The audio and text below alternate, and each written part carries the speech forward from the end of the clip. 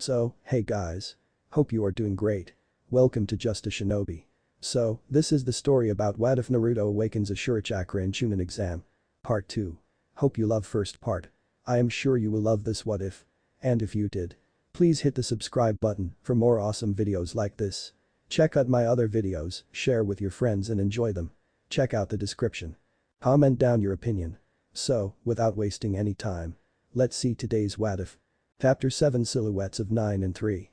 Previously, Sarutobi saw the body of the Kumo shinobi, who was in fact the Kumo diplomat with whom he had the treaty talks with, impaled by several wooden branches. His eyes fell on Naruto as his experienced mind concluded the events that took place. Hashirama-sensei, thought Sarutobi. Present. Tsunade and Shizune immediately ran towards Naruto and Hinata without giving any attention to the man who was lying dead further to their left. Meanwhile, Hinata, who was sitting close to Naruto, tensed a bit and moved slightly closer to him upon seeing so many people arrive at their location. Tsunade, upon reaching her son, scooped him up in her arms and started to check him all over for any external injuries. To her relief, the most he had received were scratches on his arms and face. She gently put him down on the ground and moved her hands over Naruto's arms. Her hands then started to glow green and to her surprise his injuries started to heal faster than she had anticipated. Must be the Kyubi. It is known for its regenerative powers. She thought. She started flowing her medical chakra into his body to relax his muscles so he wouldn't be in pain when he starts to wake up. She moved her gaze from her son towards the little girl who was sitting beside Naruto and saw that she was being treated by Shizune. She knew the girl was the Hyuga heiress, Hinata Hyuga. She made a point to talk to her later as to what happened. She made a cage bunch and ordered it to take Naruto to home for now. As soon as Naruto was out of sight, she turned around with anger burning in her eyes to look at the person who was responsible for her son's current predicament. What she saw made her body freeze. Several wooden branches were growing out from the ground and piercing the shinobi at several points. Mokuton H. How is this possible? That ability was lost when Hashirama Ajasan died and no one in our clan has ever been able to use that ability ever since. When Tsunade, Shizune and the others reached Naruto's location, the Senju clan head and her apprentice's mind were only on Naruto. Thus, failing to take notice of the shinobi who was impaled by wooden branches. Tsunade got out of her frozen state and moved toward Sarutobi to discuss the situation with him when she saw Kakashi burning off the wooden branches and taking the Kumo shinobi to morgue, possibly. With Hinata. Hinata did not have any injuries per se. Although she did have a few bruises here and there possibly when she fell while she was still within the bag or when she was thrown back by Naruto's chakra outburst. It still surprised her to see how much chakra the blonde boy possessed. She was only 5 years old but she could use the revered Byakugan of the Hyuga clan. She often went out on walks through the village with a branch family member named Ko guarding her.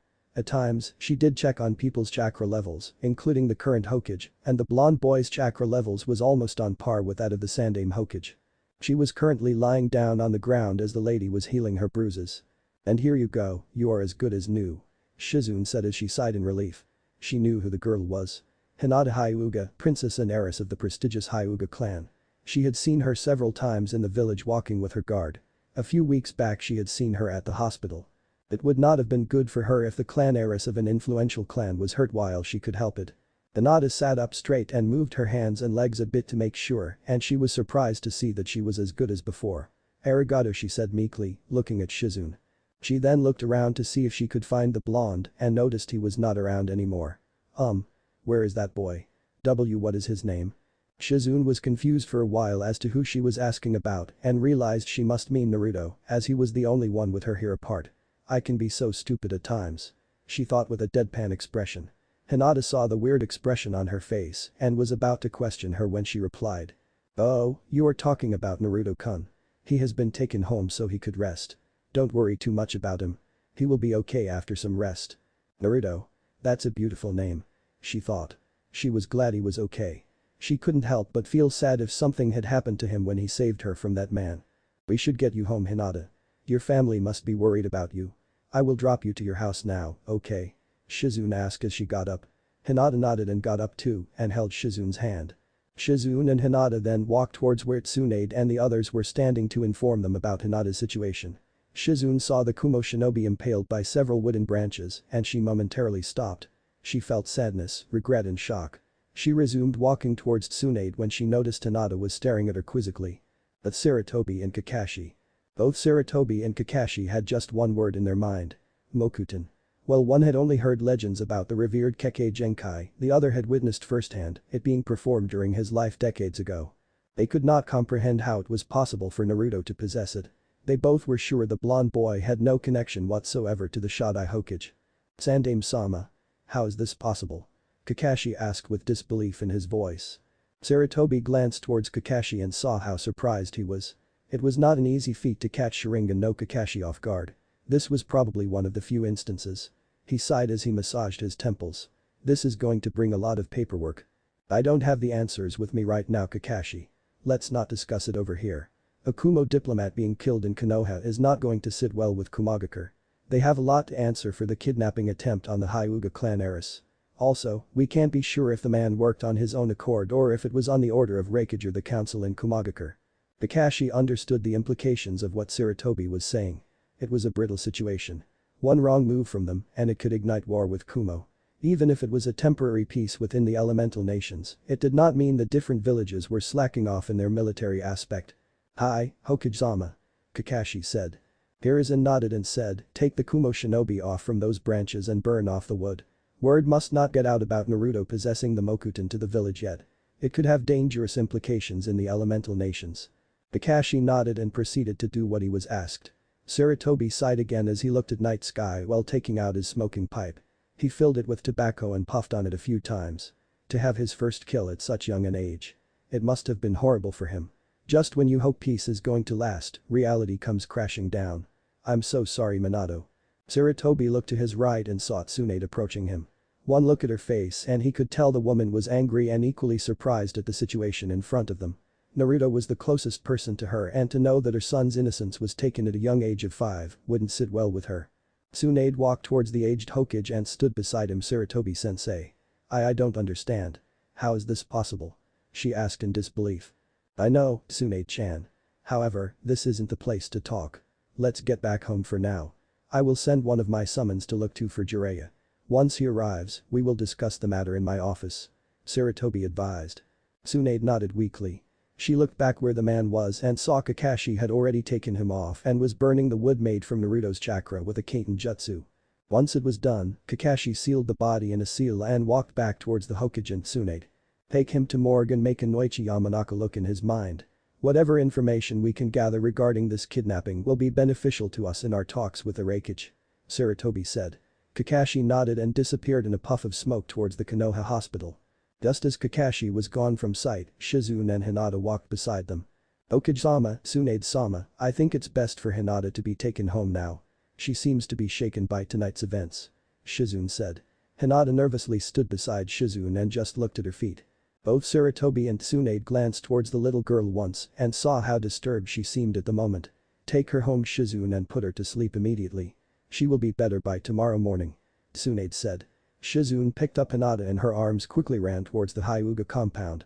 "I should go home too, Sarutobi-sensei. I don't want to leave Naru-chan alone right now," Tsunade said. The Sandaime nodded to her and she too left towards the Senju compound. Sarutobi gave one last glance at the spot where the man was killed and he too disappeared, thinking, the next few days are not going to be pretty. Two shinobi wearing plain white masks were carefully observing the events unfold while standing on treetops a few distances away from the Sandaime and the Senju clan head. "Let's go. We must inform this to Danzo-sama as soon as possible," said one of the men. They soon disappeared without alerting anyone of their presence. Half an hour earlier at the Hyuga compound. If one could describe the atmosphere within the Hyuga compound currently, it would be tensed and mayhem. Most of the people from both the main and branch family were frantically looking for the eldest daughter of the clan head, Hiashi Hyuga. While most were worried about the safety of Hinata, the elders of the Hyuga clan were mainly worried that the Byakugan should not fall into the hands of enemy shinobi. About half an hour had passed since Hinata was missing now. Hiashi had made a habit of checking up on her every night before he went to sleep. So today, when he went to check up on her, he found her room to be empty and the window to be opened. He doubted she would run away anywhere on her own, so the most likely scenario was she was abducted, he concluded. He had immediately gathered everyone from the branch family and sent them to search the perimeter of the Hyuga estates. Some people from the main family, who were fond of the young heiress, had also offered to lend a helping hand. Hiashi was standing in the gardens of the main house building near the gates of the Hyuga compound. Even though he still had his stoic face mask on, one who knew him closely could tell he was worried sick. Just a few weeks back, he had lost his beloved wife, Hitomi Hyuga.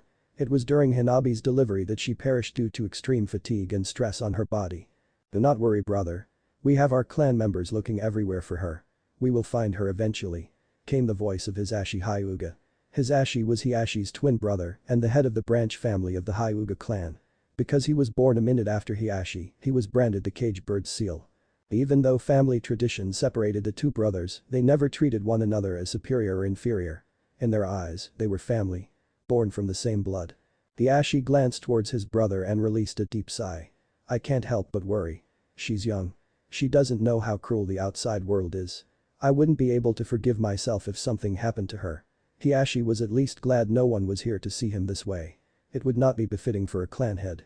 Hisashi put his hand on his brother's shoulder and gave him a comforting squeeze. Among everyone, it was only Hisashi who understood the relationship between young Hinata and Hiashi. Some would say Hiashi was strict towards her because she's weak and lacked confidence. While others may say she reminded him too much of his deceased wife and hated her for it. Hate. It's a very subjective term. People use it for anything they tend to dislike minutely. However, it was not hatred or dislike which made Hiashi act strict towards his eldest daughter. Out of his two daughters, Hinata had a striking resemblance to Hitomi. She was kind, gentle and loving. He believed if he would be strict towards her, he could get her to be strong-willed. He could not hate Hinata. He never could. After all, she was the living reminder of his late wife. Suddenly the two of them felt an immense amount of chakra being released. They could feel how powerful and dense the chakra was. They were about to leave the compound to check the source when few branch family members came in front of them and kneeled. One of them stood up to face the clan head and said, Hiashi-sama, we have found Hinata-sama. She's with Shizune-san now. She's bringing her back. Hiashi immediately left without saying another word and dashed out of the compound to meet her daughter as soon as possible. Hisashi thanked the people in front of him standing for helping in the search and asked them to inform everyone else about the news. They nodded and dispersed. Hisashi too followed behind his brother to meet with Hinata. With Shizune and Hinata. Shizune was walking towards the Hyuga compound with Hinata in her arms. Due to the stress of the events catching up to the young girl, she had fallen asleep after some time they started walking. She was nearing the compound when she saw Hiashi running towards her and stopping in front of her. He was about to call out her name when he saw she was asleep. Is she okay? Hiashi asked with some concern in his voice. Shizune was a bit startled hearing his concerned voice. She didn't think the man could show any emotion. Nonetheless she nodded and said, she's fine now. She had some bruises and small cuts which I healed. Although she is a bit shaken from the events she witnessed tonight. He straightened his face and asked, what happened? The kidnapper would have gotten away with her had it not been for Naruto-kun. He was able to stop him. It was a Kumo shinobi. Naruto apprehended the shinobi and saved Hinata from him, but the shinobi got killed in the process accidentally by Naruto-kun. Hiashi widened his eyes upon hearing her words. Even though he was a strict and harsh person at times, he would never wish a 5-year-old child to go through the feeling of killing someone. He felt a bit saddened upon hearing that. He hadn't done anything till now to help his childhood friend's son. I'm sorry, Minato. He thought as he hung his head down for a second. He got those feelings out of his head as he asked Shizune to give Hinata. He gently took her from Shizune's arms and placed Hinata safely in his own. Hiashi-sama, it's best if Hinata rests for a few days. It will be good for her mental health. Shizune advised. Shizune was about to leave when Hiashi's voice stopped her. Shizune-san, do thank Naruto-san on my behalf. Even though I regret about what he had to do tonight, I am thankful to him for saving my daughter. Hinata and I shall visit the Senju compound tomorrow to pay him and Tsunade-sama a visit. Shizune nodded and immediately left to her house to check up on Naruto. Hiashi turned and walked back towards the Hyuga compound when he met with Hisashi on the way. Not now, brother. I will tell you the details when we reach home. Hisashi nodded and both of them, along with a sleeping Hinata, left to their house for some much-needed rest. Senju compound. Tsunade's cage Bunshin had brought the unconscious Naruto back to the house and laid him down in Tsunade's room and dispelled herself after that. After a while, Tsunade entered the house and rushed to her bedroom to see Naruto as she had received the memories of her clone. She reached her bedroom and saw Naruto sleeping peacefully. She moved towards him and put a blanket on top of him and sat beside him. She stroked his beautiful blonde hair as she frowned thinking about tonight's events. I'm sorry, Naru-chan. I should have reached you earlier. You should not have gone through what you did tonight. She stayed like that for a few minutes and started feeling sleepy. Soon, she closed her eyes and slept with her hand still on her son's hair. A few minutes later, Shizune came to the room to the side of mother and son sleeping. She went closer to them and saw that Naruto looked fine externally, but knew once he wakes up, the weight of his actions will come crashing down on him. Seeing as she too was feeling tired after everything that happened tonight, she decided to go to her room and sleep. I will talk to Naruto-kun and Tsunade-sama tomorrow morning. Inside Naruto's mindscape. After Naruto fell unconscious, he soon found himself awake in a dark corridor. He looked down to see that there was water everywhere up to his knees. Yet, he couldn't understand why he did not feel wet upon touching the water. He looked around himself and saw that there were various ways leading to different directions. Where am I? He thought out loud. The last thing he remembered was falling unconscious after his body released a vast amount of chakra and seeing several wooden branches forming out of the ground and piercing the shinobi and Kai. Killing him. And the entire event came crashing down on him. He had killed. He did not want to. Yet, he did. He felt few tears rolling down his face and looked at the water below to see his reflection. He could not look at himself. So, he just punched the water which was reflecting his face. He also realized the fact that he had used Mokuton. The ability which was said to be possessed only by his great-grandfather. He did not know what to think. There were various emotions going through his mind right now. Guilt, regret and shock being the prominent ones. Suddenly he heard something like a snicker and a loud grumbling coming from straight ahead the corridor. "Come closer, human," said a deep voice. Naruto did not think there was anyone around with him. The voice was powerful and he felt compelled to follow the command. So, he got up with shaky legs and walked straight ahead. It was a little bit dark around him and as he walked ahead, he could see a bright light. He presumed it must be the end of the corridor and from where the voice came from. As he was walking, he saw 3 pipelines of various colors. One was violet in color. It's just like the color of my chakra. He thought. The second one was sea blue color and was quite large, and the third one was by far the largest and was dark red in color. Soon enough, he reached the end of the corridor. What he saw surprised him to no end. It was a large room, probably larger than the Hokage monument. Up front was a humongous cage which was oddly divided into 2 compartments. He slowly walked forward and saw that the cage held a piece of paper which had the kanji for seal. Upon further inspection, he concluded it's a seal. But, for what? He got his answer when a large silhouette came forward from behind the cage. Seeing that, Naruto took a step back in fear. The figure soon revealed itself to the child. It had reddish-orange fur and large paws. But what distinguished the creature was its large red slit eyes and 9 tails swinging lazily behind it. The Kyubi looked down at the child who was now sitting on his rear looking at him fearfully and smirked slightly. The moment Naruto saw the 9 tails behind the creature which looked like a fox, he knew what it was. The Kyubi no Yoko. "Bed up, human," the Kyubi said. All this while the Sanbi just decided to stay back within the cage and not reveal his presence to Naruto. He did not feel like talking to his jailer. Unlike Kyubi, the Sanbi had never been shown a shred of kindness. Ever since he knew, he was sealed from one person to another just for the use of his power. He despised the humans. These warmongering creatures as he called them. Waging wars for no apparent reason. Hesitantly, Naruto got up and stood back on his feet.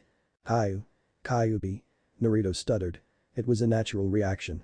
To be standing in front the strongest Bijuu of all. Any normal human being would mostly wet themselves. Naruto, however, was not any normal child. "So, you know of me. Are you afraid, Naruto?" the beast asked, surprising Naruto. How was it that the Kyubi knew his name? Where was he? Is he dead? Since he was told since childhood that the Kyubi and the Sanbi who attacked Konohagakure no Sato years ago were killed by the Yondaime Hokage. He felt a bit sad in thinking that he was dead. The Sanbi scoffed in his mind, seeing this boy's stupidity. Like a human could ever kill a Bijuu. "No, you aren't dead, boy. No pathetic mortal can ever kill a Bijuu." Now Naruto was dumbfounded. "Can you hear my thoughts?" asked Naruto, now looking straight at the Kyubi. "Yes, I can. Since I do live inside of you because of that man you call Yondaime." "What are you talking about, you? What do you mean live inside of me?" questioned Naruto. "Do you have any idea where you are, boy?" For a second Naruto felt like the Bijuu was mocking him. He quickly discarded that idea as he remembered reading in a book that the Bijuu were beings made of chakra with consciousness. They couldn't show any emotion. "No. I don't. If I'm not dead as you say, then where am I? And how come you're here? Everyone in the village was told that you were killed by the Yondaime Hokage." Naruto was starting to get slightly scared now, not liking where everything was leading to. "We are in your mindscape, boy. That damn Yondaime sealed us inside of you," said the Bijuu as his 9 tails swung wildly behind his back upon mention of the Yondaime. Kyubi and looked closely towards Naruto and saw his shocked reaction. He could feel his emotion surging. All the pain, all the hatred the villagers had shown towards the boy. He could feel it. After what seemed like eternity, Naruto spoke in a low voice, "Yo. You're joking, right? This can't be true. Why would he pick me? He shouted the last part in anger. The Kyubi just seemed to laugh upon seeing his reaction. He had expected the reaction from the boy. The Kyubi and the Sanbi were probably among the few who knew Naruto the best. The two beasts living within Naruto knew his every thought. The moment they were sealed within the young boy, they could recognize Ashura's chakra. There was no mistaking it. Ashura Otsutsuki's chakra had transmigrated to Senju Naruto. Their claim was proved right when he showed the ability to use Mokuton this night. I wouldn't know that, boy. Unfortunately, we will be stuck with you till the time you die. The Kyubi knew why it was. The Yondaime sealed the Sanbi and him within Naruto, but he decided not to reveal that. Even though the Kyubi knew Naruto was the reincarnation of Ashura, it didn't mean he had to like the boy much. He still regarded the boy as someone who denied him his freedom. But, he also knew the Rikaudo's last words to him. He scoffed a bit, thinking how his father always spoke in riddles. Being the eldest one among all the Bijuu, he was the strongest, smartest and wisest among them all. Among the couple of reasons he had decided to help the boy was because Naruto's chakra was soothing and calmed him down greatly. It slightly reminded him of the time he was still inside Rikaudo Sennin. Unlike his previous two containers, he had a relatively easier time inside this boy. By this time, Naruto was now on the ground again on his hands and knees staring at his reflection. He had started learning Fuinjutsu from Jiraiya Oji-chan when he was 4 years old. From what he was told by the white-haired Sennin, he was a level 2 seal master. So, he knew the applications of an object being sealed inside of something. So, he understood that he was not the Kyubi. He was not a monster or a demon like many of the villagers called him on several occasions. For some reason, he started to feel slightly calm. He at least knew the reason why the villagers seemed to hate him. He always used to wonder what he did wrong to deserve such treatment. Now, he knew it was not his fault for the treatment he received. Rather, it was some people's stupidity. Suddenly Naruto caught onto Kyubi's words and realized something.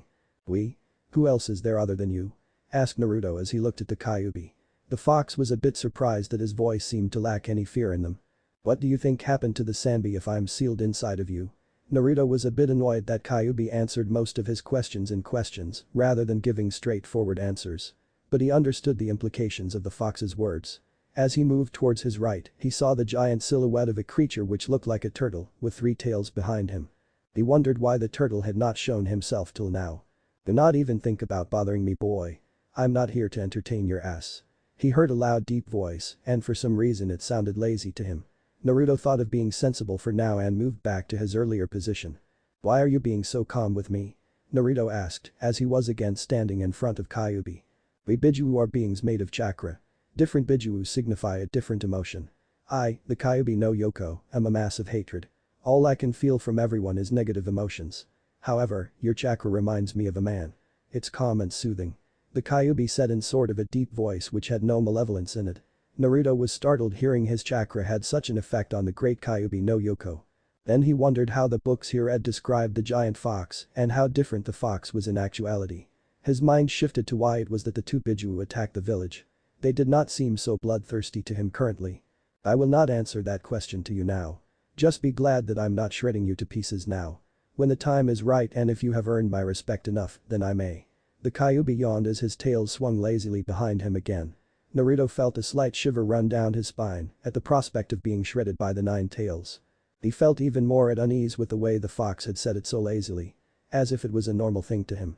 Now get lost, boy. Ordered the Bijuu as he moved to the back of the cage. Naruto felt his body fading away and soon he was thrown out of his mindscape.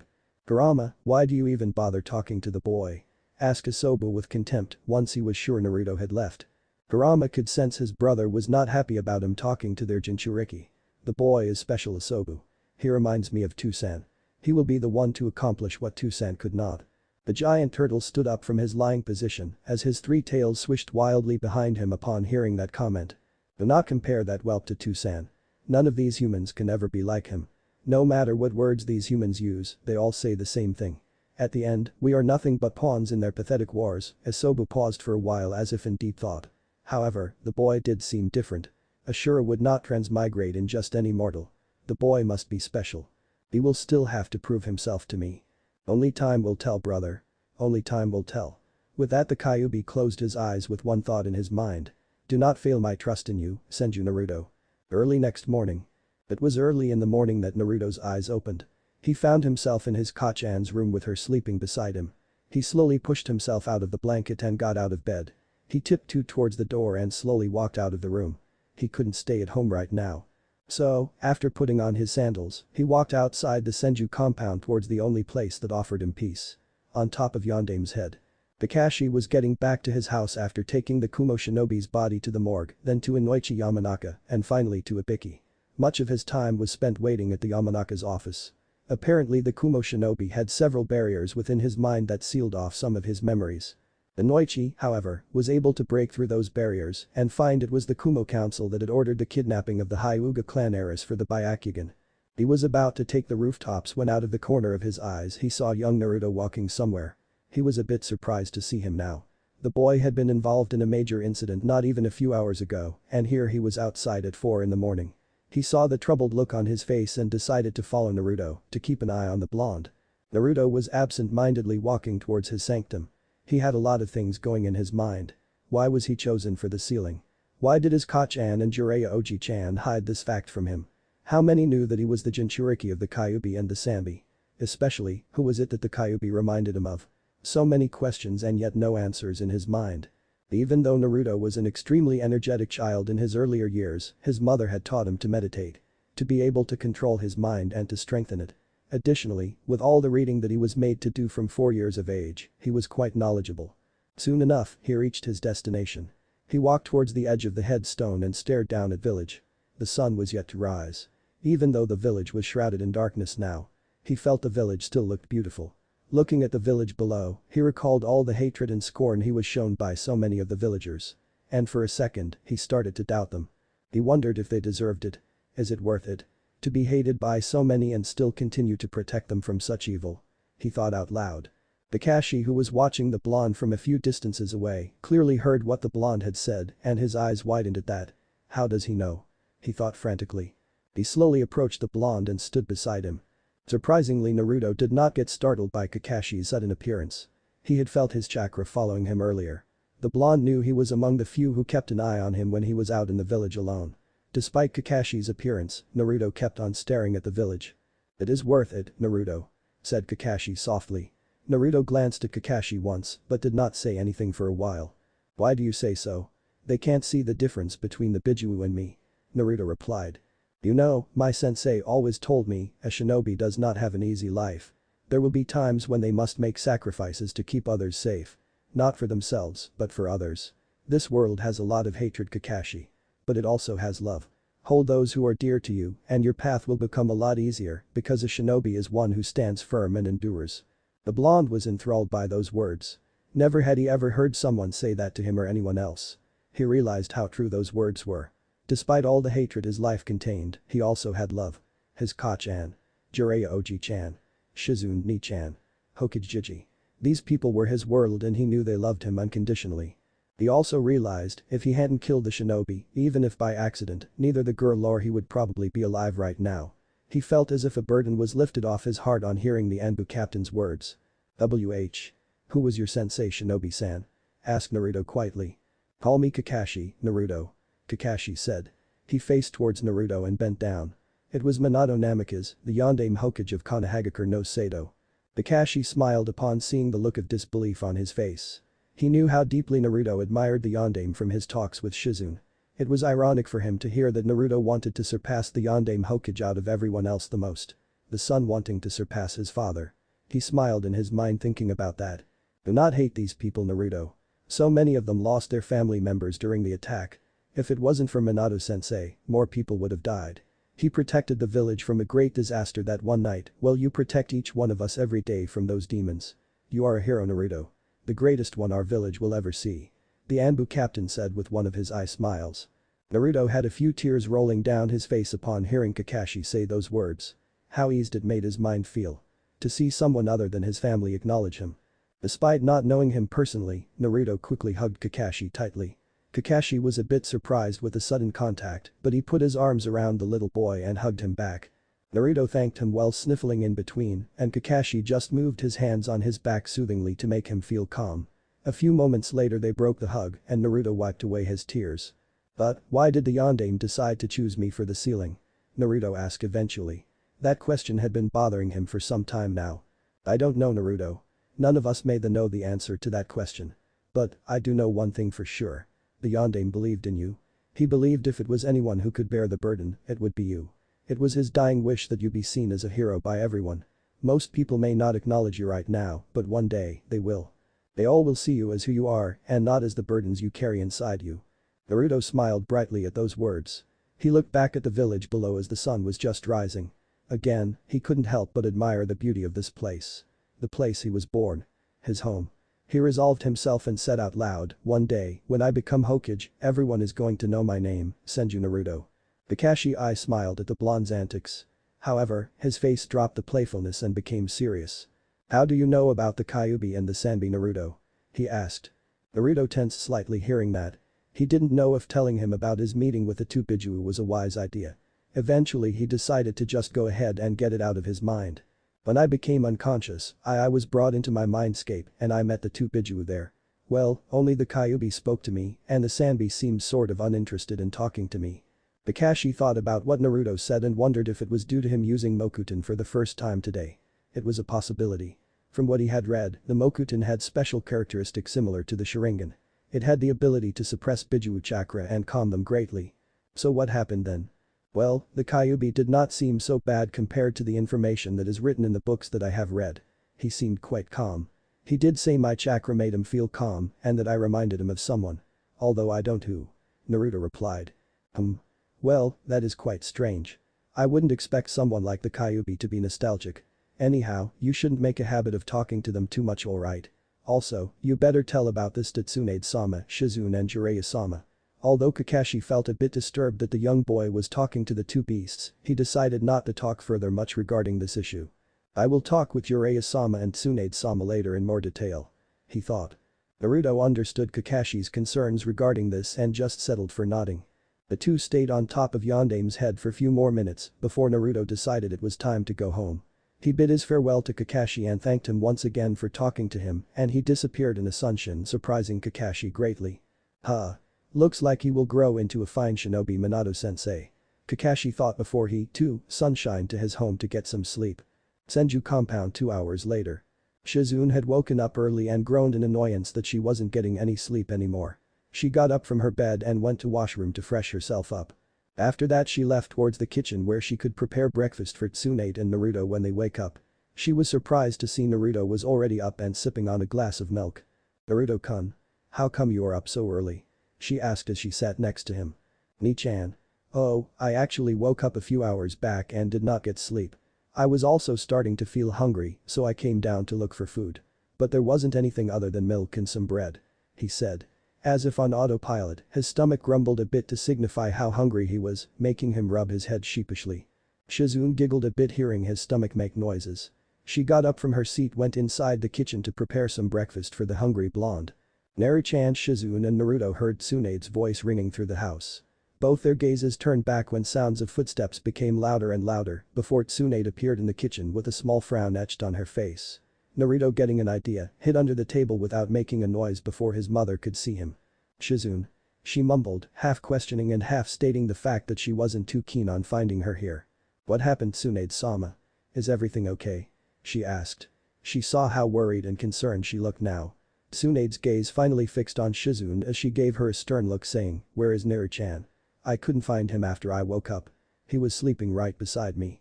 I searched the other rooms and he wasn't there also. Shizune giggled again seeing her master's irritation and annoyance. She could see the woman had just woken up from her nap and was certainly annoyed not finding her blonde sunshine near her, especially after the incident few hours back. She pointed towards the table she was sitting with Naruto. Tsunade followed her direction and saw that there was nothing there apart from an empty seat. What are trying to show me Shizune? There's no one there. Where is Naru-chan? She asked again clearly irritated. Shizune whipped her head in Naruto's earlier seat and found that he wasn't there anymore. Boo. But Tsunade-sama, he was there a few moments ago. I was sitting there with him. Shizune stuttered a bit with a bit sweat rolling down her forehead. Tsunade gave her a stern gaze which made her slightly worried about what her master might do if she doesn't find Naruto immediately. Naruto who was hiding under the table couldn't control his laughter upon seeing Ni-chan in her current predicament and burst out laughing. He then came out of the table and stood in front of the two ladies.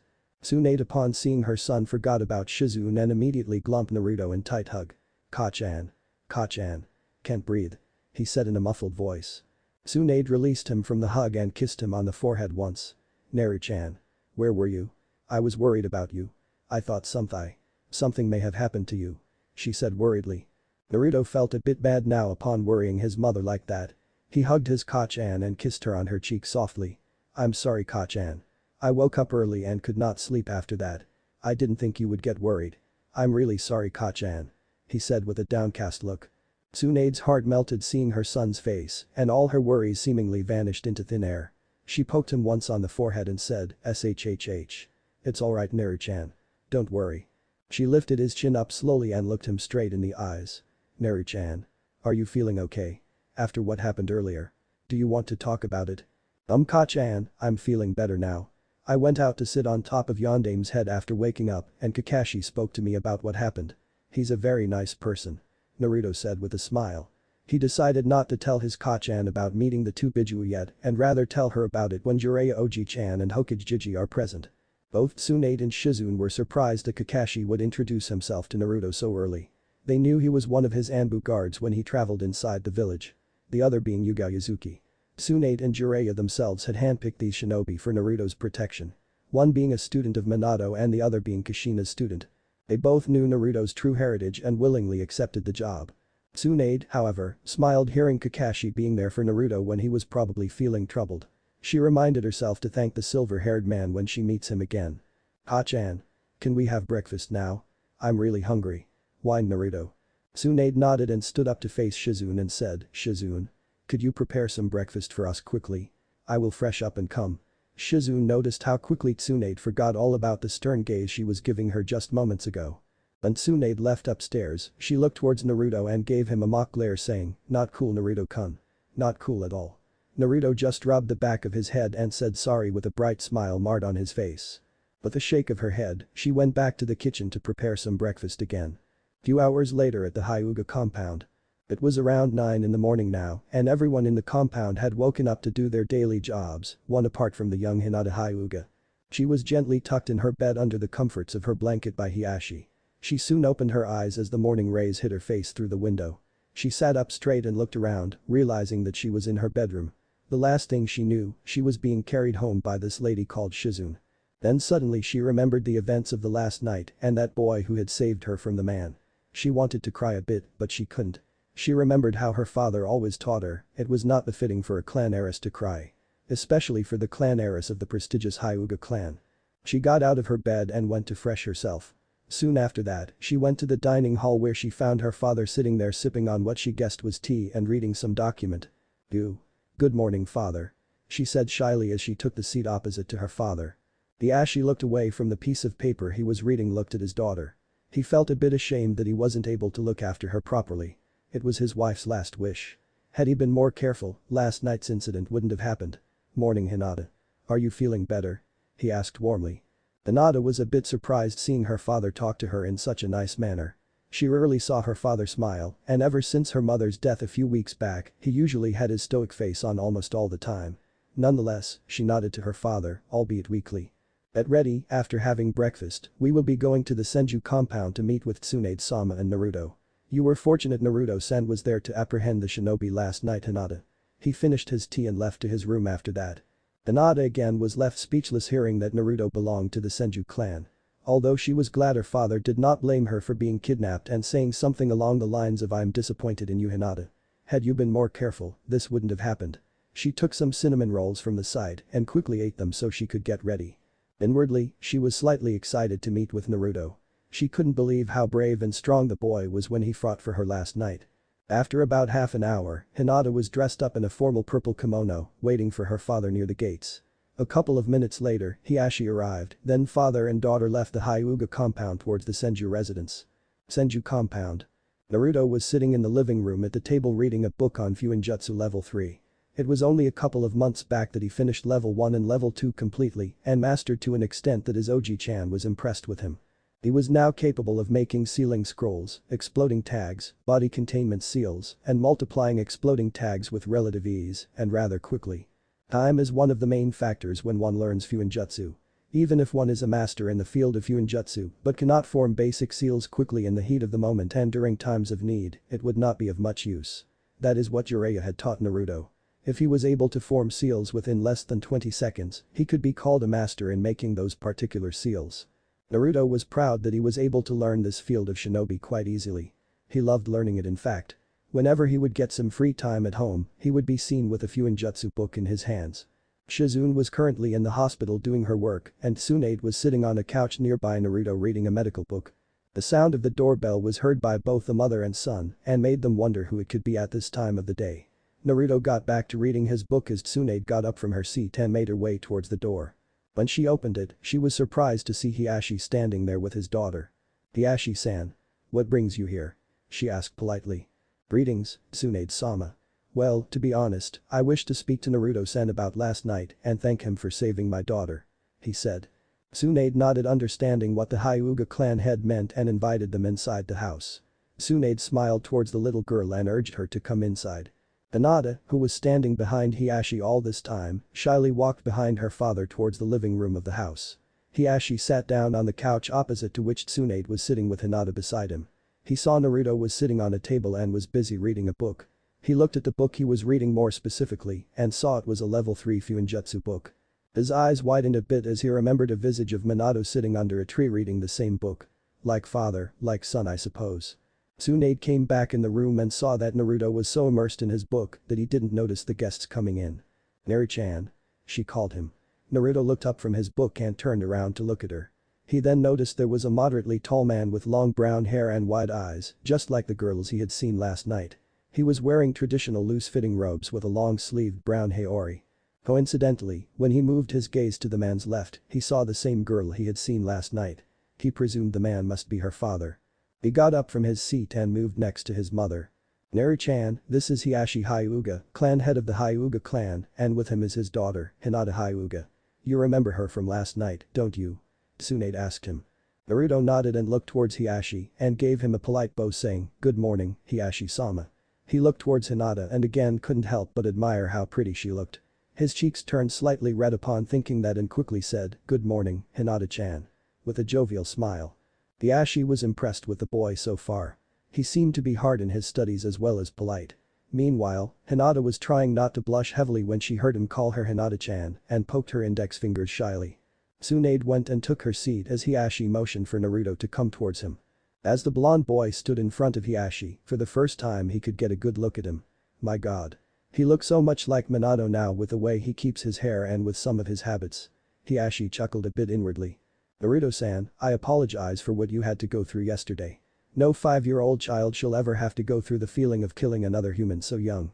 However, if it wasn't for you, my daughter would have been probably kidnapped and who knows what may have happened with her. So, I am sincerely thankful to you for apprehending the shinobi who was behind the incident last night. If there is anything you ever need, do not hesitate to come to me.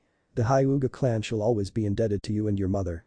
Hiashi stood up at the end and bowed to him once as a sign of respect to Naruto. All the people of the room were left speechless seeing the man's actions. Here, a clan head of a renowned clan was bowing to a 5-year-old child. Naruto felt embarrassed upon seeing Hiashi bow. "Hiashi-sama. Please, you do not have to bow to me. I'm only a child. It wouldn't be good for you. Plus, I believe any Konoha shinobi would have done what I did yesterday. After all, as my Jiraiya Oji-chan always tells me, in our village everyone cares for each other, have the will of fire burning in them, which makes us protect one another." Both Hiashi and Tsunade were stunned hearing the words coming from Naruto's mouth and smiled. However, Hiashi, Tsunade and even Hinata couldn't help but notice a somewhat solemn look on his face when he said the last part. Though Tsunade and Hiashi had suspicion as to what may make him sad, Hinata was confused and slightly sad, seeing the somber look on her savior's face. Hiashi chuckled a bit seeing how Naruto seemed to call Jiraiya an old man. He remembered how the Sannin disliked being called old. Everyone has a weak point, I suppose. He mused. However, I am extremely thankful to you Naruto-san. The fact is, it was you and not another person who rescued my daughter. Naruto gave him a bright smile which somehow made Hiashi smile back. Nari-chan, why don't you and Hinata-chan go play outside? I will talk to Hiashi-san in the meantime. Tsunade asked her son. Even though Naruto was probably among the most advanced shinobi within his age group, he was still only a child and the prospect of playing outside and making more friends still excited him. Hinata-chan. Come on, let's go to the garden at the back and we'll play something. Exclaimed Naruto happily. Hinata looked at her father and surprisingly she saw him nod. He never allowed her to play with other kids. So, she too felt excited. As soon as she got up from her seat, her hand was immediately held by Naruto, who proceeded to drag her to the garden. Naruto-kun. Hinata thought with a huge blush on her face which was missed by Naruto. Hiashi and Tsunade, however, saw how red Hinata's cheeks had gotten the moment Naruto held her hand and smiled at seeing the pair run outside. Chapter 8 Naruto's decision.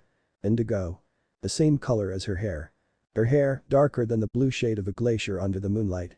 The same color as the stains of the beautiful plants in his garden. A beautiful intoxicating shade. Her smile.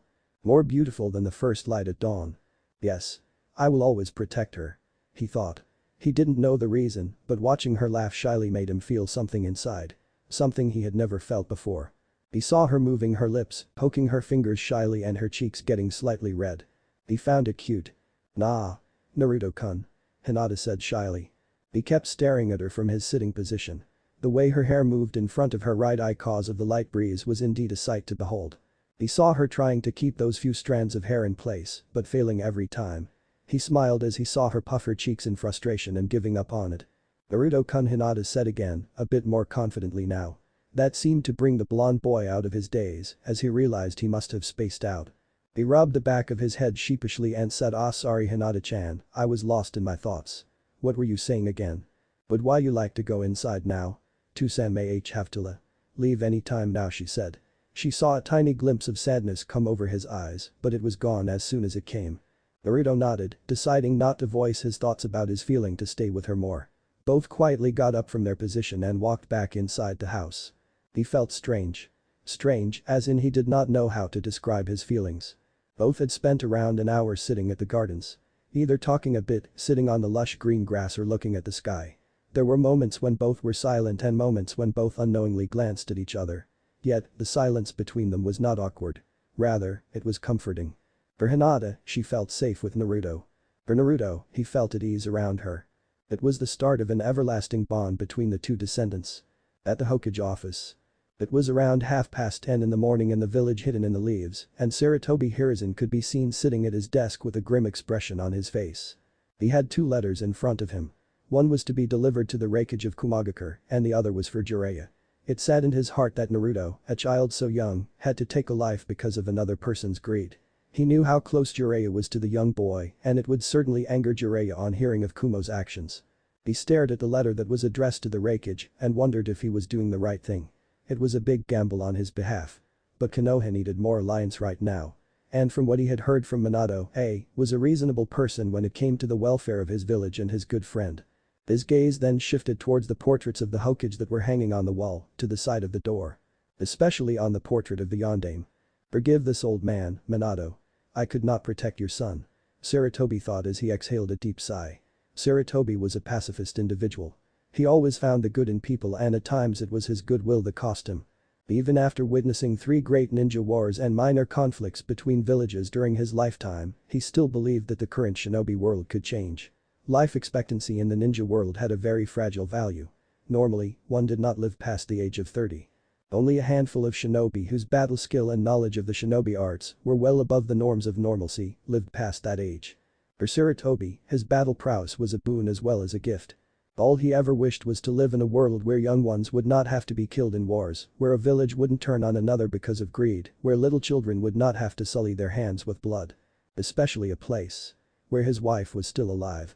He sighed again as he got rid of those feelings from his mind. It wouldn't well for the leader of a village to drown themselves in the mistakes of the past. He bit his thumb, drawing out a bit of blood and went through a couple of hand signs, then slammed his hand on the desk saying, Fuchius no Jutsu. In a puff of smoke, 2 small white-colored monkeys appeared, standing on the Hokage's desk in front of Sarutobi. Sarutobi. What did you summon us for? Asked the smaller one named Shiro. Well, it's an important delivery mission. You must take this letter to Jiraiya as soon as possible and hand it to him. Tell him it's urgent. Sarutobi said as he gave the letter to the young monkey. Shiro gave a mock salute and immediately took off from the open window beside the Hokage's desk. Sarutobi then turned towards the slightly bigger one and said, Kania, you must take this letter to the mailing department of Konoha and ask them to send it to the Raikage of Kumagakure no Sato immediately. It's of utmost importance. The monkey named Kania took the scroll from Sarutobi and gave a firm nod before leaving the office too. As soon as the 2 summons had taken off from the office, he slumped back into his chair. This job is hard. But now finally, I have some time to catch up on my reading. Sarutobi muttered perversely. He then opened his bottommost drawer, pulling out an orange-colored book named Icha Paradise Bathhouse Edition. Underground base northeast side of Konoha. Deep in the shadows of an underground cave, a man could be seen standing near the window looking out at the forest surrounding the beautiful leaf village. He had a cane in his left hand and his face was turned slightly up as if looking at the blue sky. Soon. He said. Soon. Hiruzen. No matter that it didn't go as planned. Sooner or later one of my aces will hit the mark and your weak pacifist ideals shall crumble down. The bonds you try to create within this village through your weak ideals is its very weakness. He muttered to himself. In any case, it was surprising for the Jinchuriki to able to perform Mokuton. He'll mostly definitely be an ideal part of my plan. If I'm able to refurbish him per my likings. He thought. A few moments later, two figures landed behind him and kneeled. Danzo-sama, Sandame-sama has sent a letter each to Jiraiya-sama and Kumagakure regarding the previous night's incident. Jiraiya-sama will probably arrive by tomorrow and the Raikage and his men will probably arrive at the village within the next 4 to 5 days due to the situation's importance. Said Torn. I see. I have no doubt that fool, A, would come here. I will need to be present during the meetings. Keep training our shinobi for Plan Shimetsu. It's crucial for the utopia that we aim for. Yamanaka, a light blonde-haired boy, got up from his kneeled position and went closer to Danzo. Danzo-sama, when should we move in to capture the Kyubi's Jinchuriki? He asked in a monotone voice. Leave him be for now. Let his skills develop further under Jiraiya and Tsunade. Our plan won't be put into motion for quite some time now due to the recent developments. A year or so prior to executing our plan would be an ideal time to capture the Jinchuriki. The two nodded as they heard their leader's words. Spread the news about the kidnapping of the Hyuga heiress and the fact that it was the Jinchuriki who killed the kidnapper and saved her. Danzo said and dismissed the two route captains. Orin and Fu nodded and swiftly disappeared with a sunshin. It will be interesting to see if you tell the council about the boys Mokuten Kekkei Genkai, Hiruzen. Danzo thought wickedly. At the Senju compound. It was evening now and Naruto was idly lying on his bed. Tsunade had gone to meet with the Sandame to discuss matters relating to the upcoming talks with the Raikage and his diplomats. It had been hours since he was lying on his bed and just looking at the ceiling. Despite him telling everyone that he was okay, he was not. Since childhood, he had been looked warily by the villagers of Konohagakure. He could watch how his mother got sad seeing him unhappy due to the villagers' treatment. And honestly, watching his mother unhappy always made his heart clench. He could take the glares from those villagers, but watching his Kachan sad broke his heart every time. So, he learned to endure. Not for himself. But for his mother. It's human tendency to poke something to get a reaction out of it. People do it for amusement or as a source of outlet.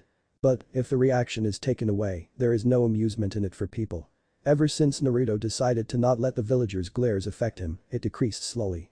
For the first few months, it was only a few people, and as a year passed since the incident, including the pink-haired girl in the park, the majority of the population of Konohagakure seemed not to care about the Jinchuriki.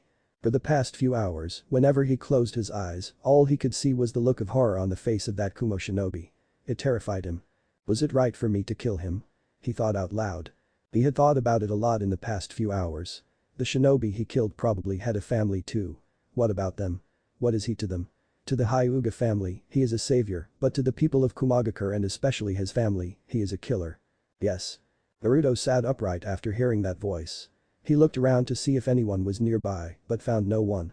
He closed his eyes and tried sensing anyone he did not know, yet he could not find anyone.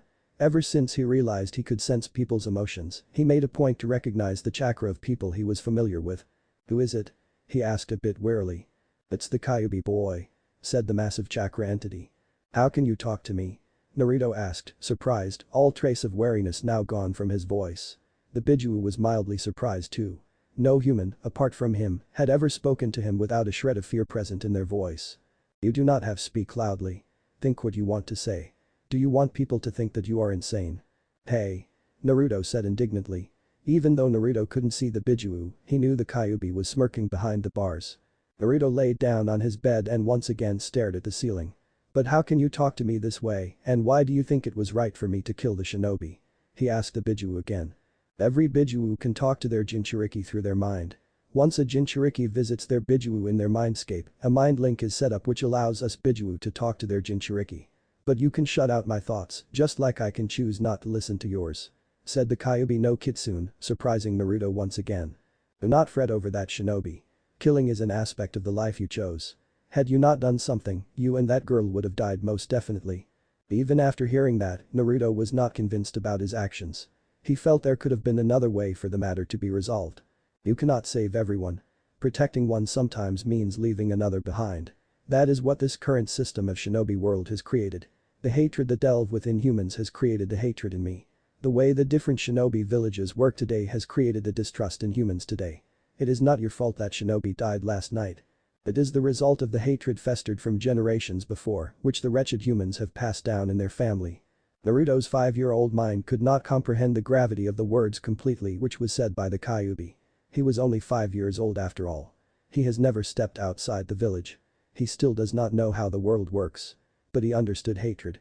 When you are subjected to an emotion from such a young age by many, you tend to understand it well. The fact that he could sense what people feel did not make things easier for him. Sometimes, a gift considered by one can be a curse to another. Then I will remove all the hatred in this world. If there is such a thing as peace, I will find it. I do not want people to be sad. That is my wish. Thought Naruto with conviction. You won't have an easy path. There will be a lot of bloodshed, lot of pain you must go through. Lot of people whom you must save. Can you bear the pain? The hatred of so many people? If my pain causes others joy, even if only slightly, then I would take it. I am the only one who can understand their pain, their hatred and their anger. I will take it all. I would do it for my precious village. He thought passionately. I don't know if I can achieve everything on my own. But I know I will have my friends and family with me. I don't know how the world works yet, but I have hope that one day everyone in this world will understand each other. That there will be no more senseless killing. He replied. Ashura. Thought the Sanbi. He could not forget those words. The words spoken by his father's youngest son. He, too, had hope for this world. He too believed that one day everyone would get along with each other. Alas, he died with his belief at the end, while his and Indra's descendants continued their bloody feud. Maybe. He is indeed the one 2 cents spoke about. Sanbi thought as a wave of nostalgia passed through his mind. As Naruto continued to lay there, his eyelids started to close slightly as his tiredness started to catch up to him mentally. He didn't know for how long he was lying on bed, but his talk with the Kyubi had calmed his troubled mind immensely. His last thought before he fell asleep would mark the start of a wonderful friendship. Thank you, Kyubi. Woo. Would you help me as I go ahead on my path? Naruto thought as he fell asleep. For someone who's known hatred all his life, it was a different feeling being thanked. No matter where he went, the only thing humans did was curse him, hate him and used his brethren and him for their own twisted means. But this boy was not like them. The Bijuu could feel he was different. Someone meant for greatness and one who can change the world. I shall stand by your side no matter what. Show me how you could change this world. Naruto. The Kyubi thought as he rested his head on his paws and closed his eyes. Next day, Konohagakure no Sado. It was 5 in the evening, and the market streets of the village hidden in the leaves was bustling with activity. It was the month of January, and several merchants traveled from across the elemental nations to sell their products in the various shinobi villages. Several such people could be seen standing in their stall stands with a variety of materials displayed in front of them. Civilians and shinobi alike were coming in and out of shops and moving from one stand to another. Among so many of these people, there was one young blonde-haired boy who was walking with his hands in pocket and looking down. At first glance, one might think the boy was walking aimlessly. However, he had walked along this path so many times in the past year that it was second nature to him now. Yet again, Naruto had a lot going in his mind. Jiraiya had arrived in the village early in the morning, and before anything, he went straight to the Senju compound to check up on his godson. Just like Sarutobi had thought, Jiraiya had not taken lightly to Kumagakure's actions. Despite of his anger towards the Kumo shinobi, Jiraiya felt more worried than angry. At first glance at Naruto's eyes, he could see the spark of innocence which was once evident in the blonde's eyes was now gone. Also, the matter of Naruto capable of using Mokuton was troubling to him. Even to this day, Mokuton is regarded as a sacred Kekkei Genkai in Konohagakure no Sado. It is said that the entirety of Konoha was formed by the revered Shadowy Hokage from his Mokuton abilities. So, the fact that Naruto, who is not even a Senju by biological birth, possessing the same ability as Hashirama Senju was puzzling. Yet, with the blonde's newfound abilities, Jiraiya believed Naruto's life would become bridled with more hardships. If the fact that Naruto is the container of the Kyubi no Yoko and Sanbi along with possessing Mokuton, through which he could very well control the two Bijuus with proper control got out, it would put a hefty target on his head. As Naruto neared the Uchiha clan compound, his mind wandered off to the events that unfolded during his training, and he smiled. Flashback. Naruto looked around the training ground he was standing on. Naruto, Jiraiya and Tsunade were standing on training ground 1, which was behind the Hokage monument and was meant for the Hokage's personal use only. Like most of the training grounds Naruto had went to inside the village, this one was vast with various large trees around the edges. There was also a small pond on the west side of the training ground. Jiraiya and Tsunade looked at Naruto curiously as he closed his eyes and just stood there calmly. Just as Tsunade was about to call out to her son, Naruto turned around with a wide smile on his face. Hashirama Sofu. He trained here a lot, did he not? Asked the little blonde. How did you know Naru-chan? Tsunade asked as she composed herself. Naruto always seemed to surprise her with his uncanny abilities. I can feel it. Hashirama Sofu's chakra. It's similar to mine. He was the only another shinobi who was capable of performing Mokuton. Our chakra is bound to be similar to each other. Naruto surmised. Tsunade walked towards her son and ruffled his hair, which made him pout childishly. Jiraiya, who was standing quiet all the while, stepped towards Naruto and said, "You're right, Naruto. This is where Hashirama-sama trained most of the time after the village was made. He and Tobirama-sama practiced in their respective ninjutsu here without any disturbance. You see, this training ground is special." Mido Uzumaki, Hashirama-sama's wife, had put a barrier around this training ground so as only those whose chakra signature is stored in the barrier can be allowed entrance. At first, it was only Hashirama-sama's and Tobirama-sama's chakra signatures. Later, Sarutobi-sensei's chakra was added to it when he became Hokage. And after him, Yondaime Hokage's chakra was added to it. Jiraiya looked at Naruto again and saw how closely he was paying attention to each and every word he was saying. He was glad all the meditation exercises which Tsunade and him made Naruto do in his earlier years worked well. It would have been impossible to make Naruto sit in one spot for more than few seconds earlier. You see, this ground is a legacy of all the Hokage of Konohagakure no Sado. All of them have trained here during their time as leader of the village. One of the main reasons we brought you here is because of your Mokuton ability. Your mother and I believe it will be best for you to train over here. As we told you, not many people have clearance to come to this training ground, so it will be safe to practice your Mokuton techniques here. Over the past couple of years, you have trained extensively in physical exercises, strategical theories, chakra control exercises, and the theory behind how to mold chakra. I believe it's time that you moved on to elemental manipulation of chakra. Jiraiya said seriously. Despite the seriousness of the topic, Naruto had a wide smile on his face. He had seen Sasuke use Kaiten Jutsu so many times, and he too wanted to learn which nature type his chakra was attuned to. He pumped his hands in the air victoriously and said yada. Finally, I can show Sasuke some cool jutsu. Tsunade smiled seeing her son so happy. She had thought the incident day before yesterday had affected Naruto. She was glad he could smile despite all these circumstances. Jiraiya and Tsunade then sat down on the grass and asked Naruto to sit in front of them. Tsunade took out a small piece of paper and handed it over to Naruto as she thought his affinity will mostly be Suiton and Doton. But just to be sure, it's better to find it this way. What is this, Ka-chan? Asked Naruto curiously, taking the piece of paper from his mother. This is chakra paper, Naruto. But before we tell you anything further, tell me, what are the 5 basic types of elements and its applications for ninjutsu? Said Jiraiya sharply, hoping Naruto would give the correct answer after all the training that he was given. There are 5 basic types of chakra into which the nature of chakra can be transformed, called 5 elements nature transformation. These 5 types are also called elements and are the origin of names of the 5 great shinobi nations. The 5 basic natures are all connected to each other in a circle, each being weaker than the one and stronger than the other. They are Kaiten fire, Suiton water, Futon wind, Doton earth and Raiten lightning. Apart from these 5 nature types, there are yin and yang nature types. These 2 are the most basic types of chakra which are present in all the humans. Yet, it is extremely difficult to master these due to the level of chakra control that is required. Explained Naruto briefly. Accurate as always, Naruto. That was a good detailed answer. Said Jiraiya proudly. He could see how much Naruto resembled Minato. Not only in terms of looks, but their knowledge about the basics of shinobi arts and their determination. He felt extremely proud to be able to teach Minato's son. Seeing as Jiraiya was done speaking, Tsunade gathered Naruto's attention and spoke. Every person has chakra that has an affinity towards one of these types, a characteristic that seems to be genetic, since whole clans sometimes share the same affinity. Most members of the Senju clan, for example, either had an affinity towards Suiton or Doton. Some members of the Senju clan, such as Tobirama Senju, was so skilled Suiton ninjutsu that he could convert the moisture in the surrounding environment and create water. Even though Naruto had heard stories of the Senju brothers, as Hashirama and Tobirama were often called, he was enthralled by it every time. He looked at his mother with a star-eyed expression which made her sweat drop slightly. She knew how much Naruto loved to listen to stories of her grandfather and granduncle, but still. Naruto could be eccentric at times, she mused with a small smile. Jiraiya smiled, seeing the interaction between mother and son. Coming back to the topic at hand, Jiraiya nudged Tsunade a bit to continue what she was saying. Now, Naruto, there are certain elements which are made by mixing two or more elements together. Normally, shinobi are not able to use such elements if they do not have extreme control over their chakra or have a Kekkei Genkai. Mokuton is an element which is formed when Doton and Suishin nature type chakras are simultaneously used together. So, we can be sure that your chakra is attuned to these two nature types. Tsunade said. Naruto nodded his head, understanding what he was told just now.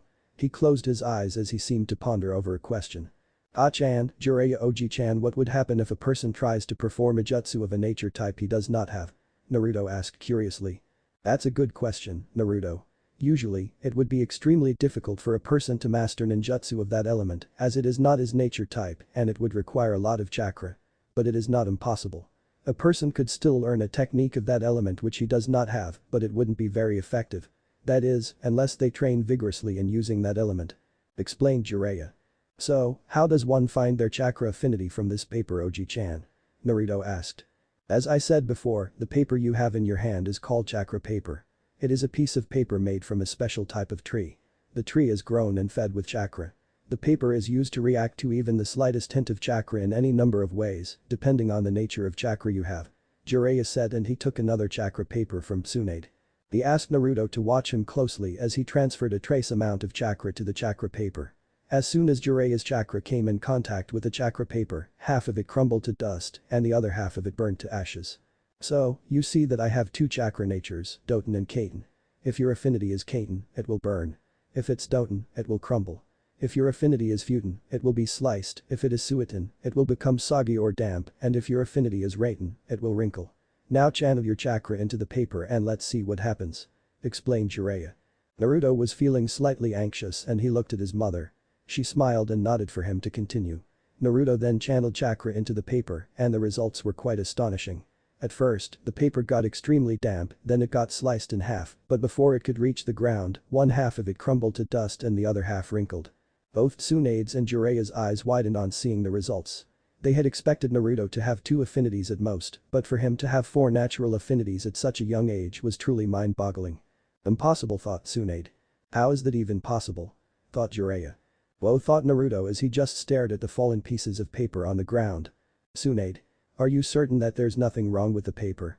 It must be defective or something, said Jiraiya as he still could not believe that Naruto had 4 natural nature affinities. No, there's nothing wrong with it. I'm certain. I picked it up from Sarutobi-sensei yesterday when I went to meet with him. Said Tsunade. But 4. Is that even possible for a person to have? Questioned Tsunade again. I don't really know. Said Jiraiya. I can explain his Doton and Suiton affinity easily enough as it was an expected result, but as for Raiten and Futen. Well, it obviously came from Minato. Since he had both.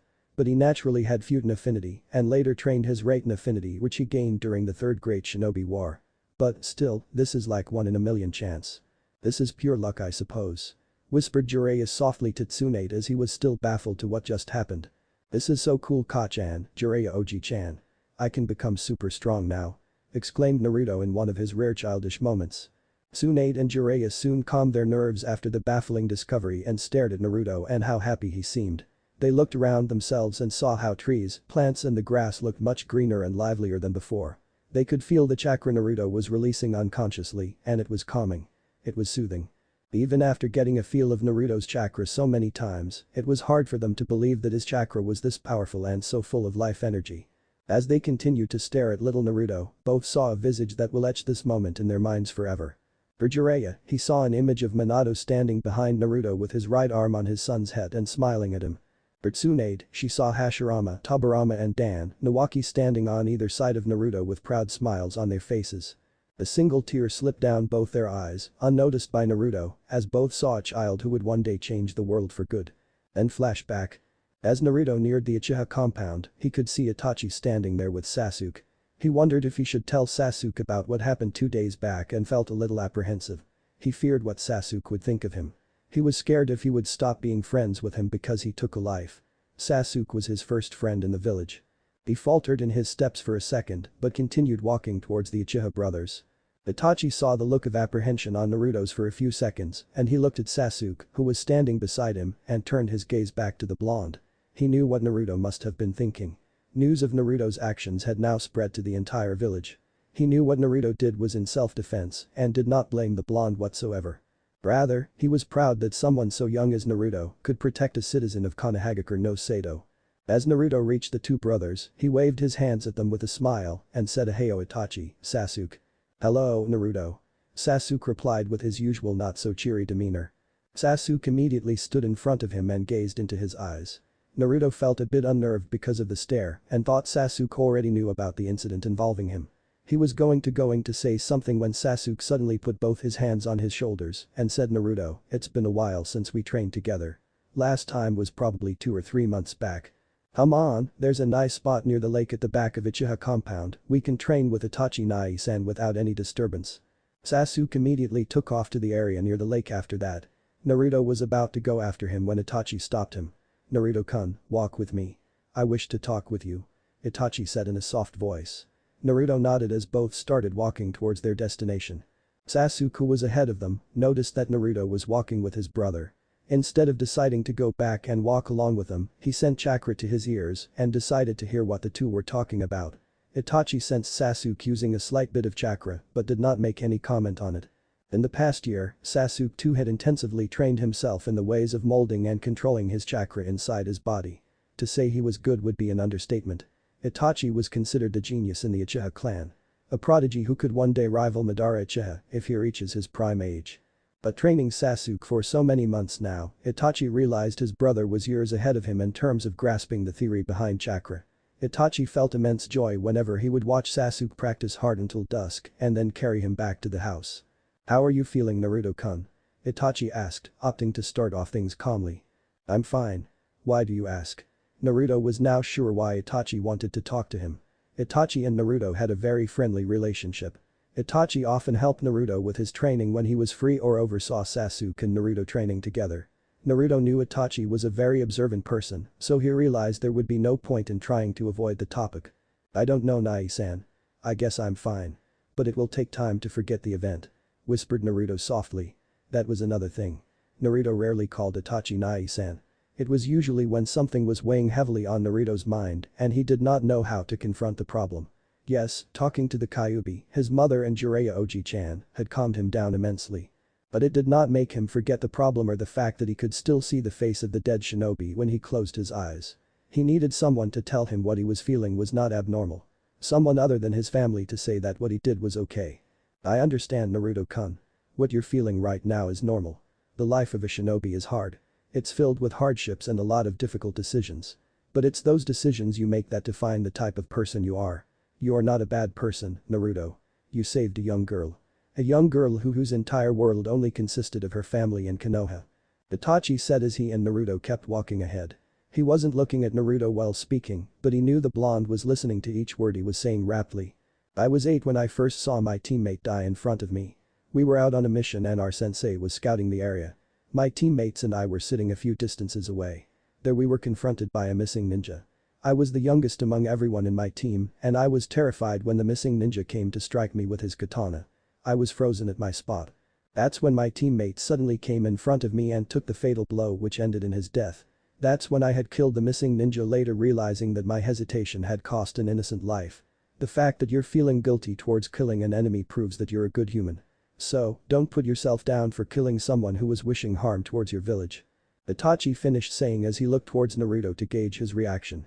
Itachi was glad when he saw a tiny glimpse of relief wash over the little blonde's face. Yes, Naruto felt relieved. What Itachi said did justify the reasons logically according to Naruto. Yet, that did not mean he enjoys the fact that he took a life. It will take some time getting used to the fact shinobi are supposed to kill to protect. But I wish we did not have to kill others. Thought Naruto, albeit a bit sadly. Soon enough, both Itachi and Naruto reached a small grassy land which could be used for training near the lake. Both saw Sasuke just standing there with his back turned to them. It was slightly strange. Even though Sasuke did not socialize with many children his age, he was a cheerful child in a way. As Naruto approached Sasuke from behind, he saw him turn and saw a strange new look in his eyes. "Hide me, Naruto." Meanwhile in Konohagakure no Sado. Kumagakure no Sato, or the village hidden by the clouds, is the hidden village of the land of lighting. The village is located in a range of tall mountains and is literally hidden in the clouds. Like all the hidden villages, Kumagakure had a design somewhat similar to the other great shinobi villages, which were created during the founding of the hidden villages during the First Great Ninja War. However, unlike many nations, Kumo had not demilitarized themselves after the Third Great Ninja War. Aside from the children, nearly 75% of Kumagakure's population were ninja from the way they walked. Kumagakure had a large history of attempting to seek an edge over other hidden villages. During the First and Second Shinobi World Wars, Kumo had attempted kidnapping several people who possessed special abilities from Mizu no Kuni and Tsuchi no Kuni. It was one of the only places in the elemental nations where most of the people had dark skin. In the middle of the village, there was a large blue tower, which was the Raikage Tower, built on top of the tallest mountain. It was similar in appearance to the Hokage Tower, except it was made of stone and concrete. Inside the Raikage's office at the desk sat a rather large man with what looked like a dumbbell in his hand. This was the Yondaime Raikage of Kumagakure no Sato. He was made the Yondaime Raikage following his father, the Sandaime Raikage's death in a battle against 10,000 opposing shinobi. However, unlike the previous Raikage, showed no interest in stealing another hidden village's bloodline. It was a very large, muscular man with slick back white hair and a small mustache. He was wearing his cage hat and robe with a shirt underneath, allowing others to see his Hulk-like physique. Each wrist had a gold gauntlet which looked extremely heavy at first glance. It was easy for anyone to tell that the man was a taijutsu specialist. One who most likely used his large frame to overpower his enemies.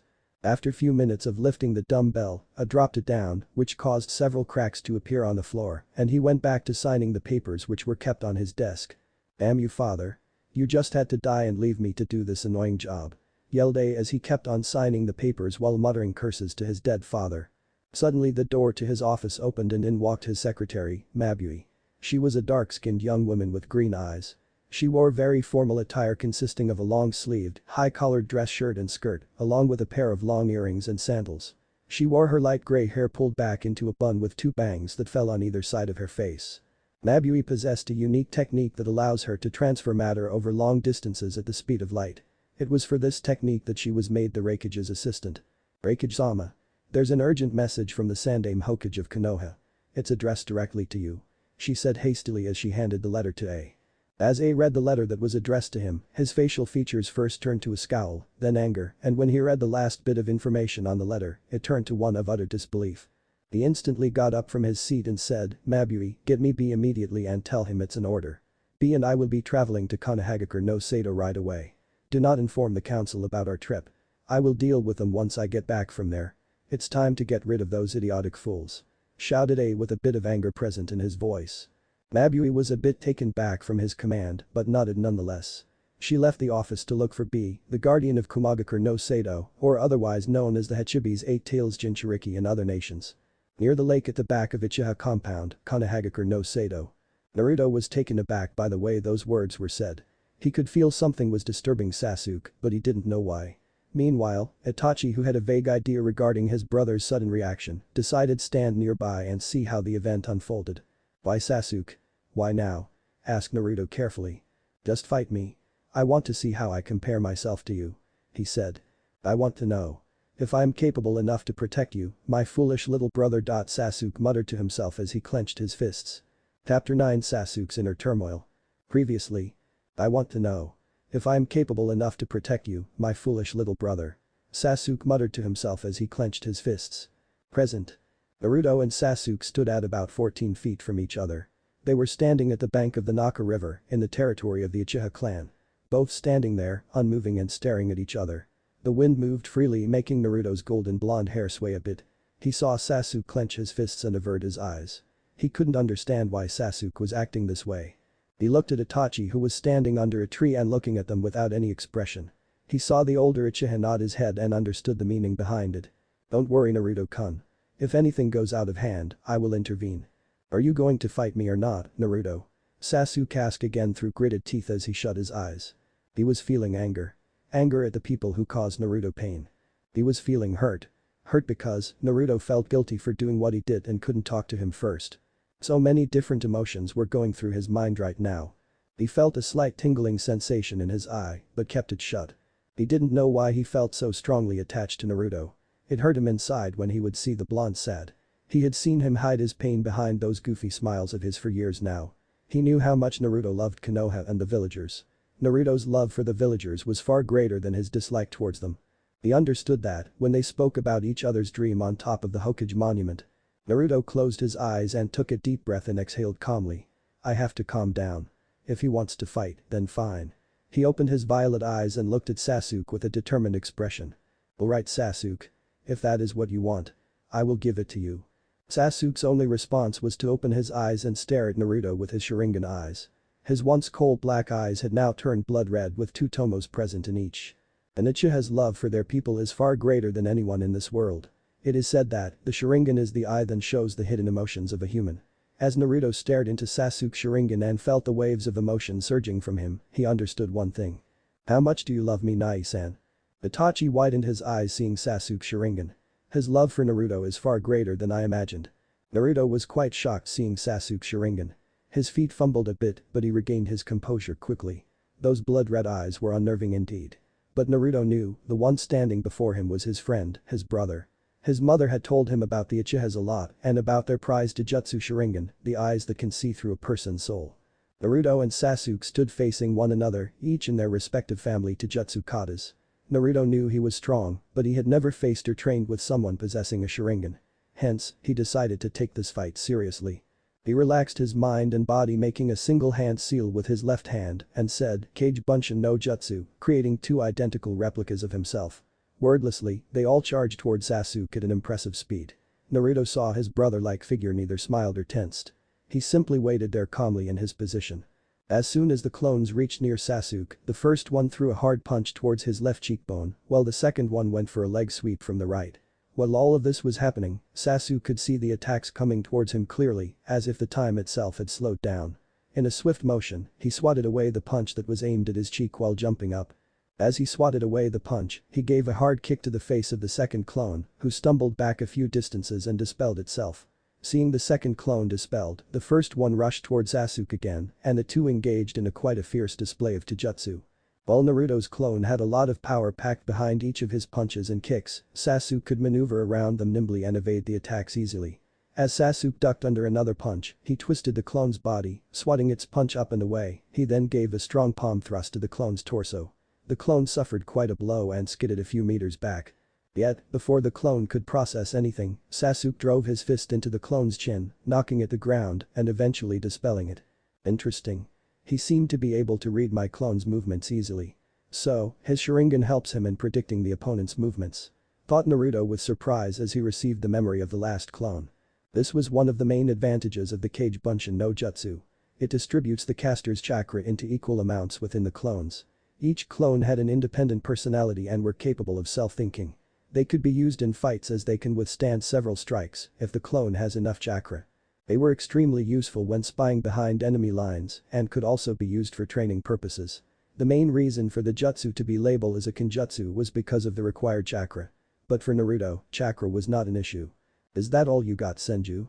Sasuke taunted. All those taijutsu training he had done with Itachi and on his own were finally showing results.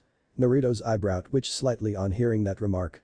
He took out 4 shurikens from his pouch on his right leg and threw it towards him at a fast speed while performing a few hand signs. Kage Shuriken no Jutsu. The 4 shurikens multiplied into 100 shuriken and were heading towards Sasuke at a dangerously fast speed. Reacting quickly, Sasuke took out his kunai and started deflecting them with quick blocks. He was extremely grateful to his Sharingan now as it was helping him keep track of each one of the shurikens easily. As Naruto saw him deflect all the shurikens away in an impressive way, he sunshined right in front of Sasuke and attempted to send a right hook to his face.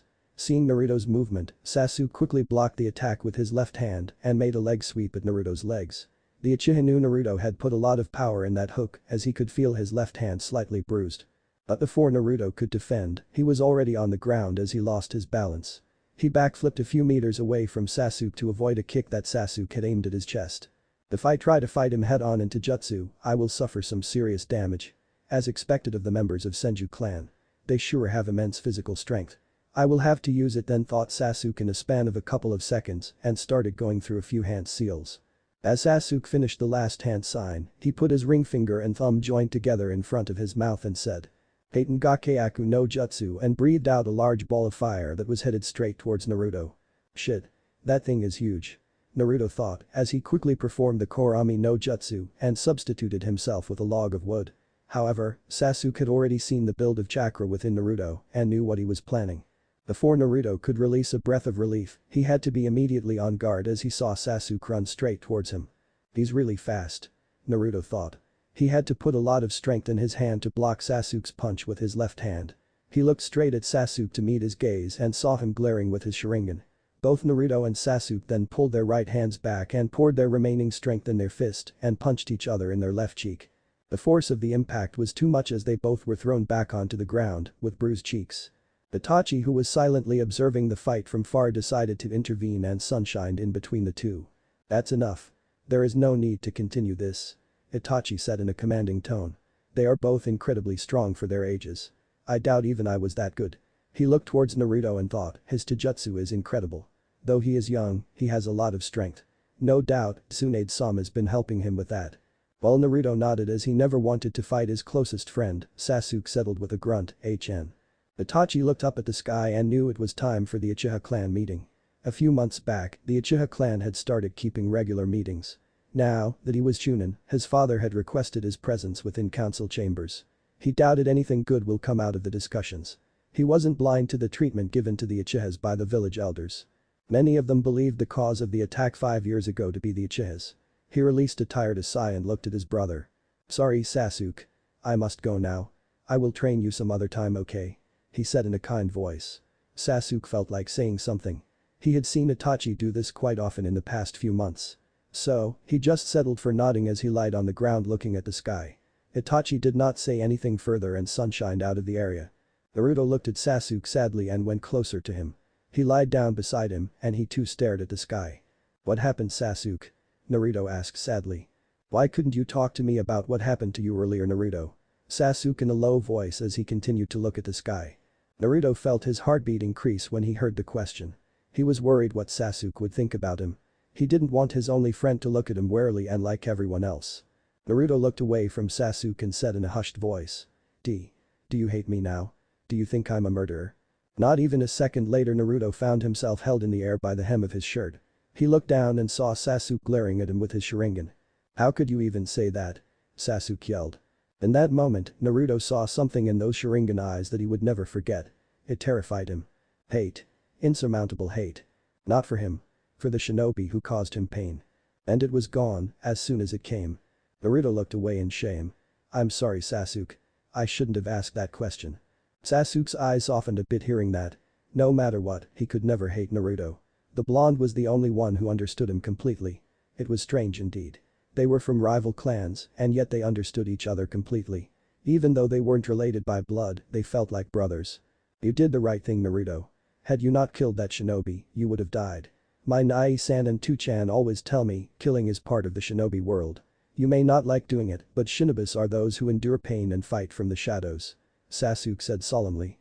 Naruto was amazed the way Sasuke was talking. He knew Sasuke was much smarter than him and that's why he always listened to each and everything he said with rapt attention. I know, Sasuke. I understand. The two laid on the ground again as a comfortable silence took over. Naruto noticed a slight change in Sasuke's demeanor but couldn't exactly pinpoint it. So, he decided to leave it for now. It couldn't be much drastic anyway. He thought. Only if he knew. Sasuke, I have to go. It's getting late. Kachan must be worried about me. Naruto said as he got up from his position. Sasuke looked at Naruto and nodded. He didn't feel like speaking right now. Naruto understood his friend and waved him goodbye. He disappeared to the Senju compound then, in a sunshin. It had been around an hour after Naruto had left and Sasuke was now walking back towards his house. He had been thinking a lot on different subjects since then. What is a true shinobi? What is the duty of a shinobi? What is the meaning of the village? Whatever he knew about being a shinobi and about the village was told to him from someone else's view. But he wanted to find out the meaning behind those on his own. He wanted to view things in his own perspective. As Sasuke was about to enter the doors of the main house within the Uchiha compound, he suddenly looked towards his left near the wall with his Sharingan active. I thought I saw someone there. Sasuke thought cautiously as he entered his house. So. It was you who inherited mother's powers. I will always be watching you, my dear Sasuke. Said a dark black figure who rose from the ground near the wall. Next morning, Senju compound. After Naruto reached home last night, he immediately went to bed after having dinner. He was told someone special would be coming to meet him in the next 2 or 3 days. Even though he had asked several times who it was, Jiraiya just waved him off saying it's worth the wait. As he laid in bed last night, he had thought a lot about his fight with Sasuke. He knew he had more stamina and strength compared to him. But that was the only thing which had favored him during the fight. He was sure, in a straight-out jutsu fight, he would have won. He wasn't sure about his chances of winning had the fight continued. Since he had started training with Sasuke a few years back, he quickly realized while he was good in shinobi arts because he worked, Sasuke was rather gifted in the field. He had seen how quickly Sasuke learnt the shuriken jutsu while it took him some time to get it right. Even though he knew the fact Sasuke was better than him in various aspects, instead of forming a sense of envy, he admired him even more. He was amazed how quickly Sasuke could adjust to the Sharingan and the fact he could use ninjutsu so effortlessly. Currently, Naruto was sitting in a meditative pose in the gardens at the back of the main house of the Senju compound. He had been sitting in that position for the past few hours. Meditation was one of the best ways to get a feel of the chakra flowing inside one's body. The more you feel tuned with chakra, the easier it becomes to control the flow of it. Meditation also helped in calming one's mind. The infusion of chakra is the mingling of the essence of one's spiritual energy and physical energy. The more one becomes in control of their mind, the stronger their spiritual energy becomes. Another reason why Naruto was doing this was to get a better feel of how to use his Mokuton abilities. Hashirama Senju was the only shinobi other than him who could perform Mokuton. Unfortunately, the man wasn't alive anymore who could guide Naruto in the right direction. Although, he had left several notes on his Kekkei Genkai in the Senju clan library in the hope that one of his descendants could use the same ability as him. Meanwhile, Tsunade was busy searching for those notes in the library. Jiraiya had advised Naruto to better understand the flow of his own chakra and become more attuned to it. He had been told Mokuton was a combined nature transformation of Doton and Suiton natured chakra. So, to be able to perform Mokuton he was mainly focusing on the Doton and Suiton chakra inside his body. Jiraiya was calmly sitting beside the blonde and watching him meditate. Behind Naruto there were 2 more Naruto clones who had 1 leaf in each of their hands. While one clone was trying to crumble the leaves in his hands to dust, the other was trying to dampen the leaves. Even after hours of continuously doing it, the Naruto clone trying to make the leaf crumble to dust had barely managed to change the nature of the leaf. It was frustrating for him. Jiraiya watched the clones bemusedly as they were giving their full concentration on their tasks, with beads of sweat rolling down their forehead. It reminded him of the time when he himself was attempting nature transformation exercises for the first time. It was a hard and tiring attempt indeed. Jiraiya had been training the blonde since the past few years and was surprised every time with rate at which Naruto learned different things. Yes, he finally found something which he can't learn within a day. Jiraiya chuckled inwardly when he saw one of the clones crush the leaves in his hands in frustration. Another 2 hours passed by and Naruto had still been sitting in the meditative pose. Jiraiya was impressed with the patience the blonde exhibited and a slight somber expression etched on his face. Naruto was an exact replica of Minato in about everything. Jiraiya missed his former student dearly. He often found himself gloomy and drinking sake in a bar alone for no reason. He still couldn't forget that night when Minato said he would sacrifice himself for the future of the village. He couldn't be any more proud or sad at the same moment. He got such thoughts out of his head as smiled slightly looking at Naruto. The kid had fine qualities to become Hokage in the future. Yada. Finally, I did it. Shouted a Naruto clone as he jumped up and down in excitement. Jiraiya turned his head towards the clone and saw it was the one which was trying to dampen the leaves in his hands. Oh, shut up. Stupid fool. Exclaimed the second Naruto clone as he had only managed to crumble a 3/4 of the leaf to dust. The first Naruto clone's shoulders slumped in depression as a dark cloud started looming above him. Jiraiya's sweat dropped at the clone's antics. Jiraiya clapped his hands once to gain Naruto's attention. Alright, that's enough for now. You have made good progress today. Even though Jiraiya had said that, he was amazed how quickly the boy was able to get the hang of it. Most shinobi could not convert their chakra into a different nature so quickly given only a few hours, while Naruto was almost there. Naruto slowly opened his and saw it was past noon now. He saw Jiraiya giving him a warm smile and smiled in return. He looked behind himself and ordered his clones to dispel themselves. As soon as the clones dispelled themselves, the memories of the clones entered his mind. He understood the way they 2 clones were converting their chakra into Doton and Suiton. The precise amount of chakra that was used by the first clone to dampen the leaves and where the second clone was going wrong to crumble the leaves to dust. Naruto slowly got up from the ground and walked to a nearby bush and plucked 2 leaves from them. Jiraiya, eyeing the boy curiously, walked towards him. What are you doing, Naruto? He asked curiously. Just watch Oji-chan. Naruto replied in a calm voice. In the past few hours, he understood a lot about his chakra. Ever since he had awakened Mokuton, he realized his chakra flow had become much smoother compared to before. The Kyubi had explained him how the seal that contained him and the Sanbi worked. The seal absorbed a small amount of the Kyubi's and Sanbi's chakra every day and added it to Naruto's own chakra circulatory system. This not only increased the volume of Naruto's chakra but also the potency, thus making the flow of his chakra slightly turbulent.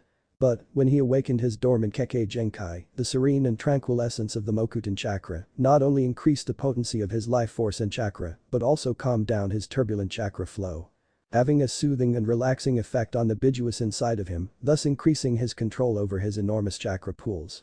As Naruto took the 2 leaves in each of his hand, he closed his eyes to focus. A few seconds later, he opened his eyes and transferred his chakra into the 2 leaves. The leaf in his right hand immediately became extremely damp, indicating he had used Suiton nature chakra, while the leaf in his left hand immediately crumbled to dust, signifying he used Doton nature chakra in through his left hand. He actually did it, thought an incredulous Jiraiya. I did it, Oji-chan voiced Naruto as he grinned happily. Jiraiya couldn't help but see an image of Minato in Naruto. He still remembered the day when he had started Minato on his elemental training. While Minato was a genius among prodigies, Naruto was. He honestly didn't know how to describe the boy. He may not be as sharp as Minato, but he manages to surprise him every time. However, looking at the little boy, he was sure if anyone could surpass the yondaime, it would be him. Jiraiya rested his hand on Naruto's blonde hair, looking at him with a serious face for a few seconds. His facial expression then softened as he said, I'm really proud of you, Naruto. Border between Land of Frost and Land of Hot Springs. 2 people could be seen hopping from one tree to another at a fast pace on the outskirts of Shimogakure, in the Land of Frost. They had been traveling at a similar pace from the past one day, with a couple of stoppages in between to recover their lost chakra, even though it was negligible. They were currently nearing the border of the Land of Hot Springs, and their destination, Konohagakure no Sato, was probably a day or 2 away if they continued traveling at their current pace. To the civilians, these 2 shinobi were a mere blur, while for these 2, those who knew them would say was a normal occurrence. While one of them sculpted a serious-looking face with his white-colored eyebrows furrowed, the other one was scribbling something in his little notebook. But if one were to notice him closely, they would see even he had opted a slightly serious face. The 2 shinobi were A, the yondaime Raikage of Kumagakure no Sato, and Killer B, the Hachibi Jinchuriki and the Guardian of Kumo. The reason for their serious demeanor was due the content of the letter, which was addressed to the Raikage by the current Sandaime Hokage of Konoha. What were you thinking, Namikaze? I thought furiously as he jumped from the branch. His foot landed to the next with extreme force, causing cracks to appear on it. Flashback. As A opened the letter, he unfolded the paper to read it properly. 2. Yondaime Raikage of Kumagakure no Sato, A. I regret to inform you that the Kumagakure diplomat you had sent to our village for discussing the trade routes has been killed due to his actions. He was caught escaping the village with the current heiress of the prestigious Hyuga clan, Hinata Hyuga, a mere 5-year girl. After his death, his mind was searched by a member of our interrogation department as per protocol. We have evidence linking his actions under the orders of few people from the Kumagakure Council. We also believe you had no idea of your shinobi's transgressions and he acted outside of your knowledge. So, I would request you to come to Konoha to settle this matter without the knowledge of your own council. Also, I understand that Minato and you were good friends after the Third Shinobi World War had ended. Do not be surprised, Raikage-sama. Minato had informed me about the time he rescued your brother, Killer B, and you during the mission Iowa. So, I'm aware of everything that took place. I believe you were saddened upon hearing the Yondaime Hokage's death. However, not known to anyone outside the village and even majority of the population within our village, Minato had a son. Naruto Namikaze. He was the one who rescued young Hinata from your shinobi and eventually killed him. He was adopted by Tsunade Senju into the Senju clan by request from Minato and Kushina themselves on the day of his birth. The Kyubi no Yoko and the Sanbi who attacked our village a few years back are sealed into young Naruto. You realize how the life of Jinchuriki is. Their brother himself houses the 8 tails within him.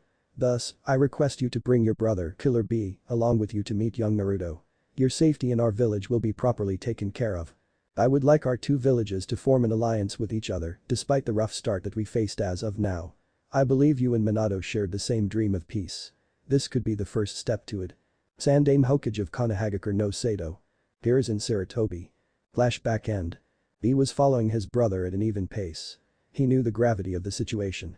Well, he wasn't told about Naruto being the Jinchuriki of the 9 and 3 tails, he was told about him being Minato's son by a Minato, had immediately gained B's respect when he saved him and his brother from the clutches of the butchers in Iwagakure during the Third Great Shinobi War. The Shinobi was Minato's crowning achievement which helped his ascension to the position of the Yondaime Hokage. Despite being from an enemy village, Minato had saved the brothers as he could sense they were different from the other shinobis in Kumagakure. While in Sage mode, Minato had the ability to feel people's chakra signatures as well as emotions. And Killer B had never been more grateful to anyone. They had indeed been down upon hearing of Minato's death during the Kyubi and Sanbi attack 5 years ago. Thus, hearing he has a legacy left behind who's none other than the son of Slug Sannin, Tsunade Senju was indeed quite a shock to them. At your speed up B. We need to cross the border between Land of Fire and Land of Hot Springs by tomorrow. Grunted A as he increased the amount of chakra flowing around his body, which caused the lightning to sparkle more and doubling his speed. You got it, brother. Yelled B as he too increased the chakra flowing in his legs, tripling his speed. Uchiha Compound Training Ground, Konoha. It was late evening, around 7, in the village of Konohagakure.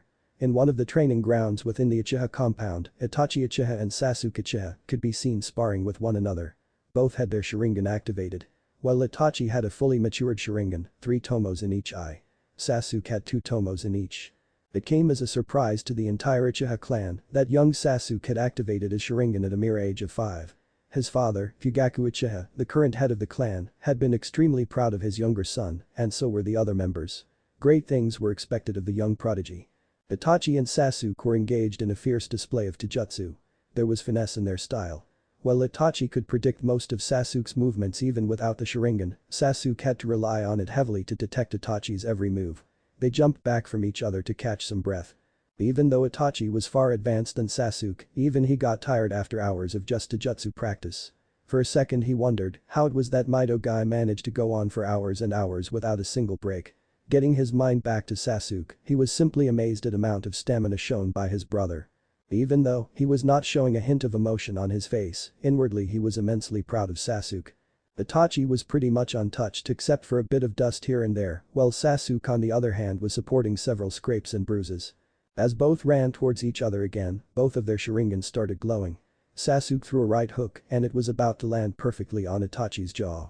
But he ducked under it at the last second and gave Sasuke a hard punch on the ribs that sent him skidding back a few meters. Sasuke snarled as he was thrown back. Itachi quickly ran toward Sasuke and taking advantage of his lapse of concentration, threw a series of quick punches to his face. To Itachi's surprise, Sasuke maneuvered around each of them and gave a brutal uppercut to Itachi's face, sending him down on the ground. With great flexibility, Itachi backflipped and landed on his feet a few meters away from his brother.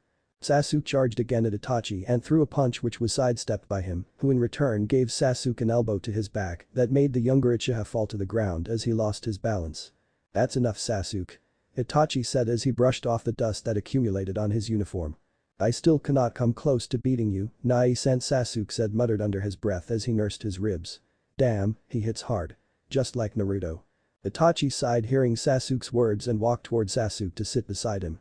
He put his hands over Sasuke's chest and they started glowing green chakra. Sasuke started to feel better as he realized his brother had used medical ninjutsu to heal his bruises.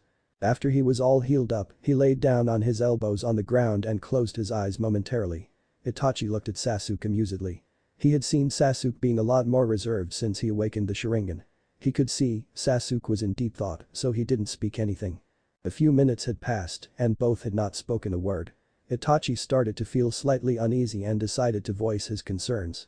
Is there anything wrong, Sasuke? Itachi asked suddenly, making Sasuke open his eyes. Nai-san, what is the meaning of the village? What is a true shinobi? Asked Sasuke genuinely. He wanted to know what they meant. His father and Naruto had completely different views of these questions. While his father thought of a village as nothing more than a foundation of set of systems which governs a set of rules, Naruto thought of the village as the people residing within it and children is what made up the future of this village. Although Itachi was shocked on hearing the question, he saw Sasuke looking at him expectantly and gave him a kind smile. The village is a place where people come together. It is a place where everyone put aside their differences. A place where the children and the old are protected. A place where people settle down and can spend their life in peace. Said Itachi. What is the duty of a shinobi? Is it just causing other people more harm? Is it following any orders without any questions? Even if the consequences of the order bring nothing but sadness? Aren't ninjas supposed to protect? Asked Sasuke with sadness in his eyes. Itachi put his hand on Sasuke's head and lifted his chin with his other hand so he could look in his eyes. When he looked at Sasuke's Sharingan eyes he saw pain, hurt, and knew he had to say something right. It's true, Sasuke. That we shinobi are supposed to protect. But as ninjas, killing is a common occurrence in our shinobi system. Our world has a lot of darkness in it. But there's also light.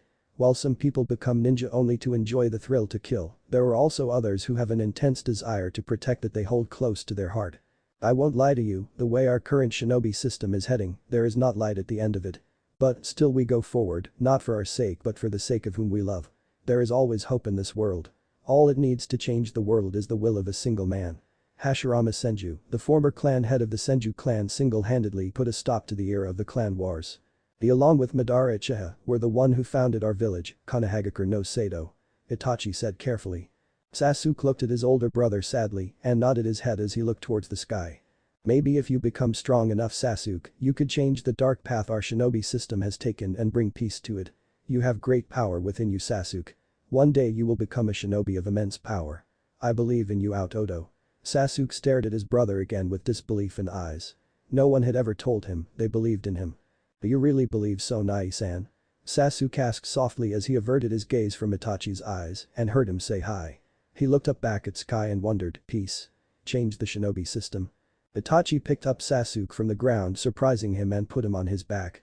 Sasuke felt slightly embarrassed, but he was glad Itachi was there in his life. Itachi continued walking towards the house with Sasuke on his back in comfortable silence until he heard Sasuke mutter a few words softly. Will you be always there for me, Nai-san? You're my brother, Sasuke. I'll always be there for you, even if it's just as an obstacle for you to overcome. Itachi said deeply. Sasuke started to have a few tears in his eyes, he knew how deeply Itachi loved him.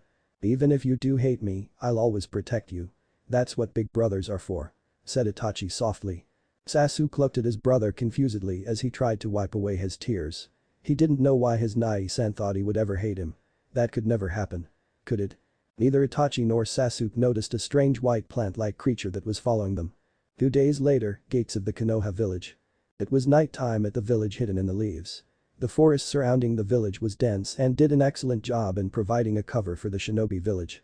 2 people could be seen walking towards the village gates at casual pace. Judging from their silhouettes, both had large builds, and the larger of them was wearing a hat of some sort and a robe around him. They slowly walked towards the gates and stopped near a small white cabin that was to their right. The one wearing the hat and the robe asked his partner to follow him behind as they walked towards the cabin. As they reached the window of the cabin, they saw 2 shinobis wearing uniforms who looked to be dozed off from the looks of it. The larger of them coughed once to gain sleeping shinobi's attention. The 2 shinobis, hearing the voice, slightly opened their eyes to see a large figure outside their window. One of them yelled loudly, imagining the figure to be an animal, which irritated the figure outside to no end, while his partner snickered behind his back. Izumo. Look at him properly. It's not a damn animal, you fool. Wake up. It's Raikage-sama. Said one of the shinobi inside and shook the one named Izumo vigorously. Izumo rubbed his eyes few times to remove the sleep from them and immediately bowed his head slightly as he saw the kanji for lightning on the hat. You should have told me sooner, Katetsu. Whispered Izumo. Katetsu only shook his head and sighed at his partner's antics. Katetsu and Izumo were the gate guards of Konoha. These 2 were chunin-level shinobis and despite their rank, they never took any missions outside the village. Rather, opting to lead a comfortable life as gate guards. However, due to their unfortunate luck, the Sandaime had made them do guard duty for the last 4 years, which gained them the title of Eternal Guards. What business do you have here, Raikage-sama? Asked Katetsu professionally. We were asked by the Sandaime Hokage to come here for a meeting. Said A, as he presented the Hokage's letter and his and B's passports to him. Katetsu checked their passports for security purposes and marked their entry in it within the logbook. The couple of Anbu landed near the gates of the village a few seconds later to escort the Raikage and his partner inside. An Anbu wearing eagle mask walked up to the Raikage and spoke, Raikage-sama. Welcome to Konoha. Sandaime-sama has been informed of your arrival. He has requested you to be escorted to the Hokage's office immediately. Settled for nodding his head in response as he and his brother were escorted towards the large white building in the center of the village with the kanji for fire inscribed at the top. Chapter 10 Truth.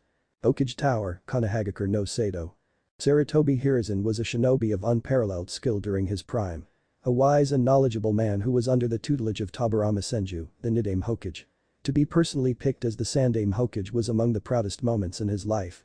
He has sacrificed a lot for the sake of his village. Many would think the man, who was given the moniker of Shinobi no Kami, to be invincible and fearless. However, here he was, sitting in the Hokage office, a tiny bead of sweat rolling down his forehead.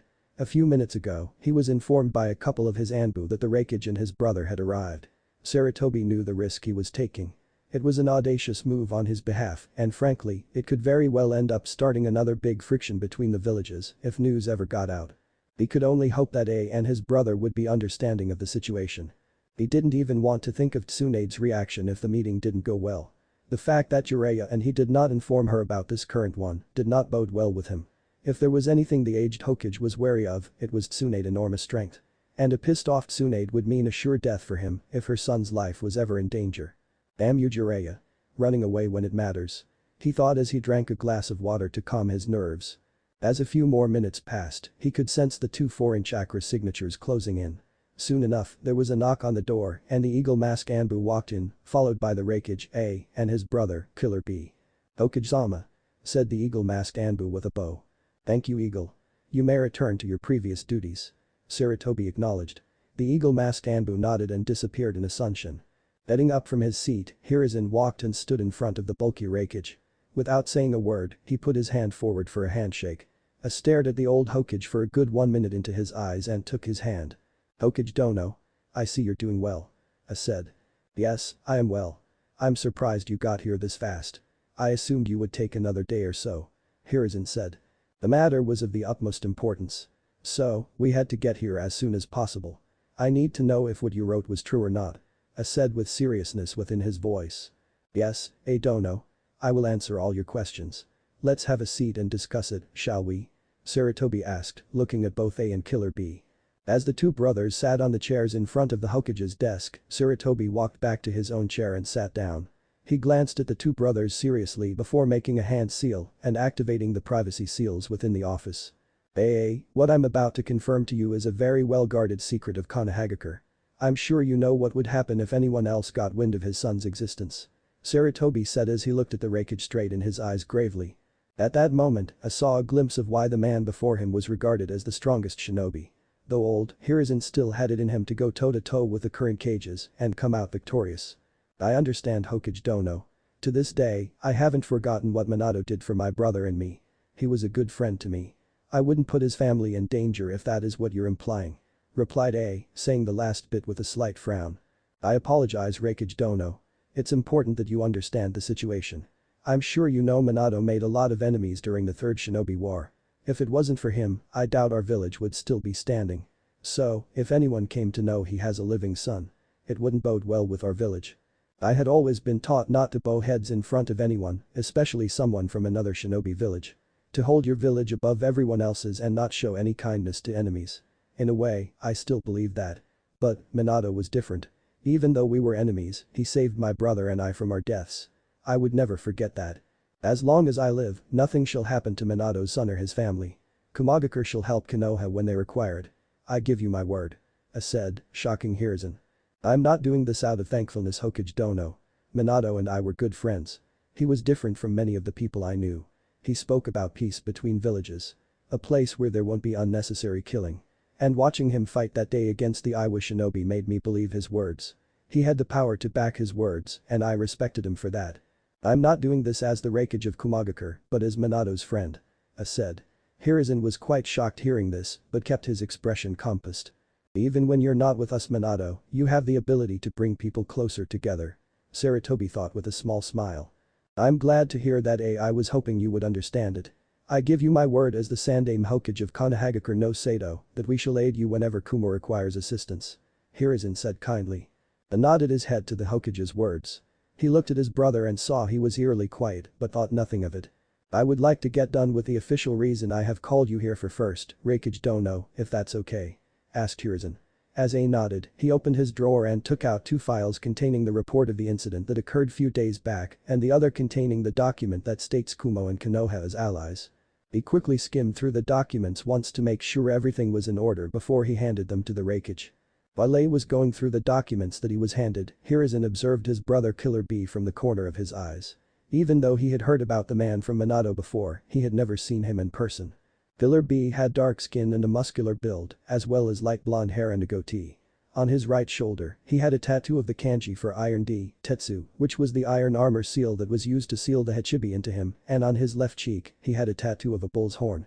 His top lip had a slightly darker hue than his bottom one. He wore oval-shaped sunglasses and a white-colored forehead protector. He also had his village's standard one strap over one shoulder flak jacket and a long red rope belt tied around his waist, the standard kumo hand and shin guards, shinobi sandals, and a white scarf around his neck. I do hope he and Naruto can get along. Sarutobi thought. He turned his attention back to the Raikage when he saw the man sign on both the copies of the Kumo Konoha Alliance document. He inwardly released a sigh of relief. He had heard the man was a bit of a hothead, but his views about the man certainly changed today after hearing the man. Hokage Dono, I apologize on behalf of my council. If I had the slightest of hint of what they were up to, I would have done something about it. I will make sure that they receive the proper punishment for doing anything behind my back. Said as he stood up and gave a slight bow of his head. Hiruzen could see the regret in his eyes and the seriousness of the situation. I understand Raikage Dono. I believe we won't have a repeat of the situation. Hiruzen said firmly. Seeing as their official business was done with, he opened his drawer again and this time took out what looked like a photo of a young boy. He gestured for Raikage to take it. As A took the photo from Sarutobi, his eyes immediately widened seeing the person in it. Same blonde hair, same eyes and similar facial structure. There was no doubt in his mind now. So, it's true. It's his son. I thought out loud with wide eyes. He then handed the picture to B, who had similar train of thought. When can we meet him, yo? B asked suddenly. I had a slight twitch on his right eye, while Hiruzen chuckled slightly at the reaction. I shall accompany you to the Senju compound tomorrow. Naruto-kun will be there training with my student, Jiraiya. Sarutobi proposed. Jiraiya-sama must have a thing for blondes. I said and laughed a bit. Hiruzen had an amused expression on his face, hearing that. Jiraiya and blondes. Huh. Never thought about it that way. Getting up from his seat, Sarutobi walked to his window. He stood there for a few seconds gazing at his village. Although A and B couldn't see his face, they were aware he had a serious expression. Raikage Dono. Have you told B-san why it was that I requested you to bring him along? B looked at his brother and saw the graveness in his face. No, I haven't. I didn't want to risk someone overhearing us anywhere. The Sandaime turned back, now facing the brothers. He turned towards the Hachibi Jinchuriki and looked at him again for a good few minutes. He knew there was no point in hiding anything about Naruto now. B was a Jinchuriki, and Sarutobi knew he was on good terms with the Hachibi, according to the reports he received from Jiraiya earlier. And Sarutobi was sure the Hachibi would have sensed the Kyubi's and Sanbi's presence. If not now, then tomorrow definitely.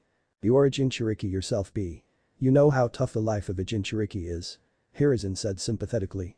Even though B acted as a fool most of the time, he was an astute person and so understood where the Hokage was heading to. Hiruzen saw him raise his eyebrows ever so slightly and the surprised look on his face. He was glad that the man wasn't so eccentric as he looked. You don't mean? B asked. He turned to his brother and saw him nod his head. You are right in your assumptions. B. Naruto is also a Jinchuriki. Minato sacrificed his life to protect Konoha by sealing the Kyubi and the Sanbi within Naruto-kun. The villagers of Konoha have still not gotten over the losses of that night. Since his birth, Naruto has been treated differently by the people. Even though Naruto acts as if it doesn't affect him, I can see it in his eyes. The pain is still there. I was hoping you could talk to him. Sarutobi asked and saw the man smile. We Jinchuriki got to stick together. Don't worry, I will speak to Naruto. B said as he punched his left hand in the air, making a yasen. Again, A's right eye twitched seeing his brother's behavior. Hiruzen's sweat dropped at the eccentricity of the situation but said nothing. It's getting late, Raikage Dono. I will ask my Anbu to escort you to the hotel where you can stay the night. Tomorrow morning, I shall walk you to the Senju compound where you and B can talk with Naruto-kun. Hiruzen said as he flicked his wrist and two Anbu suddenly appeared in front him. Eagle, Nico, escort Raikage Dono and Killer B to the Konoha's Grand Hotel. Their rooms have already been booked. Ordered Hiruzen. The Sandaime then bid farewell to the Raikage and his brother as they left the Hokage's office and head to their hotel for the night. Next morning, Senju compound. It had been nearly 2 days since Naruto had fought with Sasuke. He still couldn't get it out of his head. He felt slightly sad and understood now why Sasuke reacted that way. Even if Sasuke never told it to him openly, they both shared a deep bond. Ever since the day they met, one could tell what the other was thinking. They were each other's first friend, best friend and brothers in all but blood. His young mind often wondered if they were brothers in their previous life and then promptly removed those ideas from his mind. That wouldn't possible, right? he thought often. It had also been 2 days since Naruto had started on his elemental training. His Kachan and Jiraiya were indeed slave drivers when it came to training and studying these past few days. He was extremely excited when his mother found out the notes left by Hashirama Senju on the Mokuten Kekkei Genkai. However, the training wasn't going as well as he had expected it to be. Even though he could now soak the leaf and crumble it almost instantly, he found the Futen and Raiten nature transformations to be quite troublesome. He was aware he could use the Kage Bunshins to speed up his training, but he wanted to go through all the hard work on his own. Though he was young, Naruto possessed a sense of morality, which greatly impressed the two Sannin. Despite his limited advancement in Futen and Raiten chakra nature transformation, Naruto showed great talent in Suiton and Doton nature transformation. He was overjoyed when he was told that he shared the same high Suiton affinity to his great-granduncle, Tobirama Senju. Although he wasn't on the same level as him yet, with years of practice, Jiraiya was sure that Naruto could rival the Nidaime. Yesterday, Naruto learned and performed his first Mokuten jutsu, and he couldn't stop smiling the entire day. In a way, he felt closer to his great-grandfather. Both possessed something special, which none in their family ever did. It was the Moku Bunshin no Jutsu wood clone technique. These are clones that are created by using chakra to alter the user's own cells into vegetation. The clones can be as simple in function as a wooden dummy for use in the core Ami, no Jutsu, or completely mobile and able to perform Jutsu. Also, by directly touching the wood clone with his hand, the user can change the shape of the clone. They can travel far from the user and are able to communicate with the original. Moreover, since the Moku Bunshins can merge with plants and trees, it is also great for reconnaissance missions. It was around 2 in the afternoon, and Naruto was lying on the grassy fields of his gardens in the Senju compound. It had been his daily practice now. A few laps around the compound, some physical exercises and a taijutsu spar with his clones. Earlier, he normally fought with his Kage Bunshins, since he learned the Moku Bunshin no Jutsu yesterday. However, he realized it was far better to spar against the wood clones. Unlike the other clone techniques, the Moku Bunshin doesn't disappear and takes damage to a certain degree. Naruto also started meditating more often as a way to keep his chakra calm and to become more in control of it. As he was idly lying on the ground, he suddenly sat upright when he sensed his Jiji Sarutobi Hiruzen, along with 2 other chakra signatures. He tried to sense them more clearly and was amazed at the sheer size of their chakra. While one's chakra reserves were almost close to his Jiji, the other one's was almost close to his own. Ever since he unlocked his chakra, he knew he had enormous amounts of chakra in him. It was inhuman to possess that much amount, however, he did. He understood the reasoning behind that when he met the Kyubi and the Sanbi. The Chibi. What is he doing here? Thought Kyubi and Sanbi simultaneously. Naruto, the Hachibi's Jinchuriki is here. Said the Kyubi seriously. The Chibi? Why would he be here in Konoha? Naruto asked, confused. How are we supposed to know? Said the Sanbi irritatingly. Just be careful. The Jinchuriki seems strong. Stronger than you at your current strength. Advised Kyubi. Okay. I will keep that in mind. Replied Naruto warily. He got up from the ground and walked inside the house to find his mother. Outside the Senju compound. Sarutobi was walking towards the Senju compound along with Raikage A and his brother, Killer B, to meet with Naruto. His mind was a lot more relieved compared to last night. In truth, he couldn't be happier about how the meeting with A went. He was anxious how A would react to this news, and he was surprised how well the bulky man took it. It also made him wonder how much respect did those two hold for the yondaime. He had his white-colored Hokage robes on and his hat with the kanji for Hokage hanging at the back of his neck. Despite being pleased about the meeting last night, he was anxious today. He had been leading the village for decades now and had taken several heavy decisions during his time. Yet, he couldn't dread thinking what the young boy would feel after today. Sarutobi had the uncanny ability to look into one's eyes and see them for who they are. It pained him to see the suffering behind those violet eyes. He could only hope for the best now. Then Killer B were following behind the aged Hokage. If one were to look closely, they would see a small scowl etched on the Raikage's face. The reason for this being his brother, Killer B. Earlier in the morning, both were escorted to the Hokage's office, where they met with Tsunade and Jiraiya to further discuss the terms of the treaty between their two villages. Well, it was mainly A discussing with Hiruzen, Tsunade and Jiraiya, while B was busy staring at Tsunade's impressive bust. There were times when Hiruzen had to hold her back to smack the Hachibi Jinchuriki into oblivion. However, Jiraiya was not given that courtesy by Hiruzen, as he developed several bruises and bumps all over his body due to Tsunade's punches. As the two brothers were following the sandaime, they saw him abruptly stop in his steps. Is something of the matter, Hokage? Asked A, clearly not glad that they stopped so suddenly. Before you meet Naruto-kun, there is something important you must be made aware of, Raikage Dono. Saratobi said calmly as he turned around to face them. By now, they had already passed the main streets of the village and were on the northeast side of Konoha. This part of the village only housed the Senju compound, which was to the right of the Hokage monument. "What is it?" asked the Raikage. B stood beside him, still seemingly lost in his little notebook. However, despite that, he was listening to the conversation attentively. "As I told you last night, Naruto's true heritage is a matter of high security in our village. Once he goes outside the village, he will be targeted by people as he is the heir of the Senju clan. To protect him from his father's enemies, neither Naruto nor anyone else without proper clearance was made aware of his father. So, I would request you not to bring up Minato being related to Naruto-kun in front of him," said the Hokage seriously. "I understand, Hokage. I figured as much," he replied with equal seriousness. "Now if that is all, I would like to go meet the kid for myself," he said. "Of course. Just wanted to clarify the matter before everything," Saratobi said, albeit a bit grievously as he continued walking towards the gates of the Senju compound. Without any further ado, all three of them walked inside the Senju compound and towards the main house that was in the middle of it. Within main house of the Senju compound. "Ha-chan. Where are you?" Naruto yelled quite childishly as he ran back inside the house. He went straight to the kitchen and saw his mother standing there with her hands on her hip and looking at him quite sternly. "Neri-chan. What did I tell you about yelling and running inside the house?" Tsunade asked as she tapped her foot on the ground. She narrowed her light brown eyes at him slightly and had to stifle in a giggle when his eyes watered a bit. "Boo. But Ka-chan," Naruto said slowly as he rubbed his moist eyes slowly with his little fingers. That instantly melted her heart and she scooped him up in her arms immediately. She patted his back softly and kissed him on his forehead lovingly. "Neri-chan. You're a big and strong boy, now aren't you?" she asked in a motherly tone. She moved her hand along his hair as Naruto gave her a small nod. He felt so relaxed and comfortable in her arms, he did not even remember what he had to tell her. He closed his eyes with a content sigh and just stayed in her embrace for a while. Tsunade then put him down on the ground and saw him pout slightly. It warmed her heart at how much he loved her and she was certain she couldn't go a day without seeing his bright smile. She too got down to his eye level and asked, "Now, what is it you were calling me for, Neri-chan?" "Oh. Yeah. I almost forgot. I felt Jiji's chakra along with two other people. They are coming here," Naruto said matter of fact. Tsunade cursed herself for almost forgetting about their talk in the morning. She was also slightly worried due to the discussion she had with the others this morning. She glanced at Naruto and saw how innocently he looked at her. She was starting to feel sorely worried in her heart. However, she knew that it was time for her son to know the truth. "I know, Neri-chan.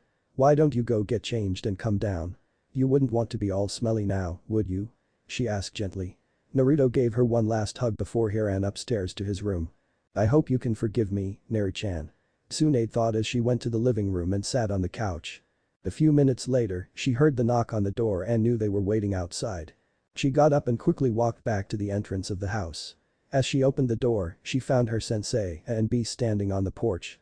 "Saratobi-sensei, Raikage-sama," Tsunade said as she glanced distastefully at the other man standing beside AB was feeling quite nervous under her stern gaze and had a few beads of sweat started to roll down his forehead, but he kept himself composed.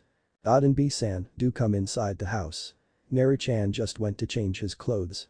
He will be down in a while," she said as she averted her gaze from the Hachibi Jinchuriki. Hiruzen casually walked inside the house while Lei bopped his brother on the head once as they too followed the Sandame and Tsunade inside the house. They all went to the living room and sat down on the couch. Hiruzen was sitting beside Tsunade while Lei and B sat on the opposite couch. The door leading to the gardens at the back was partially open, which allowed the fresh air of the late January afternoon to breeze into the room. "Where is Jiraiya, Saratobi-sensei?" Tsunade asked. "He isn't here. I haven't seen him since the meeting in the morning. He will come here soon, I suppose," Saratobi assured her. Nodding her head, she turned to the two brothers who were looking around the room. She saw B trying to steal glances at her and chuckle awkwardly. She gave him an extremely stern gaze again, which made him whip his head in another direction. "Damn perverts everywhere," she thought furiously. "When will he be coming, Tsunade-sama?" He asked as politely as he could, which still sounded somewhat arrogant to her. However, she disregarded that. Before she could say anything, footsteps could be heard coming down the stairs. He promptly stood up from the couch and turned towards the stairs, which were straight ahead of him. He felt a sense of deja vu seeing the mop of golden blonde hair walking downstairs with white-colored t-shirt, navy blue-colored pants and a high-collared dark green haori. The violet-colored eyes, same as him and the facial structure similar to him, yet oddly resembling Tsunade's a bit, and noted. "Jiji." Naruto said happily as he waved to him. Hiruzen sighed again, hearing his grandson-like figure calling him that for the 1000th time. Despite that, he smiled at him warmly. The little boy then went and sat beside his mother. Tsunade patted him on the head a few times, which made the blonde boy smile. Naruto glanced at the other two people in the room and gave them a small smile. Naru-chan, he is the yondaime Raikage of Kumagakure no Sato, and the other one is his brother, B-san. Tsunade said pointing to the two men. Naruto's eyes widened a bit hearing that he's the Raikage. He narrowed his eyes slightly at him, which did not go unnoticed by the Raikage. However, he kept his calm and checked knowing they were guests in the village. "Hello. I'm Naruto Senju. Pleased to meet you." Naruto said politely and bowed before him as a sign of respect. Tsunade and Hiruzen smiled seeing the boy greeting the Raikage with proper manners. "No need to lower your head, boy. I'm the Raikage," he said. He saw him narrow his eyes at him and smirked inwardly. The boy has guts. He was also pleased with the boy knowing how to speak to his elders and felt nostalgic looking at his face. It reminded him so much of the yondaime. "Hi Raikage-sama," Naruto replied. He turned to his other brother and felt the enormity of his chakra. "He is the Hachibi Jinchuriki Naruto." Kyubi said. Mentally nodding to the fox, Naruto looked at him for a few seconds longer but eventually smiled at him. "Hello B-san." Naruto greeted jovially. Getting up from his seat, B walked towards Naruto. He put his arms forward making a fist. Naruto looked at the man before him quizzically and wondered if he was supposed to do something. "Bump your fists with mine yo. This is how we become friends Naruto," B said. Naruto looked at the man before him awkwardly but bumping fists with him. He wondered if B knew about him being a Jinchuriki or if other Jinchuriki could sense another Bijuu's chakra. "They can't sense mine or Sanbi's chakra. Your Mokuton keeps our chakra suppressed. I'm surprised by the raw potential of your Mokuton, it surpasses even Hashirama's," Kyubi said, surprising Naruto with the information. Naruto could feel B's emotions and he knew the man felt extremely glad to have met him, intrigued and felt sympathetic. B leaned in close to his ears and whispered, "I can see it in your eyes Naruto. You and I are the same." Naruto looked him in the eyes and gave a slight nod, which was only seen by B. Now, Naruto was sure B knew about him being aware about the Kyubi and the Sanbi. But he knew it wasn't because of the Hachibi sensing the two Bijuu inside him. Rather his mother or Jiraiya Oji-chan or Jiji must have told him. He could feel that they felt worried inwardly and if his guess was correct, they were going to tell him about the Kyubi and the Sanbi. Naruto looked back at his mother and walked back to her. He held his mother's hand and gave it a gentle squeeze. B had already went back to where he was sitting. He had realized Naruto knew about the Kyubi and the Sanbi when he looked him in the eyes. However, he decided to keep quiet since it wasn't his place to tell that to him. Despite coming off as an idiot most of the times, maybe all the time, he knew the hardships of being a Jinchuriki and was experienced in that aspect. Hiruzen looked at Tsunade and B and nodded his head, indicating it was time to tell Naruto about his burden. Tsunade stood up and walked to the corner of the room, then went through a couple of hand seals and pressed her hand on the Senju clan symbol that was drawn there, activating the privacy seals within the room. These seals were originally put in by Mito Uzumaki. In the later years, the seals were checked regularly by Jiraiya to ensure they were still functional. Seeing the hand signs and the faint glow around the room, Naruto knew she had activated a sort of privacy seal. "Naru-chan. There is something we must tell you," Tsunade called out to her son. Her voice trembled at what she was about to say. She knew she hid a large part about her son from himself and there was a chance he may come to resent her for it. She couldn't help but feel heartbroken at the thought. Hiruzen sadly looked at Tsunade. He understood what she was going through. No mother should have to tell her child that he is a living sacrifice. That two demons are sealed within his gut. That he will never have a normal childhood. He too felt guilty. He was aware of the pain Naruto went through every day. The fact that a boy so young would be the cause of his own village's hate broke his heart.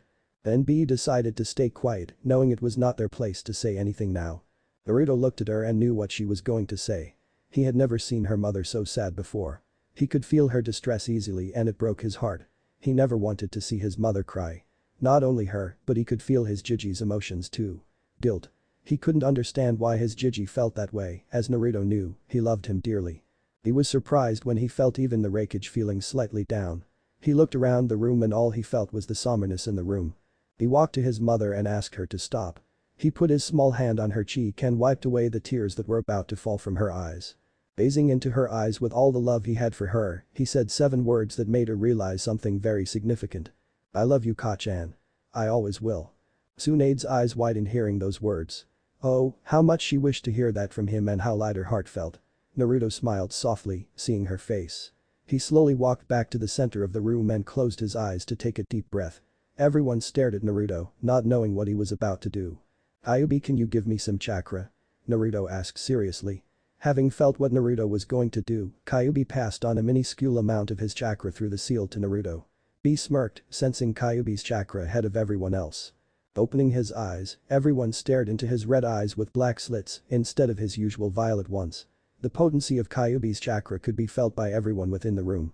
Tsunade, Hiruzen and A widened their eyes seeing Naruto as he was surrounded by a thin shroud of red chakra now and almost fumbled in their position. "I know about the Kyubi and the Sanbi. I know that they were sealed into me by the Yondaime Hokage," Naruto said calmly. Tsunade panicked seeing Naruto surrounded by that foul chakra and immediately moved towards him. Seeing his mother come at him, Naruto promptly moved aside. "Ha-chan. Don't worry. I know what I'm doing. I have spoken to both Kyubi and the Sanbi," Naruto said looking at his mother. "Naruto? What do you mean you have met them?" she yelled in a panicked voice as memories of that night came rushing in her mind. Hiruzen, coming out of his shocked stupor, looked at the young boy sternly before him. "Explain, now," commanded the Hokage. "I meant what I said earlier, I have met them. After that night's incident, I was dragged into my mindscape by both Bijuu. I had a suspicion for a while about why it was that I was hated by so many people. I have heard so many people whisper demon, damn fox or monster turtle, and I couldn't understand at first. But then during mediations in my training, I could feel two chakra sources inside myself that were a lot more potent, larger and different than my own," said Naruto seriously looking his mother straight in the eyes. Everyone in the room flinched a bit when Naruto told them about what the people spoke about him behind his back. Hiruzen felt extreme guilt at his own villagers' behavior and a slight panic, wondering if the seal was weakening, while Tsunade felt anger building up in her mind. Naruto let go of the chakra cloak as he felt his mother's and Jiji's emotions. "The seal is not breaking. Kyubi told me about the seal and how it works. Even though Sanbi still seems mad about the fact that he was sealed again, he doesn't seem to hold any hate towards me. The Kyubi talks to me regularly and he is nice. He talked to me when I felt bad about killing that shinobi. The Bijuu are not what the humans think they are. The Bijuu are not bad. They are just misunderstood. I consider both to be my friends," Naruto said to everyone. Tsunade and Hiruzen relaxed slightly hearing that, but were still on edge. "This child. Tusan. Is it him?" thought Hachibi in awe. Surprisingly, it was B who stood up and walked to Naruto. He stood beside him and smiled looking at the young blonde. "Naruto is right. Hachibi works with me, yo. He is great. Bikero Kanoiro," Killer B said. Tsunade ignored the last part and for the first time, she looked at the man differently. She knew he was the Hachibi Jinchuriki and was the only one who could understand her son on a different level. "Do you hate me, Naruto?" Tsunade asked quietly. "You're my Kachan. I can never hate you. You are my favorite person in the world," stated the blonde happily. Seeing Hiruzen's gaze at him, he turned to the aged Hokage.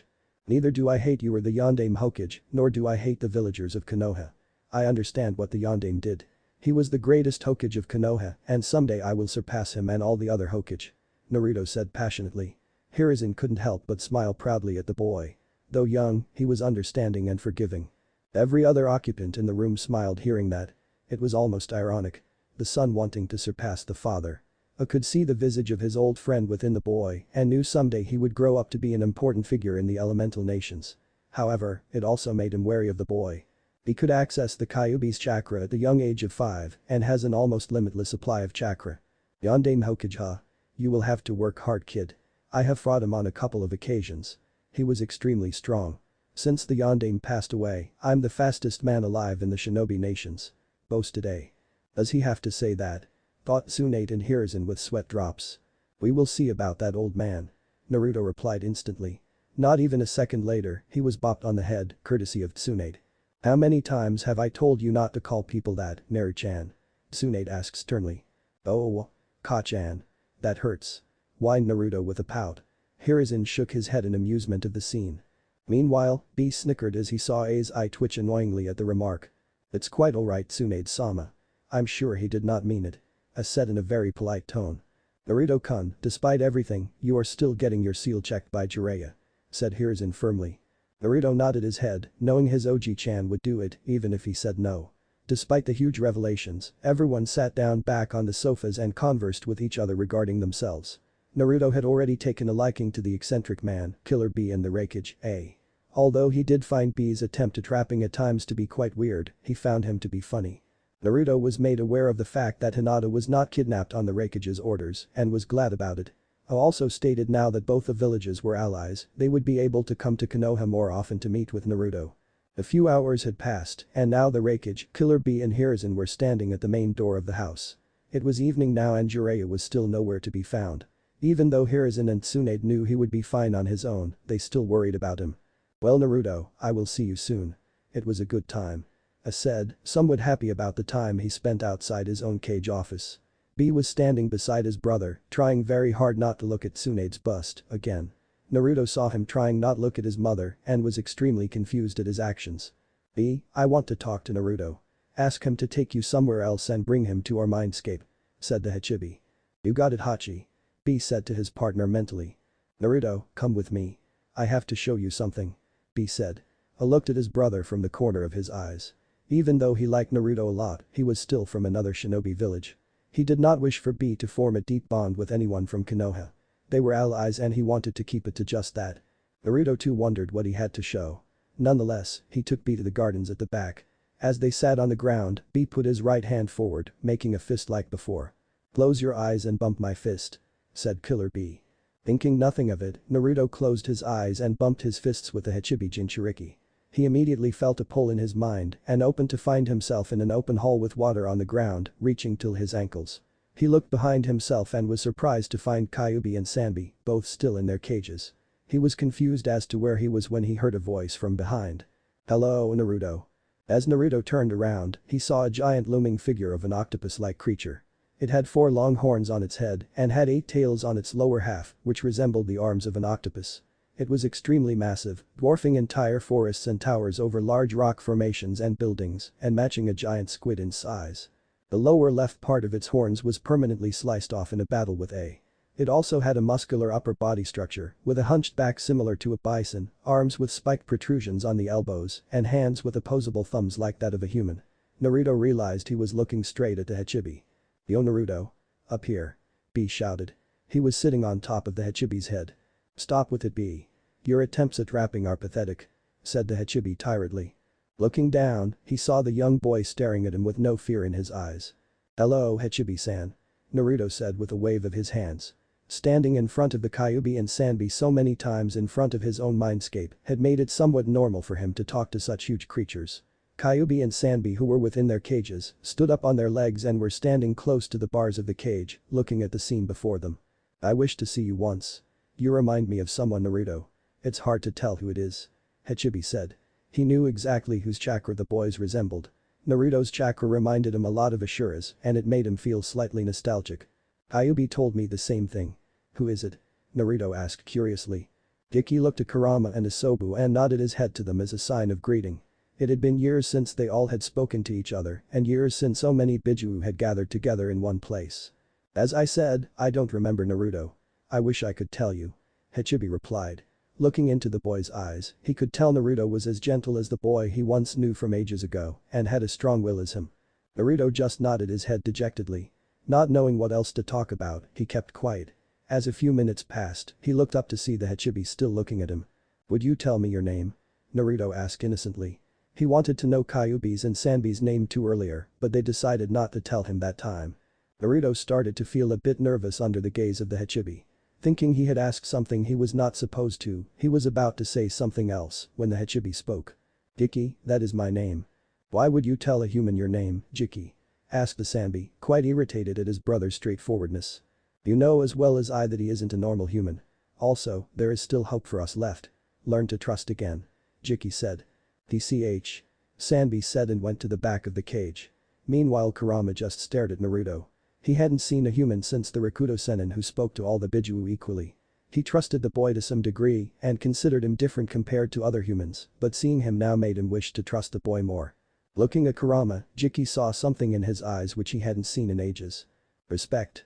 He knew how much Kurama cared for the Rakuto Sennin and probably out of all the Bijuu, he was the one who respected and loved the old Sennin the most. Over the years, Kurama had come to hate this world due to the humans. So, seeing the respect for the young boy in Kurama's eyes made him widen his eyes. However, Jiki smiled inwardly, knowing that if Kurama came to respect the boy for some reason, Isobu would do too, sometime in the future. "You will become strong Naruto. Far stronger than anyone this world has ever seen. Bring your arm forward. I wish to give you something. Jiki said. Confused by the sudden request, Naruto brought his arm forward. Jiki did the same, forming a fist. Understanding what Jiki was asking of him, Naruto formed a fist and bumped it with Jiki's. In that moment, Naruto felt large amounts of potent chakra passing through his body. He looked up at Jiki and saw him smirk. It's for your own good. You may need it sometime in the future. Said Jiki. Again, left speechless, Naruto just settled for nodding.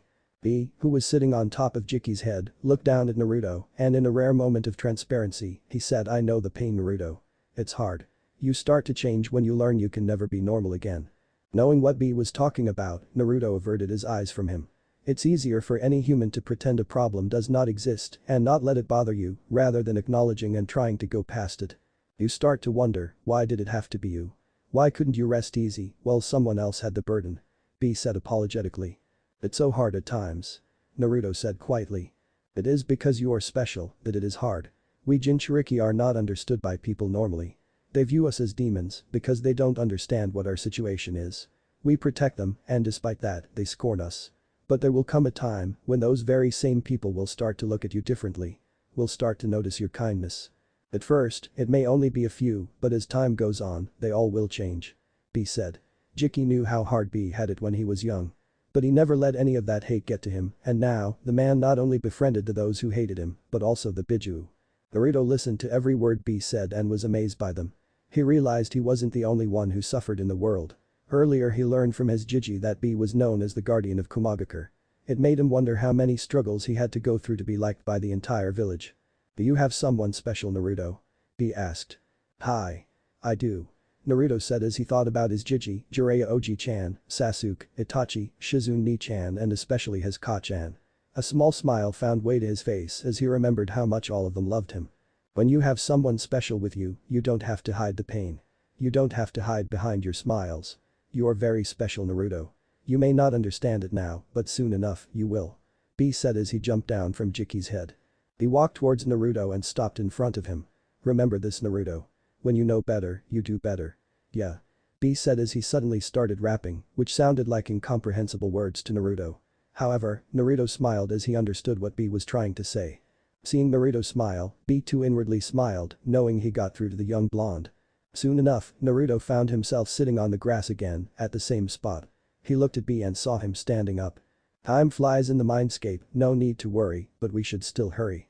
Said B, as they started walking towards the main gates of the house. To Naruto's surprise, he found Jiraiya standing there along with two Anbu. While Jiraiya was giving Naruto a curious look along with his Jiji and mother, looked at his brother with slight narrowed eyes. Thank you, B. Naruto said with a bright smile as he bumped his fists with him, signifying their newly formed friendship. No problem, kid. If you ever want to learn how to control 9s and 3s chakra, you know where to find me. Bikero Kanoiro.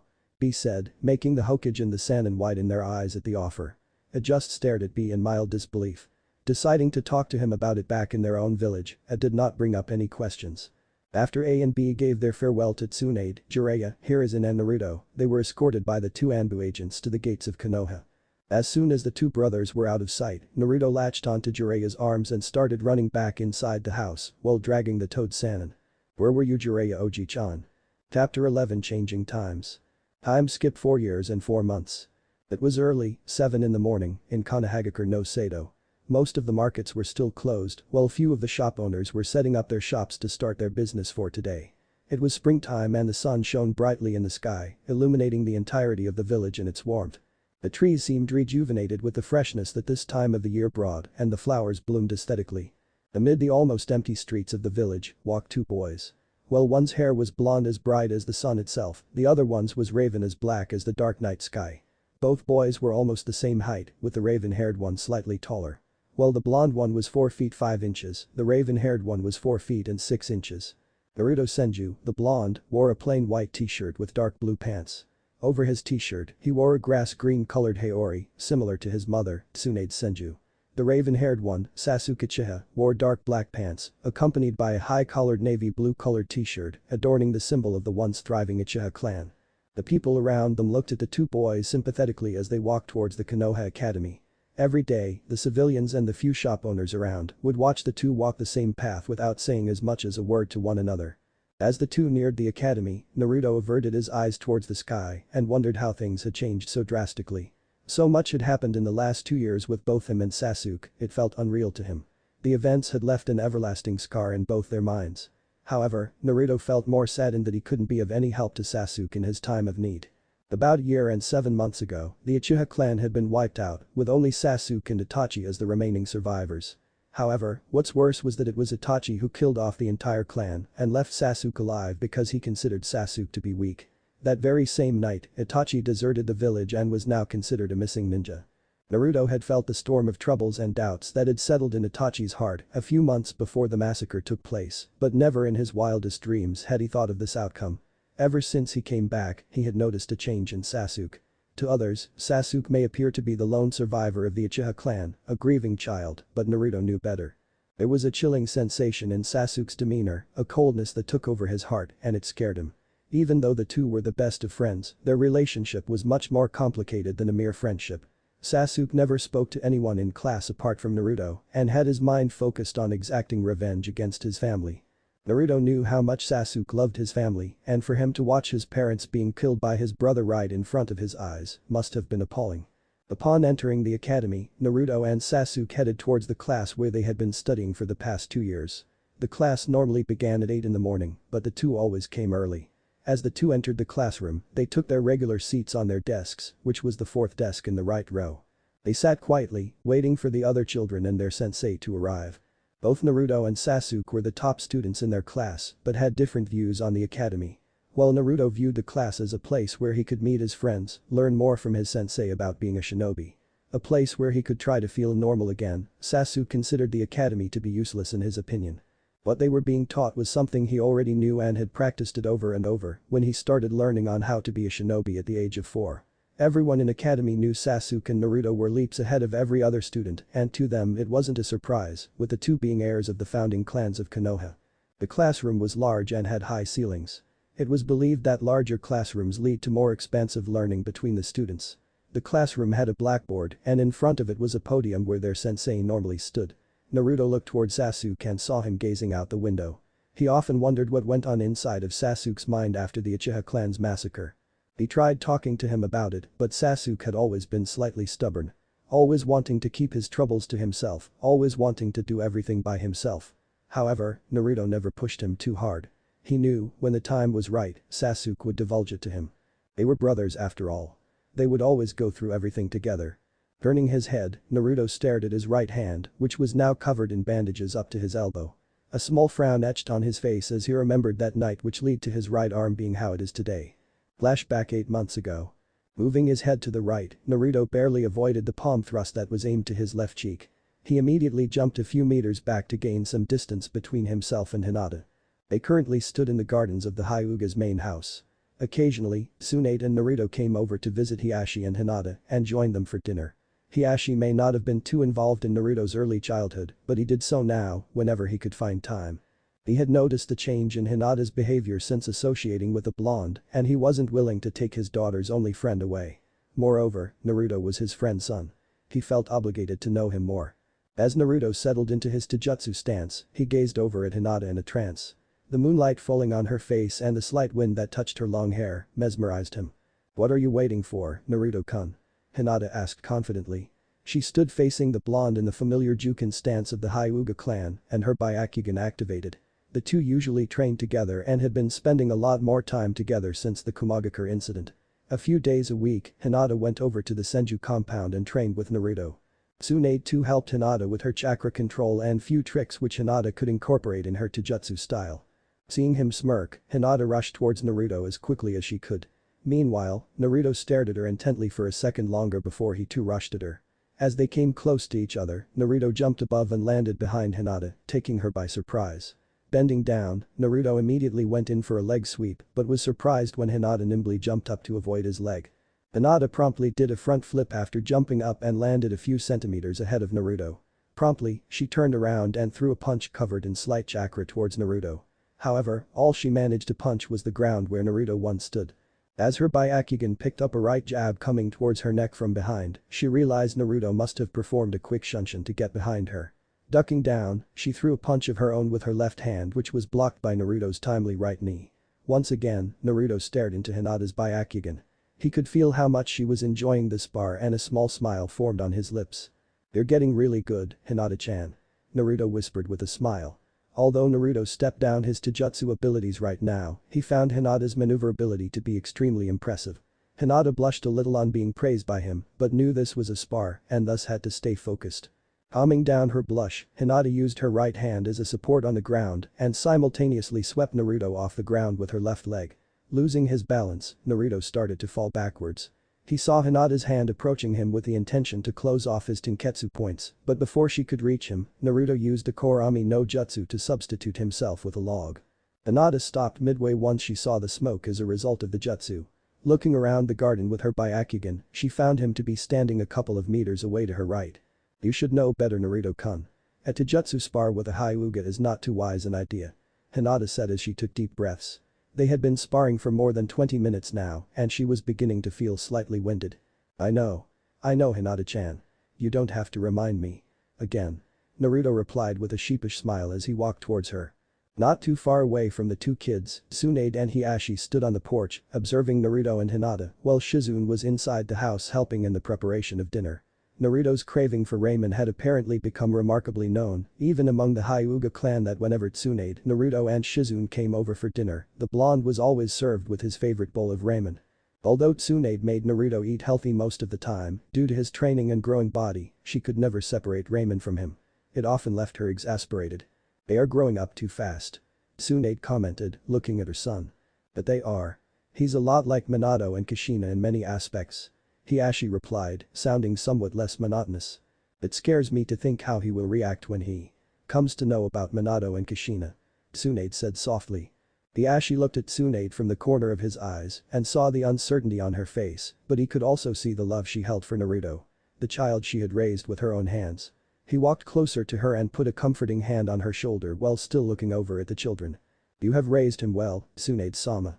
Minato and Kushina would be proud of the way Naruto is now. I'm sure when the time is right, he will understand," Hiashi said with a hint of understanding in his voice. Unconsciously, Tsunade nodded as she remembered the night when she looked at Naruto the first time. Those innocent and curious violet eyes which made her want to protect him. "Why don't we go inside and prepare the table for dinner? It's almost time," Hiashi asked as he made his way inside the house. Having one last glance at her son, Tsunade turned around and walked back inside the house, with no clue of the roots that were growing in the shadows of the night. Naruto laid on the ground with his hands below his head and stared at the night sky. He always enjoyed doing so. He felt at peace to just idly lay down and do nothing. Hinata sat beside him quietly and often looked at the blonde secretly. Over the years, the two had grown close. Spending a lot of time together, either training or just talking about random things. "How do you really feel about becoming a shinobi, Hinata-chan?" Hinata was startled by the sudden question, then looked at Naruto in contemplation. "I don't really know. Sama often told me it's much different outside the village compared to what they teach in academy. So, I hope I can live up to his expectations," Hinata said as she looked down at the grass. Naruto saw the slight gloomy look on her face and sat up. When he put both his hands on her shoulders lightly, Hinata promptly looked at him and her cheeks turned a little red, looking at his comforting smile. "It will be okay, Hinata-chan. Don't worry so much. We will pass the academy and become great shinobi," Naruto said cheerfully. Hinata's face turned a further shade of red and she was glad it was slightly dark outside, so Naruto couldn't see her properly. The broad-leaved shrubbery gossiped softly with the wind as it brushed against Hinata's lavender hair, making them fall over her face. The purple hairband she was wearing suddenly came loose and flew over behind the bushes. Hinata got up from her place to go and get it but was stopped by Naruto. "I will go get it, Hinata-chan. You should sit. You look a bit tired," Naruto offered. As Naruto walked behind the bushes, he looked around but couldn't find it immediately. He looked in between the bushes and sighed in relief as he found it stuck in there. However, before he could grab it, he heard a small shriek which alarmed him. Getting back into the open immediately, his eyes widened as he saw a trembling Hinata with a kunai held at her neck. He looked at the two shinobi behind her and knew they were Anbu. But the white masks they were wearing confused him since he had never seen it before. "Make one wrong move and she will be dead, I assure you," stated one of the shinobi. Please, don't do it," Naruto whispered quietly. "I have no intentions in doing anything as long as you comply with our orders," said the shinobi again. "What do you want?" Naruto asked warily as his right hand took out a kunai from his back pocket. He saw the tears drop from her eyes as the shinobi holding the kunai pressed it more closely to her neck and his hand started to shake slightly. Before he could do anything, he saw two more shinobi arrive and stand beside the other shinobi who were standing behind Hinata. "We would like you come with us quietly. Make no mistake, come quietly and she will not be harmed." Calculating the options he had in his mind, Naruto dropped the kunai on the ground. He sensed their chakra signatures and realized he wouldn't be able to take on all of them, even if he tried. All of them possessed more chakra than normal Anbu and had to be skilled enough if they got past the Hyuga security guards. The two new shinobi walked towards Naruto and placed at least 7 to 8 sealing tags on him. Looking around his body cautiously, Naruto realized instantly that they were chakra suppression seals, and the fact that he couldn't communicate with the Kyubi or the Sanbi any longer worried him. The shinobi holding the kunai to Hinata's neck jabbed her on the neck lightly, and the last thing she saw was Naruto disappearing along with the other shinobi. A few minutes later, Shizune came out to call Naruto and Hinata back inside for dinner, but stopped mid-step when she found an unconscious Hinata on the ground. She immediately ran to her and checked her for any injuries. She looked around herself and found no sign of Naruto other than a kunai that was on the ground a few meters away. Her eyes widened in horror as she realized Naruto must have been taken by someone else. "Tsunade-sama. Tsunade-sama. You have to come out here quickly." Shizune yelled frantically. Flashback end. "Naruto-kun." Hinata called out as she sat beside him. "Naruto-kun." She nudged him slightly on the side to get his attention, the touch making him flinch slightly. However, it seemed to do the trick as Naruto looked away from his right arm and turned towards Hinata. "Ah. Hinata-chan.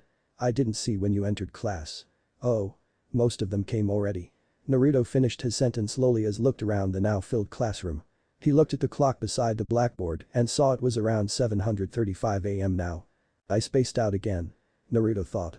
Sasuke looked at Naruto from the corner of his eyes and sighed as he saw the blonde flinch again. He knew Naruto still had trouble interacting with people ever since he came back, especially when someone touched him. There is so much suffering in this world," Sasuke thought as he once again looked outside the window. Before Naruto could say anything further to Hinata, the doors to the classroom suddenly opened and two girls came running in and stopped abruptly. "Ha! I win, no pig," yelled a pink-haired girl as she took deep breaths. "Who says you won? My foot was at least a few centimeters ahead of yours, forehead," yelled the other girl, who too was a blonde but a lighter shade compared to Naruto. Every student in the classroom sweat dropped looking at the two bickering girls. It was an everyday occurrence with these two. It was frankly quite annoying to everyone, but they opted to stay quiet rather than to indulge themselves in their antics. As the two girls continued to argue amongst themselves, they didn't notice the tall figure that appeared behind them and thus jumped in surprise when they heard a terrifying voice. "Sakura, Ino. How many times have I told you not to yell in class?" exclaimed Iruka, who yet again arrived at the class to a usual scene. "Sorry, Iruka-sensei," said Ino, the platinum blonde-haired girl, as she bowed her head in apology. Iruka shook his head slightly, knowing this would happen again. "Alright, get to your seats," Iruka stated firmly. "Hi," replied Sakura, the pink-haired girl. Both Ino and Sakura turned around and walked towards their seats. As Sakura walked up the stairs, she looked at Sasuke dreamily while giving a look of utter dislike to Naruto. Hinata held on to Naruto's hand in a comforting way, not minding the slight flinch coming from him, knowing he didn't like being looked at that way. "That lost Sakura," Sasuke said coldly as he saw her staring at Naruto. Sakura stopped midway as she heard Sasuke's words. Her eyes watered a little, but no one noticed it. She glared at Naruto one last time and quietly made her to the second last bench and sat down. Ino, who was walking behind Sakura, sighed, seeing her best friend's behavior towards Naruto. To this day, she never understood why she disliked the blonde. In her opinion, his long blonde hair made him look extremely adorable. As everyone took their seats, Iruka walked to the podium and flipped through the pages of his book to start a new topic today. He had planned to give the students a mock test today and to continue with the weapons throwing practice and chakra control exercises in the training ground later. While flipping through the pages of his book, Iruka found a topic which he had been wanting to talk about for a while with the students. The three shinobi wars and the Hokage. With the recent events that took place in Konoha in the past 2 years or so, he was certain that another war would be imminent if a few more major incidents sparked between the villages. His eyes moved to Naruto and Sasuke, and he smiled sadly. To think these two kids had to go through so much at such a young age, Iruka thought. It was a sorrowful thing indeed. Everyone in the village knew about the last Uchiha and the Kumagakure incident Naruto was involved in, along with his 2 months kidnapping. Iruka then looked around the classroom and found most of the students sitting quietly. His eyes turned to the left row and found another usual occurrence. Shikamaru. The Nara heir jumped from his seat and stood groggily. Most of the students laughed at the scene while Shikamaru yawned, further making everyone else laugh. The scenario made Iruka's right eye twitch dangerously. "Yes, Iruka-sensei?" Shikamaru asked lazily. Iruka, annoyed at Shikamaru's lazy habit, curtly asked, "Do you find the classroom to be a place to sleep?" "No. Not really." Shikamaru replied as he yawned yet again. The Nara heir found everything around him to be rather uninteresting and thus slept around most of the time. However, despite his lazy attitude, he was probably the smartest person in the room. A trait which all the Nara seemed to share. Shikamaru's attitude annoyed Iruka greatly that he went on to give a long lecture to the Nara boy about classroom ethics and how a shinobi should behave, and so, most of the time passed by in that one-sided discussion. Now that I have everyone's attention, let's start with today's discussion. We will be talking about. Iruka started when suddenly bell rang. Iruka looked back at the clock and cursed himself for losing track of time. In the next few minutes, Iruka informed everyone about the mock exam that would be held today, to which everyone in the classroom groaned. Iruka then came up to everyone and handed the question sheet for the mock test. For the next 2.5 hours, all the students worked on the exam questions. Naruto, Sasuke and Hinata did not have trouble with the mock exam since they had already gone through most of the topics beforehand when they started training at an early age. In fact, most of the children belonging to clans were trained from an early age and were taught about the shinobi world to better prepare them. It was the civilian students who had more difficulty due to them not having any shinobi background. Most of the civilians aspired to become shinobi due to the extravagant lifestyle their parents believed the shinobi led. Once the time was up, Iruka collected the answer sheets from everyone and stacked it up in a pile. "Everyone, head to the training ground now. Mizuki-sensei and I will be joining you there shortly," Iruka announced before packing up all the sheets and heading out of the room. Training ground behind the academy.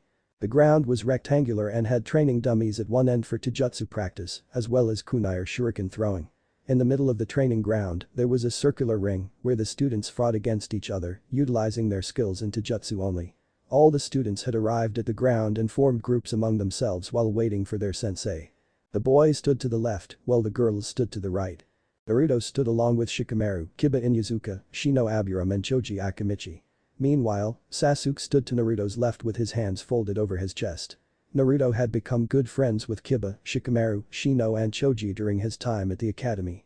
He found the four to be extremely carefree and someone with whom he could spend time with when feeling extremely stressed. Although he did find Choji's excessive eating habits to be strange at times, he never mentioned it out loud. Naruto was glad no one ever spoke to him about that incident in the park a few years back and accepted him as who he was. He just wished he could be open to them about everything in his life and enjoy their company fully. "Sasuke?" Naruto called out to his oldest friend slowly. The raved-haired glanced towards Naruto questioningly. "Do you want to train after school?" "I was planning to train by myself at first, but it's been a while since we have trained together, you know," Naruto said.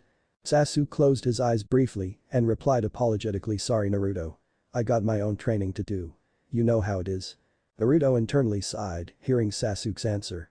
He wished Sasuke spoke to him more and spent more time with him because he wanted to. But Naruto didn't know where to begin. He still hadn't talked to his Kachan, Jiraiya or Sandaime about the events that transpired when he went missing. A few minutes later Iruka came to the training ground along with Mizuki. Naruto never did like Mizuki as he always sensed something dark in him and decided to stay as far away from the man as he could. "Everyone." Iruka called out again to gain everyone's attention. "We'll have kunai throwing practice now. Mizuki-sensei will be handing you the kunai which you will be throwing. You have to aim at the 10 vital points that are marked on the training dummies. The first 3 students will be Kiba Inuzuka, Shikamaru Nara and Shino Aburame," Mizuki announced. "Good luck guys." Naruto cheered as he pushed Shikamaru lightly. "Troublesome blondes," Shikamaru said under his breath. Naruto chuckled as he heard Shikamaru say his usual line. "Ha! I got this Naruto. Just watch me," Kiba said confidently. Akamaru barked in approval, showing his belief in Kiba. Shino merely nodded. Even though the bug user was a silent boy, Naruto liked being around him. Mizuki handed the kunai to the 3 students, who then took their positions 15 meters away from the training dummies. Shino hit 7 of the 10 targets that were marked on the training dummies. Kiba hit 6 out of the 10 targets, while Shikamaru hit 5. Naruto shook his head, wondering why the Nara never took anything seriously. He knew Shikamaru was capable of much more than he showed. Sakura and Ino both hit 4 of the 10 specified targets, while Hinata hit 8 of the 10 targets. Naruto smiled as he knew how hard Hinata had worked on improving herself in all the training they both did together. "You did great, Hinata-chan." Naruto exclaimed somewhat loudly. "Ah. Thank you, Naruto-kun." Hinata replied as she poked her index fingers together. Even though she had gotten over her habit of stammering immensely in the past few years, she still fidgeted a bit when Naruto praised her. The other students got their turn eventually, and many of them managed to hit between 5 to 7 targets. Finally, the last two students remaining were Naruto and Sasuke. Every other student stared at the Senju and Uchiha heirs. To them, it was the rivalry between the two clans since the founding of the village that amazed and fascinated them, which they hoped to see in Naruto and Sasuke, the two best students of their year. Holding 5 kunai in each hand, Sasuke stood calmly as his eyes looked over at all the spots on the dummy that were marked. Flicking both his wrists, Sasuke threw all 10 kunai that sped through the air and hit all the spots perfectly. Upon seeing this, several of Sasuke's fangirls started to squeal about how their Sasuke-kun was so cool and talented. These fangirls were another thing which annoyed both Naruto and Sasuke. Wherever they went within the village, a bunch of these girls would be following either of them always. To this day, Naruto was surprised as to how Sasuke managed to ignore so many of these howling girls and maintain his calmness. Naruto cringed even more when he heard Sakura proclaim how her Sasuke was the best thing in the world. He shook his head in annoyance, wondering that these are the girls who are supposed to be the future of Konoha. "Well done, Sasuke." Hiruka applauded, expecting no less from him. "Get this over quickly. I can't stand listening to them." Sasuke whispered as he passed by Naruto. The blonde couldn't help but chuckle a bit at Sasuke's plea. As Naruto went ahead to Mizuki to get the kunai, he saw the man giving him an odd look. Keeping him out of his mind, Naruto took the kunai from Mizuki. "Damn demon brat." Mizuki thought irritatingly. Mizuki was among the still few shinobi in Konoha who despised Naruto for containing the Kyubi and the Sanbi in him. Even though the majority of the shinobi and the civilians now treated Naruto fairly and not outright hate him, some still could not let go of their hatred for the beasts who killed their loved ones. "You can do it, Naruto-kun. Naru-kun is cool. My Naruto-kun is the best." Naruto heard many of the girls yell and sighed. He wished these girls could look past their childhood fantasies and get their minds on reality. Unknown to Naruto and the girls who were cheering on for the blonde, Hinata was mildly glaring at the fangirls. "Damn hussies. Who do they think they are?" she thought irksomely as she tapped her foot on the ground. Ignoring all the idiotic yelling, Naruto focused his mind on the targets that were marked on the training dummies. Taking a deep breath, Naruto released the 5 kunai held in each of his hands swiftly. In the blink of an eye, all 10 kunai hit the marked spots on the dummy. Naruto glanced towards Iruka once and saw him nod ever so slightly. Seeing as his work was done, Naruto walked back to his friends and stood beside Hinata and Sasuke. Both Naruto and Sasuke live up to their family's heritage. This batch will sure be different compared to the previous ones and the coming ones. Iruka thought proudly. Over the years, Iruka had become especially close to Naruto, even coming to view him as a son of sorts. Initially, even Iruka viewed Naruto to be nothing more than a nuisance or a demon in disguise.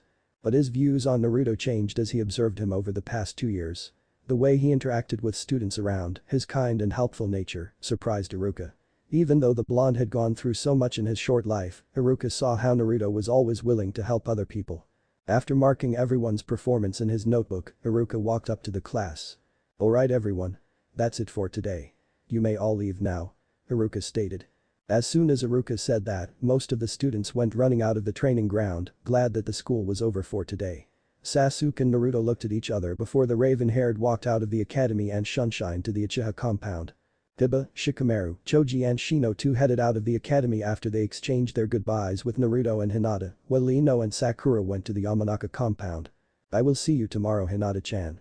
I have training to do at home today," Naruto said as he turned to Hinata. Hinata felt slightly sad that she wouldn't be spending any more time with him, but she understood. She too had noticed the change in Naruto when he came back after those 2 months. She had promised herself to become stronger so that she could protect those she cared for. "It's okay, Naruto-kun. I have to train with Tusama today," Hinata replied with a gentle smile. Naruto nodded and waved goodbye to her as he headed to the Senju compound. Once he was sure he was away from the academy and Hinata, he sighed tiredly. "You should talk to someone about how you feel, Naruto. It's been almost a year," said Kyubi gravely. It was a strange relationship that Naruto had developed with the two Bijuu.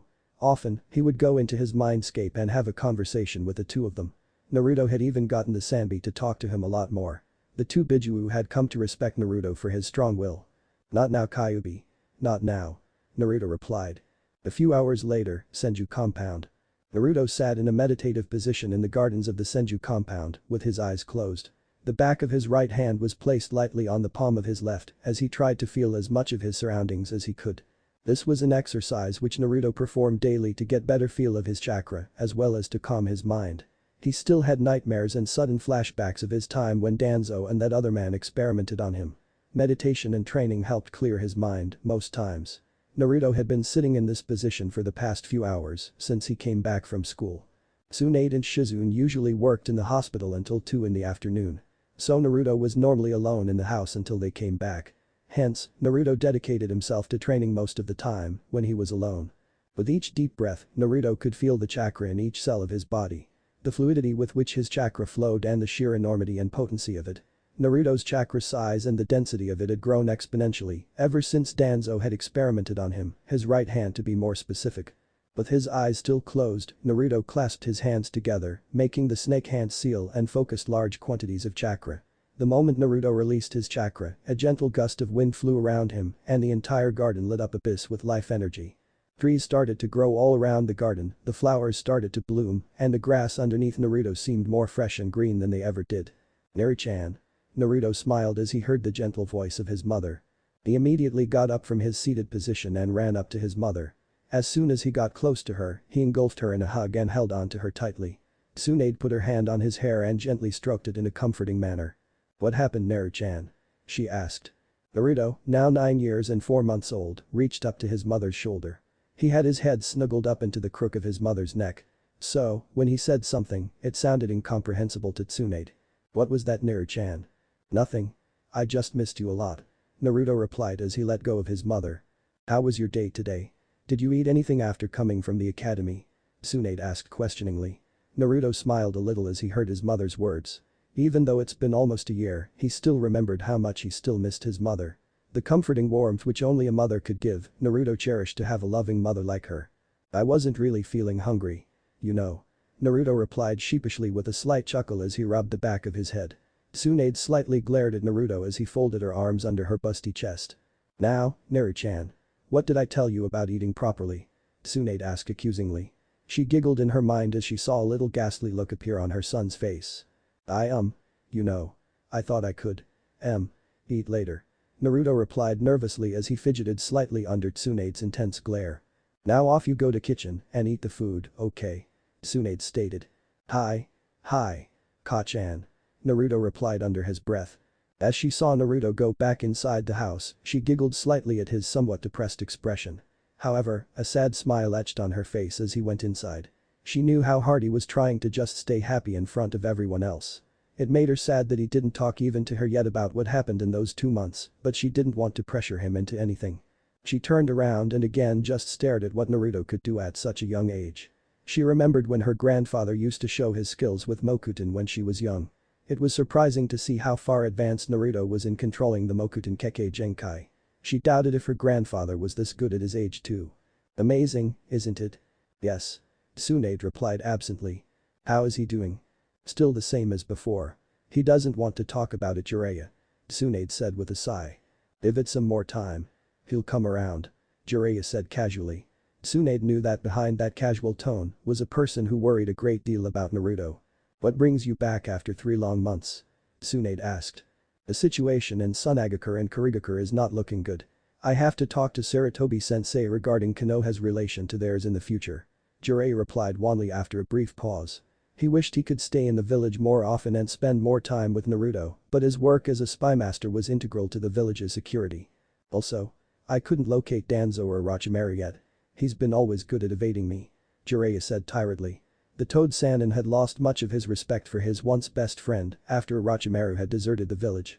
But finding out that the very same person experimented on his godson had infuriated him beyond measure. Even Tsunade clenched her fists tightly as she heard Danzo and Orochimaru's name. "I will kill them myself the moment I get my hands on those 2 traitors," Tsunade whispered. Jiraiya placed a comforting hand on Tsunade's shoulder and looked at her sadly. It was a rough 2 months for everyone when Naruto went missing. But Tsunade probably took it the hardest. "Their time will come, Tsunade. Naruto's been handling the incident better than I expected.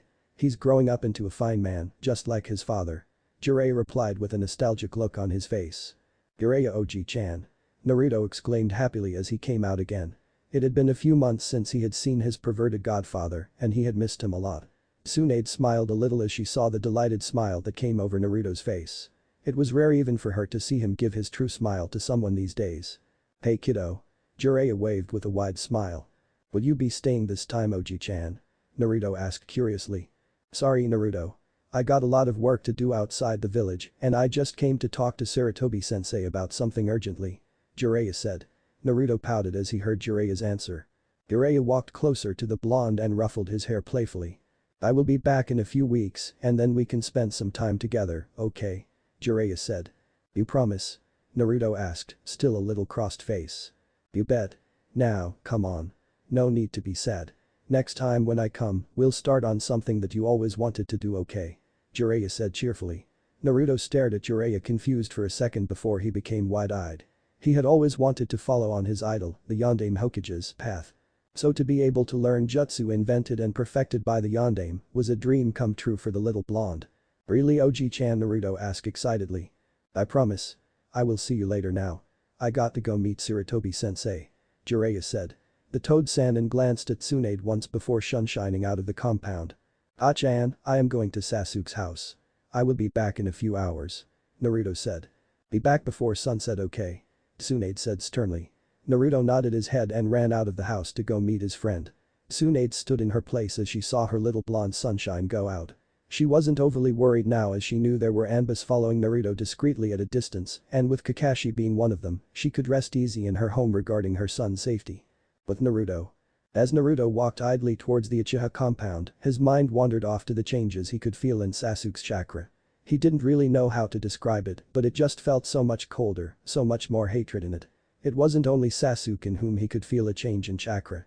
The past few months he could feel that his own chakra had become somewhat different. There were times when he was certain he felt another presence in his mind which was different than the Kyubi and the Sanbis, something more sentient, but he never found anything conclusive whenever he visited his mindscape. As he neared the Uchiha compound, he felt an explosion of chakra which felt so dark. Naruto ran towards the Uchiha compound and entered it. Quickly running towards the source of chakra, Naruto came upon a scene he would remember for the rest of his life. Sasuke had his back turned to him and was covered in extremely dark purple chakra. "Nai-san." Naruto faintly heard a sullen voice in his mind. Chapter 12 Growing Distant. Previously. Sasuke had his back turned to him and was covered in extremely dark purple chakra. "Nai-san." Naruto faintly heard a sullen voice in his mind. Present. Naruto stood from afar and stared at Sasuke with wide eyes. He had never seen or felt Sasuke's chakra being riled up so much. What does he think he is doing? Naruto thought with a bit of worry. Kakashi, who was standing a few distances away on a tree branch from Naruto, was also surprised at this sudden display from Sasuke. He stood his ground patiently and kept his eyes on the two children. The chakra swirled around the young Uchiha boy for a few more seconds before it calmed down. Naruto took a single step ahead but stopped when he saw Sasuke turn his head towards him slightly, enough so that Naruto could see his right eye. A black iris with 3 red intersecting ellipses stared back at him. Naruto was utterly shocked on seeing this new design in his eyes. As far as he knew, Sasuke only had the 3 Tomo Sharingan. Cutting the supply of chakra to his eyes, Sasuke's eyes turned back to his normal black color. He turned around to face his longtime friend and stared at him expressionlessly. He turned his eyes towards the tree Kakashi was standing on for a mere second and then returned his gaze back to the blonde. "What are you doing here, Naruto?" Sasuke asked with a frown. Naruto startled by Sasuke's sudden question and wondered if what he had seen was right or not. "I thought I could come talk to you for a while, you know. It's been a while since we did that," Naruto finished a bit somberly. "Things have." Sasuke started as he gazed up at the cloudy sky. "That changed, Naruto. You have your own goals and I have my own. We don't need to spend all of our time together anymore," Sasuke finished calmly. Naruto's eyes widened momentarily as he heard Sasuke's words. He may not say it outright, but he was hurt by his words. They rarely spent much together nowadays. Ever since the Uchiha massacre, he had seen his friend isolate himself from others. "I can help you, Sasuke. Like you promised to help me achieve my dream," Naruto said with a sad smile. "You wouldn't understand, Naruto," replied Sasuke irritatingly. "Then try explaining it to me, Sasuke," Naruto demanded frustratingly. "I have more important things to do rather than talk with you, Naruto. I must train by myself. So please, show yourself out of the compound," Sasuke replied firmly. Both the boys stared at each other intently for a few minutes, but soon enough Naruto turned around and began to walk away from Sasuke. As Naruto walked away, Sasuke's face softened, looking at Naruto's back. Forgive me, Naruto. I wish everything was as simple as it was earlier. But I can't clear my head nor rest until Itachi pays for what he has done. This burden is mine. And mine alone to bear. Sasuke thought as he clenched his fists tightly. His black eyes morphed into the fabled Manjikam Sharingan as a few tears dropped from his eyes. He still remembered the day he acquired these eyes. The image of his mother and father lying dead on the ground was still stuck in his mind like a fresh memory. Deciding to train until dusk, Sasuke turned around and walked to the middle of the field. Kakashi was about to go after Naruto when he was stopped by a hand on his shoulder. I will go after him, Kakashi-sensei. It has been a while since I have spoken to him. Kakashi merely smiled, knowing well that the two were close to each other. Hokage's office. Sarutobi Hiruzen sat in his chair with his elbows on the desk, eyes closed and chin rested on his hands. Jiraiya stood near the open window beside Hokage's desk as he saw his sensei going over all the information he had given him regarding Tsunagakure, Kurigakure, and the two infamous traitors of Konohagakure no Sato Orochimaru and Danzo Shimura. So, you want me to aid the resistance group when they come to Konoha asking for help in their civil war? Sarutobi questioned again. That's right. Right now, Konoha does not have an alliance with any nation other than Wind Country, and that too is exceedingly fragile. The resistance group is currently led by a woman named Mei Terumi. I have heard she is a reasonable woman and wishes to free the land of water from the Yonde Mizukage's reign and open the country to other nations for trade purposes. In 2 years or so, I am certain that she will travel to other nations requesting for help. With Konoha being the closest to Mizu no Kuni, our village is a viable option for them. Jiraiya stated. Sarutobi nodded his head. With Danzo leaving the village and taking a large portion of his own Anbu with him, the village could be prone to attack. Even though Danzo wished to rule the village based on his own vision, he had still helped in protecting their home during times of imminent danger. If Sarutobi's years of experience being Hokage and the 3 shinobi world wars taught him anything, he knew if the elemental nations followed the path it was taking right now, a major incident involving the 5 great nations could spark up another shinobi war at any moment. Thus, having more allies during such times would be beneficial for Konoha's existence. Have you found anything further about the group called Akatsuki? Sarutobi asked gravely. I haven't been able to find their hideouts as of yet. I doubt they are somewhere in the Land of Lightning due to the high number of Kumagakure shinobi patrolling the borders and the area within. Even the Land of Wind seems unlikely. Land of Earth and Land of Water seems plausible. But Tsuchikage has been known to make deals with Akatsuki to clear out some of the villages and not get his own hands dirty in the process. In Mizu no Kuni, most of the land is in chaos due to the civil war that's been going on in Kurigakure. Jiraiya explained. Have you tried looking around any of the minor villages? Sarutobi asked. It's not that Jiraiya had not thought about them. It's just that the number of minor villages in the elemental nations are over a dozen. Also, considering that the group is going after the 9 Bijuu, it would be more plausible for the Akatsuki to be somewhere within the 5 great nations, where it would much easier for members of the group to travel around. No, not yet. It is going to take some time to look around all the areas alone. Jiraiya replied after a while. If it was anyone else, Sarutobi would have been extremely skeptical of getting the job done. But he trusted Jiraiya and knew he could handle most of the problems that may come his way. For the time being, you should stay in Konoha and train Naruto-kun as much as you can. He must be prepared for when they come for him. We don't know anything about the group other than the fact that they are collecting the Bijuus. It would be helpful for Naruto-kun to be prepared if he encounters any of the Akatsuki members alone. I will contact Kumagakure and Tsunagakure regarding this information soon and try to set a meeting with Kazekage to strengthen the alliance between Konohagakure and Tsunagakure. Sarutobi said. I was planning to anyway. The kid still has a lot to learn. He could probably take on a high-level jounin as he is now, but he hesitates to fight when he is facing opponents in numbers. He has more potential than Minato, which is surprising. I didn't really think I would get another student like Minato, let alone someone who could surpass him. But Naruto is his son. So, I suppose I shouldn't be that surprised. Jiraiya said fondly. Sarutobi smiled, listening to Jiraiya. It made him glad to see how much his student cared about Naruto and how highly he thought of the kid. There were times when the aged Hokage wished if he could have done the sealing of the Kyubi and Sanbi instead of Minato. At least then Minato would have been here to see his son grow up. Well, get going now, Jiraiya. I got work to do. Sarutobi said as he sat upright on his chair. He internally cursed looking at all the paperwork that was in front of him. Jiraiya snickered a bit seeing his sensei's face. Bidding farewell to his sensei, Jiraiya jumped out of the window and made his way towards one of his favorite locations within the village, the bathhouses. Few hours later, on the Hokage mountain. The evening rays of the sun casted an orange and reddish glow, portraying the village in an aesthetic view. On a small clearing on top of the Hokage monument, Naruto stood, panting heavily. For the past few hours, the blonde had been training himself and sparring with his Moku Bunshin to clear his head. He had become upset by Sasuke's behavior and was honestly starting to get a bit annoyed. Sasuke wasn't the only one with problems. He couldn't remember everything that happened to him when he was kidnapped, but he did recall certain facts. Facts which shattered his illusion of reality. He had tried many times to remember the other parts, but it was futile. It felt like there was a barrier that prevented him from knowing. He may not know what exactly Sasuke was feeling, but he sincerely wanted to help and understand him, because in a way, they both were the same. Technically, they both were the last of their clan, the Uzumaki and Uchiha. They both were leaps beyond the children of their age group.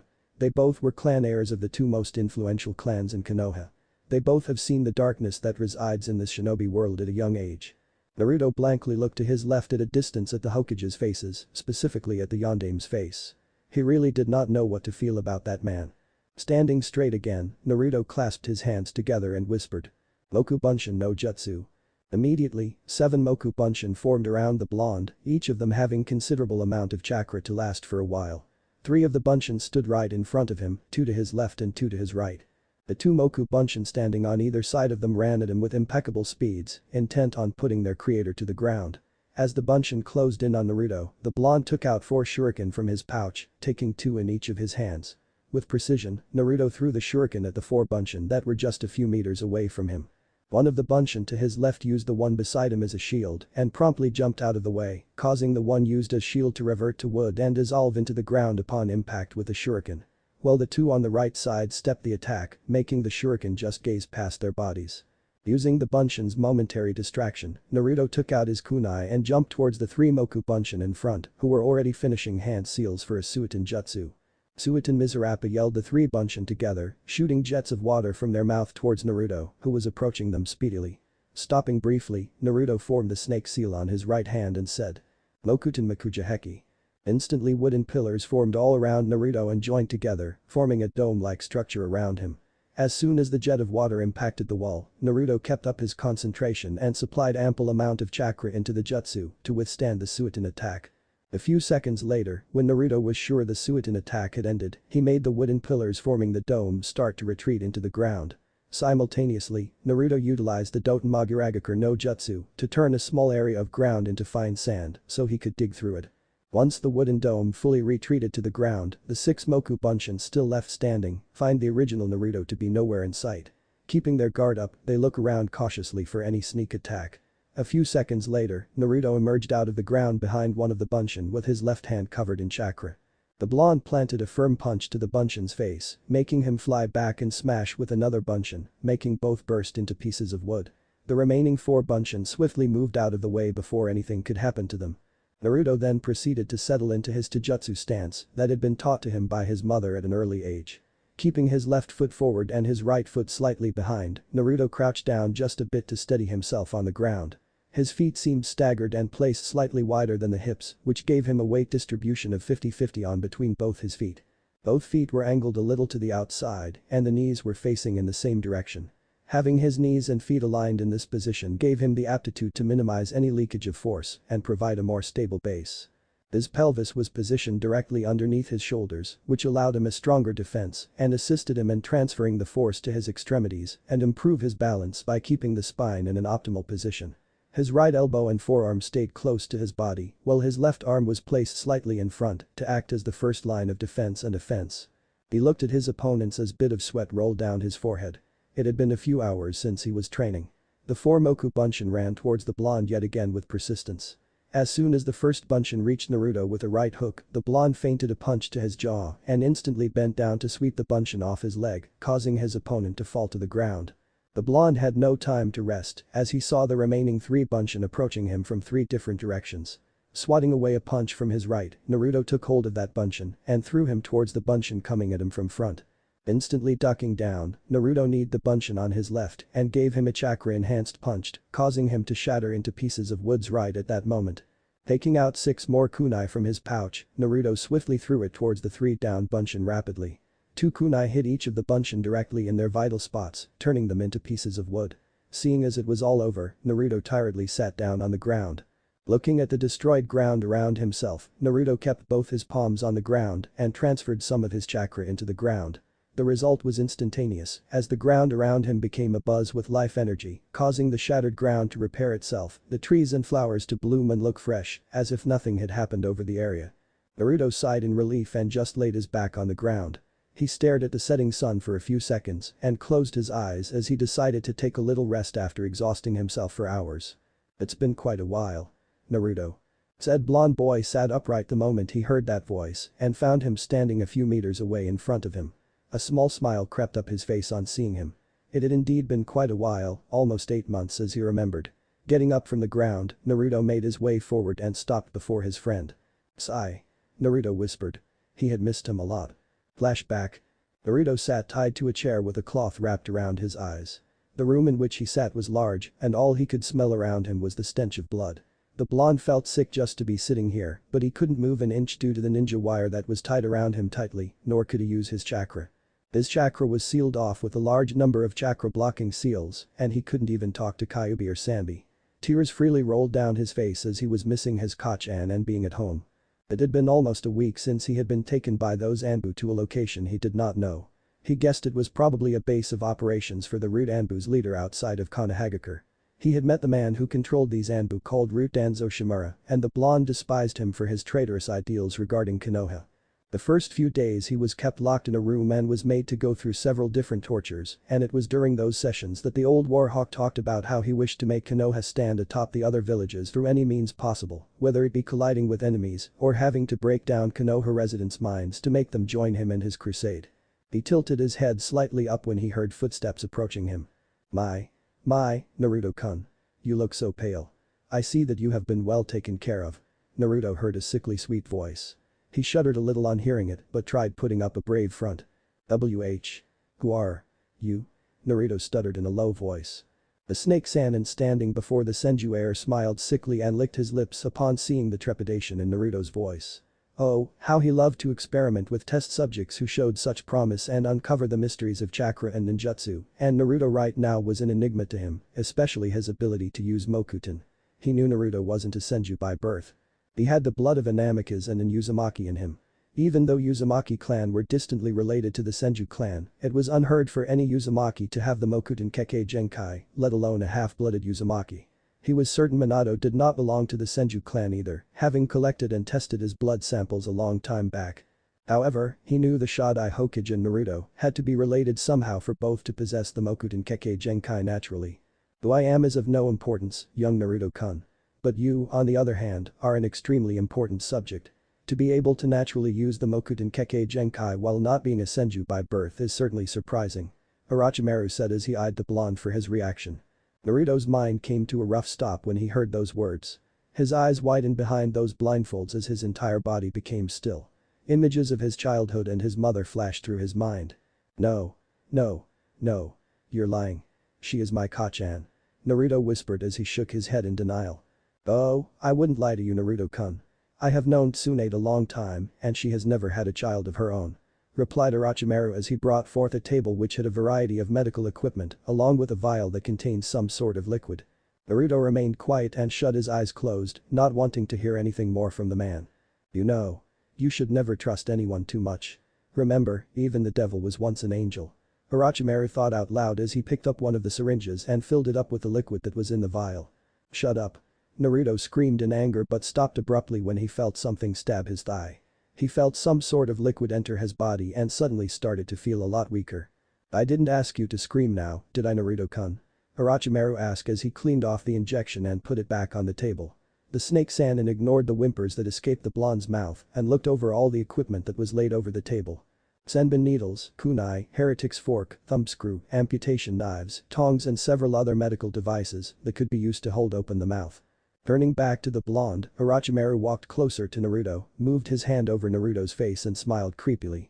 His only job was to break the kid mentally so he would have no shard of emotion left in him. Make him into a soldier who Danzo could use at his whim. Of course, he wasn't doing it out of generosity. If he wasn't given Shadowy cells for his own personal experimentation, he wouldn't be here right now. Orochimaru then removed all the chakra suppression seals from him, except those that prevented him from contacting his Bijuu. The chakra blocking seals were no longer required as the liquid he just gave Naruto would render him from making use of chakra anyway. Naruto felt a cold sensation run through him when he felt the man's finger touch his face. He sobbed but still tried to not outright scream in fear. "Now, Naruto-kun. Let the fun begin," Orochimaru stated with a laugh. Naruto was about to say something but ended up screaming in pain when more than 5 or 6 enbin needles were plunged in his body. "Ahhhh," groaned Naruto as Orochimaru pressed the needles deep into his skin. "Wonderful, Naruto-kun. Truly wonderful. I have placed each of the needles in nociceptors that should increase your perception of pain," Orochimaru said out loud as he stood right in front of Naruto. Taking 2 kunai, Orochimaru made 2 large slashes in the blonde's forearms, making him scream further. "Ahhhh. Ahhhh. Please st. Stop," Naruto said in between staggered breaths. The blood from his wounds dropped on the floor, making a puddle. Yes, Naruto-kun. Give me more," screamed the snake Sannin madly. Orochimaru then proceeded to stab the blonde in most of the vital points in his body with the 2 kunai. Just long enough to let the sensation of pain course through the blonde's entire body and then taking out the kunai. "No. Please. Stop it," Naruto begged, but the snake Sannin heard none of it. By now, Naruto's once white shirt and blue pants had become red due to the copious amount of blood flowing out of his little body. Now, holding the thumbscrew in his hands, Orochimaru placed Naruto's fingers gently in between the metal surface and the flat end of the screw. The blonde had no strength to even pull his hands off and simply gave in to pain that was awaiting him. As Orochimaru tightened the screw, it lowered itself onto Naruto's fingers and began crushing them to point where the blonde's fingernails started to come off. "Ahhhh. Ah. No. Stop. Please. Just make it stop." Naruto breathed out painfully as his body shook uncontrollably. "How fascinating. Naruto-kun," Orochimaru whispered sickly. He was honestly surprised to see that the blonde was still conscious, albeit barely. "Do you want me to kill you, Naruto? Do you want me to free you from this wretched world, Naruto-kun?" Orochimaru screamed madly. Please. Kill me," Naruto said in between breath. His eyes were almost closed and he breathed heavily to take in oxygen into his body. Orochimaru was about to proceed to his next method when he heard the door to the room open. Seeing Danzo standing at the opening, he knew his time for today was over. "We'll see each other tomorrow again, Naruto-kun." Looking to his right, Danzo motioned for the boy standing beside him to come closer. "Go clean this mess now. Make sure to clean every drop of blood," ordered the old warhawk. "Hi, Danzo-sama," said the boy, trying to sound as emotionless as possible. However, Danzo could make out the fear that was laced in his voice. "Get going," commanded Danzo. The boy hurriedly went inside the room with a bucket of water and a cloth as Danzo walked back to his office. As the boy reached near Naruto, his eyes roamed his still body. The only sign that showed that he was alive was the light movement of his chest. He dropped the bucket on the ground with a loud thud as he saw the amount of blood he had lost. Who's there?" Naruto whispered out fearfully upon hearing the sound. "I'm not going to hurt you," the boy said as gently as he could. He knew all the rude Anbu must be put through some sort of mental torture to make them feel ready, but this was extreme, even to him. Dipping the cloth in the water, he began to rub the blood-stained floor. Naruto didn't know why, but he felt like he could maybe trust this person, and judging from the voice, the boy was the same age as him. After a few minutes passed by, Naruto released a groan. The pain was not getting less, rather, it felt like it was increasing every passing minute. I'm Naruto," said the blonde in a low voice. The boy curiously looked the blonde for a few seconds before he replied. "I'm Sai." Flashback end. Naruto put his hand forward which was held by Sai and the two boys shook hands as a sign of greeting to each other. "Where have you been? It's been so long," Naruto said softly. "I was drafted to the Anbu after we were brought back to the village. I'm outside the village most of the time, due to the missions," Sai replied. Naruto chuckled lightly upon hearing Sai's voice. His voice still sounded somewhat emotionless. But he guessed it was probably due to him being taught to act that way since childhood. Sai's left eyebrow twitched on seeing the blonde laugh. He knew very well what he was laughing about and it annoyed him to no end. "I could leave if all you're going to do is laugh." "Dickless," Sai said with a smirk. "Hey. I'm not dickless," Naruto said indignantly. "I can never be sure if you have a dick or not," Sai said frankly as he folded his arms over his chest. "Just shut up," Naruto yelled, embarrassed. Naruto stared at Sai annoyingly while Sai stared back at the blonde blankly and after a few minutes both started to laugh lightly.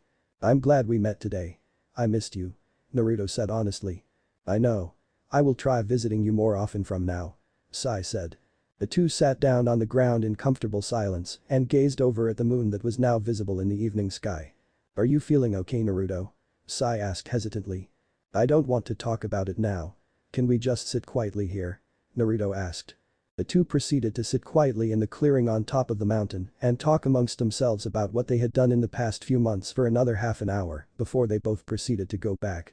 Naruto left to the Senju compound while Sai returned to Anbu headquarters to meet up with Kakashi and give his report of what Naruto had done after he left the Uchiha compound. Meanwhile at the Uchiha compound, Sasuke laid on the ground, taking deep breaths as he stared into the night sky. His three-tomo Sharingan gazed over at the moon tiredly. Suddenly he stood upright with confused eyes staring at the moon. He could have sworn he saw the image of concentric rings in the moon with 9 tomos in it. He rubbed his eyes and stared into the sky again and saw nothing this time. Must be my imagination, Sasuke thought. The past few hours Sasuke had worked on his Kaiten nature and Raiten nature chakra along with some taijutsu katas and physical exercises. He had learned the basics of channeling Raiten chakra through his kunai a while back when Itachi was still here as well as a few jutsu for Kaiten nature. Getting up from the ground, Sasuke began to walk back into the house when he suddenly threw his kunai towards a tree. Looking towards the tree, he found no one to be there. "Who's there?" Sasuke asked out loud. He was sure he had felt a strange presence just a second ago. He remembered feeling the same presence a few years ago too. "So, it was you who inherited mother's prowess. Young Sasuke-kun." Sasuke looked around himself to look for someone who said those words but couldn't find anyone. The wind rustled in the area, making the tree branches waver lightly. "Who's there? Come out now," Sasuke demanded. Taking out another kunai, he threw them towards the tree to his right speedily. "I'm so glad that you sensed my presence," Sasuke heard again. A few seconds later, Sasuke's eyes widened when he saw a completely black humanoid figure rise out of the branch of that tree. The figure lacked any noticeable hair or visible orifices and seemed to be made completely of that black mass. "What do you want? Why do you keep following me?" Sasuke asked as he glared at the black figure with his Sharingan. "You will grow strong. You have the desire and talent for ninjutsu. However, you're still not aware of your true power," said the black figure seriously. "Ninjutsu? My true power?" Sasuke questioned again. He was beginning to get irritated now. "An even greater power lies dormant inside of you, young Sasuke-kun. But there is one condition to awaken that power." Sasuke listened closely to the black figure, somehow wanting to know if there is indeed a greater power that lies inside of him. "You still didn't tell me who you are and how would you know that?" Sasuke asked again. "It doesn't matter," replied the black figure. "If you awaken your power, my wish will come true one day," the black figure said as he gazed at the moon. Memories of the moment when he saw his mother being sealed several millennia ago came to his mind. "Never mind that. We were talking about awakening your power. Would you like to know how?" asked the black figure. "It has nothing to do with training, you know," the black figure said and saw how intrigued Sasuke looked right now. "You must lose love. Like losing a person you love." Sasuke's eyes widened upon hearing that. For some reason images of Naruto came into his mind when he thought of the only person he cared about right now and realized what the creature was talking about. "Shut up," Sasuke screamed. The black figure smiled wickedly on seeing Sasuke's reaction. He was sure in the future that his plans would come to fruition. "We'll be seeing each other soon, young Sasuke-kun," said the black figure as he receded into the ground and disappeared. Sasuke stood still in the field for a few more minutes as he took deep breath to calm his mind. Glancing one last time at the spot where the black figure was standing, Sasuke walked back into the house. 6 months later.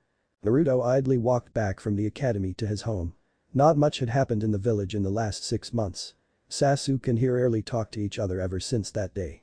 Naruto had stopped bothering him to spend time together. He realized it was pointless to force him to change his mind about something. He hoped it would have been different, but he had understood people don't get everything they desire. Despite all that, Naruto was somewhat proud that he was advancing in his Fuinjutsu studies. He was a level 8 seal master now and according to Jiraiya, he was extremely gifted in the field. Given a couple of years of time, Naruto was sure he could become a level 10 seal master and learn the jutsu which made the Yondaime Hokage famous in the elemental nations. Even though he was unsure about his feelings regarding the Yondaime Hokage, whom he knew to be his father, he still idealized the man to be the greatest Hokage and yearned to be like him. But his greatest achievement so far was his advancement in medical ninjutsu. His mother and Shizune had started teaching him ever since he came back and he would get pains in his arm. It was relaxing to him personally and it brought him immense happiness at the idea of treating other people. As he neared the Senju compound, Naruto remembered that his birthday was coming up in about a week. He was going to ask his Ka-chan, Jiraiya Oji-chan and Sandame Jiji about his birth parents at that time. He still loved Tsunade dearly because to him, she is the only mother figure he has ever known and shown him unconditional love. But he still wished to know about his father and his birth mother. The only thing he knew about Yondaime was his tales as Hokage and he had never heard about his birth mother, Kushina Uzumaki. Reaching his house, Naruto entered through the main gate and then walked towards the main door. Removing his shoes outside the door, Naruto walked inside. "I'm home, Ka-chan," Naruto yelled loudly. Even though he knew his mother was in the next room, in the hall, he always did that. A habit he had acquired since his childhood days. "How many times have I told you not to shout, Naru-chan?" Tsunade said as she walked over to Naruto. She gave him a mock glare but had to let go of that when she saw him pout. "Now, come on, get changed and come down. Jiraiya will be coming soon. He needs to talk to you about something," Tsunade said. Hi, Ka-chan," Naruto replied as he ran past his mother upstairs to his room. "What am I going to do with him?" Tsunade giggled a little as she too went back to looking over the paperwork from the hospital. About half an hour later, Naruto came downstairs wearing his gray t-shirt along with black pants. As he entered the hall, he saw his mother sitting at the table going over some paperwork. Shizune was busy in her shift at hospital, which was normally from morning 7 to 4 in the evening. He saw Jiraiya sitting on the chair beside his mother and looking out the window towards the gardens. He briefly wondered what it was his Oji-chan wished to talk about and a lot of different scenarios came to his mind, which made him extremely excited. "Jiraiya Oji-chan, what did you want to talk about?" Naruto asked as he walked towards the Toad Sannin. "Is it going to be a new jutsu? A katana or chakra? Or a new Fuinjutsu book perhaps?" Naruto eagerly asked his questions. Jiraiya laughed slightly on seeing the eagerness on Naruto's face. A sense of nostalgia passed in his mind as it reminded him of the time he used to train Minato, who also used to act childish at times. "Yeah, I did promise to teach you one of the Yondaime's prized jutsu, remember?" Jiraiya stated. Naruto's eyes slightly widened on hearing that. "Really, Oji-chan?" Naruto asked again, just to make sure. Now Naru-chan. Listen first and then react, okay?" Tsunade said as she ruffled his hair playfully. But she couldn't blame him for being excited. She knew how much her son idolized Minato and his strength as the Yondaime Hokage. "Yes. Now, I will be leaving the village this evening for some work and I will be gone for a few days. So, I have written down all the steps and materials required to learn the jutsu in this scroll," Jiraiya said as he handed Naruto a blue scroll with the kanji for Rasengan on it. Taking the scroll in his hands, Naruto hugged his godfather tightly to express his emotion. Opening the scroll, Naruto quickly went through the contents of the scroll and was amazed at the versatility of the jutsu. "I'm going to master it in less than a week," Naruto proclaimed. Jiraiya simply stared at the blonde for a few seconds before he burst out laughing. "Kid, it took the Yondaime 3 years to create and master the jutsu. Don't get too confident. It's not as easy as it looks. Even for me, it took more than a few months," Jiraiya said smugly. While Jiraiya was unsure of Naruto's proclamation, Tsunade had a feeling that this was a bet Jiraiya wasn't going to win. "Just you wait and see, next time you come back, I will have already mastered the jutsu," Naruto said with determination. Both Jiraiya and Tsunade were slightly taken aback hearing the determination in his voice. Motioning for the blonde to come closer to him, Jiraiya kept his hand on Naruto's long blonde hair and looked him in the eyes for a good 1 minute. "I trust in you, Naruto. If there's anyone who can surpass the Yondaime Hokage or any of the other Hokages in the past, it's you," Jiraiya said softly. Chapter 13 Growth. The evening, Amegakure no Sado. An orange-haired man with a pair of strange silver eyes stood atop the tallest building in the highly industrialized but small village that is Amegakure no Sado. The building had 4 humanoid faces at each side and is connected to 2 smaller towers. He seemed to be standing still and kept his eyes glued to the cloudy sky despite the rain that fell most of the time. While one side of the village looked habitable due to the number of concentrated buildings in that area, the other parts of the village were in shambles.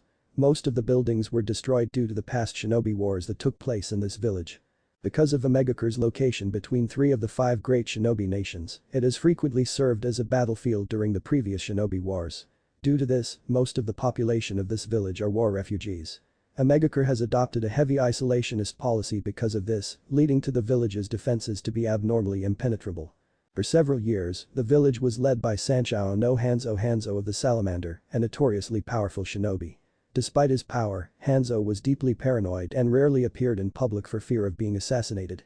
However, his reign came to an end after the Third Shinobi World War when a group called Akatsuki began advocating for peace.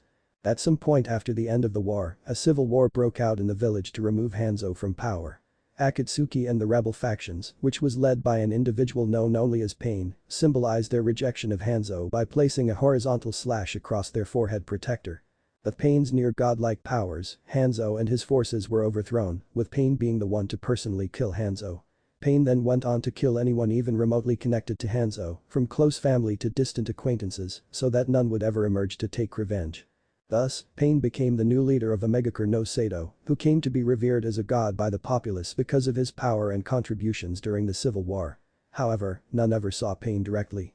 His decrees instead were communicated to Omegakure's citizen by his angel, who came to be revered almost as highly as Pain himself. The only thing Omegakure's citizens could conclusively say about Pain was that he stopped the perpetual rain every Sunday and whenever he had to leave the village. The rain that fell in the village is a perception ninjutsu, allowing Pain to freely manipulate the rain infused with his own chakra. During this technique, the falling raindrops are closely linked to Pain's senses. When the rain is obstructed by a chakra belonging to someone not of the village, the existence of the intruder could be detected. Since Pain uses Omegakure as his base of operations for his work with Akatsuki, knowledge of the happenings inside the village never reaches the other shinobi villages. Even knowledge of Omegakure's civil war was not common throughout the elemental nations, and news of Pain's victory was completely unknown to the point that other villages believed Hanzo to still be in charge. Pain-sama. The orange-haired man turned around and looked blankly at the tall woman with straight blue hair, amber-colored eyes, along with lavender eyeshadow and elaborate piercing. "What is it, Conan?" Pain asked flatly. "Itachi and Haruko have returned from the borders of Kaminari no Kuni. Sasori and Kakazu too have come back from Kei's no Kuni. They are waiting further orders in the chambers. Both teams have gotten a detailed layout of the area surrounding the village, as well as the locations of the Ichibi, Nibi and Hachibi Jinchuriki. However, the security in Komagakure no Sado is highly firm. Getting the Nibi and Hachibi without direct confrontation with Kumo won't be possible," said the angel of Omegakure no Sado emotionlessly. "It was never my intention to leave the villages unscathed. The 5 great shinobi villages have lived long enough without facing the consequences of their actions in the past. They shall know and understand pain soon when God himself forces his judgment on them. Go and wait with the others, Conan. I will be there shortly." Pain replied calmly as he turned away from the angel of aim. As usual, Conan accepted the orders given to her and went inside the tower to wait with rest of the members of Akatsuki. After a few minutes of quietly observing the rainy sky, Pain made his way to the chamber inside the tower where the members waited. As Pain stepped into the chamber where all the current members of Akatsuki were standing, Conan walked and stood beside him. Conan was among the original founders of the Akatsuki and thus had more say in the group compared to the other members. While Pain and Conan stood on one side of the room, all the other members stood before them with the same emotionless mask on their face. They all once belonged to a village and served them loyally. However, the circumstances they all went through forced them to become Rouge and eventually joined this group by the leader of Akatsuki. All the members of the group wore long, black cloaks with red clouds, a red interior and chin-high collar. The red clouds represented the rain of blood that fell in Omegakure during its wars and were viewed as a symbol of justice. The robes are very distinctive, allowing members of Akatsuki to be identified even from a distance. We still need more members and funds to carry out the mission that we will be focusing on in a few years' time. Until that time, keep hunting more missing ninja and collect their bounties to increase our funds. I will be out of Omegakure for a few weeks, so there's no need to return here until you're contacted," Pain stated firmly. "Hi, Leader Sama," responded the other members. Before Pain left the room, he glanced towards Conan, giving her a silent message, which she understood clearly. "Itachi, Pain-sama wishes to speak to you regarding the Kyubi and Sanbi Jinchuriki," Conan said to the ex-Konoha ninja. Itachi, who had his eyes closed all this time, opened them to reveal his red eyes upon hearing the subject and merely nodded as his eyes returned to his normal black color. While the other members of the group made their way outside the tower from the left, Itachi and Conan walked out the room from the right to make their way to Pain. Next day, early morning in Konohagakure no Sado. Hinata Hyuga, the heiress of the prestigious Hyuga clan, was walking to the academy along with her 2 bodyguards Ko and Usagi. Ko was a man of average height and build with short brown hair and backward spikes. Like most Hyuga, he had white pupil-less eyes, along with having a broad and well-defined nose. He wore the standard Konoha uniform inclusive of a flak jacket and forehead protector that he wears like a bandana. Casually, Ko wears the Hyuga clan signature black kimono. Usagi had medium-length dark-colored brown hair that she often kept tied up in an unkempt high ponytail, with bangs parted down the middle. She too had the all-seeing wide eyes of the Hyuga clan and creamy white skin. She carried a tantm on her back, signifying that she was skilled user in the arts of Kenjutsu. The two bodyguards were from the branch family and were among the two most skilled shinobi of the Hyuga clan. Ever since the Kumagakure incident that took place 5 years ago, Hinata had been given an extra guard to keep a lookout for immediate danger. After all, nothing is supposed to deceive the great wide eyes of the clan. Hinata had grown immensely in the shinobi arts in the last 5 years. She was by no means a master in the Juken Taijutsu art that only members of the Hyuga clan can perform. But with her two sans and her cousin Niji's help, she had significantly improved her stance and fluidity in the movements. However, she knew that despite her improvements, she wasn't strong enough to protect others or herself in a situation that demanded courage. She had always been the sensitive one in the family. Instead of most of the Hyuga members who had an air of firmness around them, Hinata had always been soft and gentle. And it was because of her kind and gentle nature that she could never bring out the rigidity that was essential in Juken when striking an opponent. Seeing the slightly absent look on Hinata's face, Usagi tapped Hinata on her left shoulder gently. "What's wrong, Hinata-sama?" she asked kindly. She had seen how Hinata was treated unfairly by many of the main family members due to her soft nature. She never supported such behavior towards a child, but a branch member never had much say in the affairs of the main family. I don't think I can be a strong shinobi as everyone expects me to become in the family, Usagi-san." Hinata stuttered a little. After spending a bit of time with the blonde now and then ever since she got to know him, her stuttering had become almost non-existent, but she still did that from time to time when she felt nervous or down about something. "You are still young, Hinata-sama. You have a long road ahead of you. There is no need for you to be thinking of such things yet. I am sure that when the time comes, everyone will recognize you as someone they can depend on." Usagi replied gently. She understood the girl's dilemma. Kunoichi were often seen as weak compared to the men, and with Hinata's past, it was understandable why she had such thoughts in her mind. "You could train with Naruto-sama more often." Ko interjected as he heard the conversation between the two. He, by no means liked the Kyubi Jinchuriki much, but he couldn't refute the fact that he had a positive influence on Hinata. Ko had lost several of his brothers and sisters during the Kyubi attack 10 years ago and thus held a grudge against Senju heir. Hinata lowered her head on hearing that. During the past year, she hadn't spent much time with Naruto due to him always being busy with his training. Ever since he returned to the village after that horrific night, she had noticed a change in him.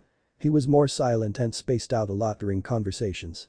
She knew he tried to cover up his sadness with that happy smile of his, but she had learned to look past that layer. It hurt her a bit to see him not share his sadness with her, but she also understood that he needed his own space to cope up with everything that had happened to him. Yet, she still wished that she could do something more him.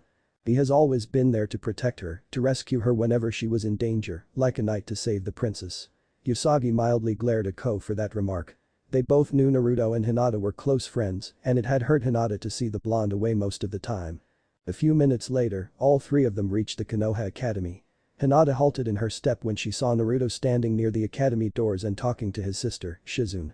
She steeled her resolve momentarily and decided that she would go to the Senju compound in the evening to spend some time with her favorite blonde, whether he liked it or not. Bidding goodbye to Ko and Usagi, Hinata walked towards into the academy. Mount Myaboku, home of the Toads. Jiraiya impatiently waited in front of the great toad sage, along with Fukasaku and Shima. He was casually sitting on a tree in a neighboring town of Konoha, looking at the wonderful specimens of women at the bathhouse for his next novel, when he was abruptly summoned by Fukasaku, stating that the great toad sage wished to speak with him. He would have had no qualms with that if he wasn't waiting for the old toad to wake up from his nap. Jiraiya, Fukasaku and Shima had been standing in front of the old toad for over an hour, simply waiting for the old geezer to wake up. "This is really testing my patience. Someone wake him." Jiraiya yelled with displeasure. He was a busy man and had a lot of important work to do, like attaining information for his next novel. "Just calm down, will you, Jiraiya boy? We all are waiting," Fukasaku said with a sigh. Meanwhile, the great toad sage snored deeply while sitting on the large seat which had the kanji for sage written on it. Shima scowled a bit at that and jumped on top of the great toad sage and promptly hit him on the face with her stick. "Wake up, you damn old geezer," Shima yelled indignantly. This caused several different reactions from the occupants of the room.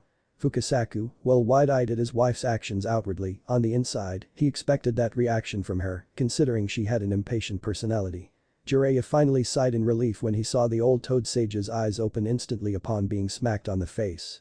The great toad sage looked around the room upon being woken up from his sleep rather lazily, but stopped when his gaze landed on the toad Sannin. "Ah. Jiraiya. You're here. What took you so long?" asked the old toad. Jiraiya developed a tick mark on hearing that and almost felt like giving the old toad a piece of his mind, but he held his tongue. "What did you wish to discuss, Great Lord Elder?" Jiraiya asked politely.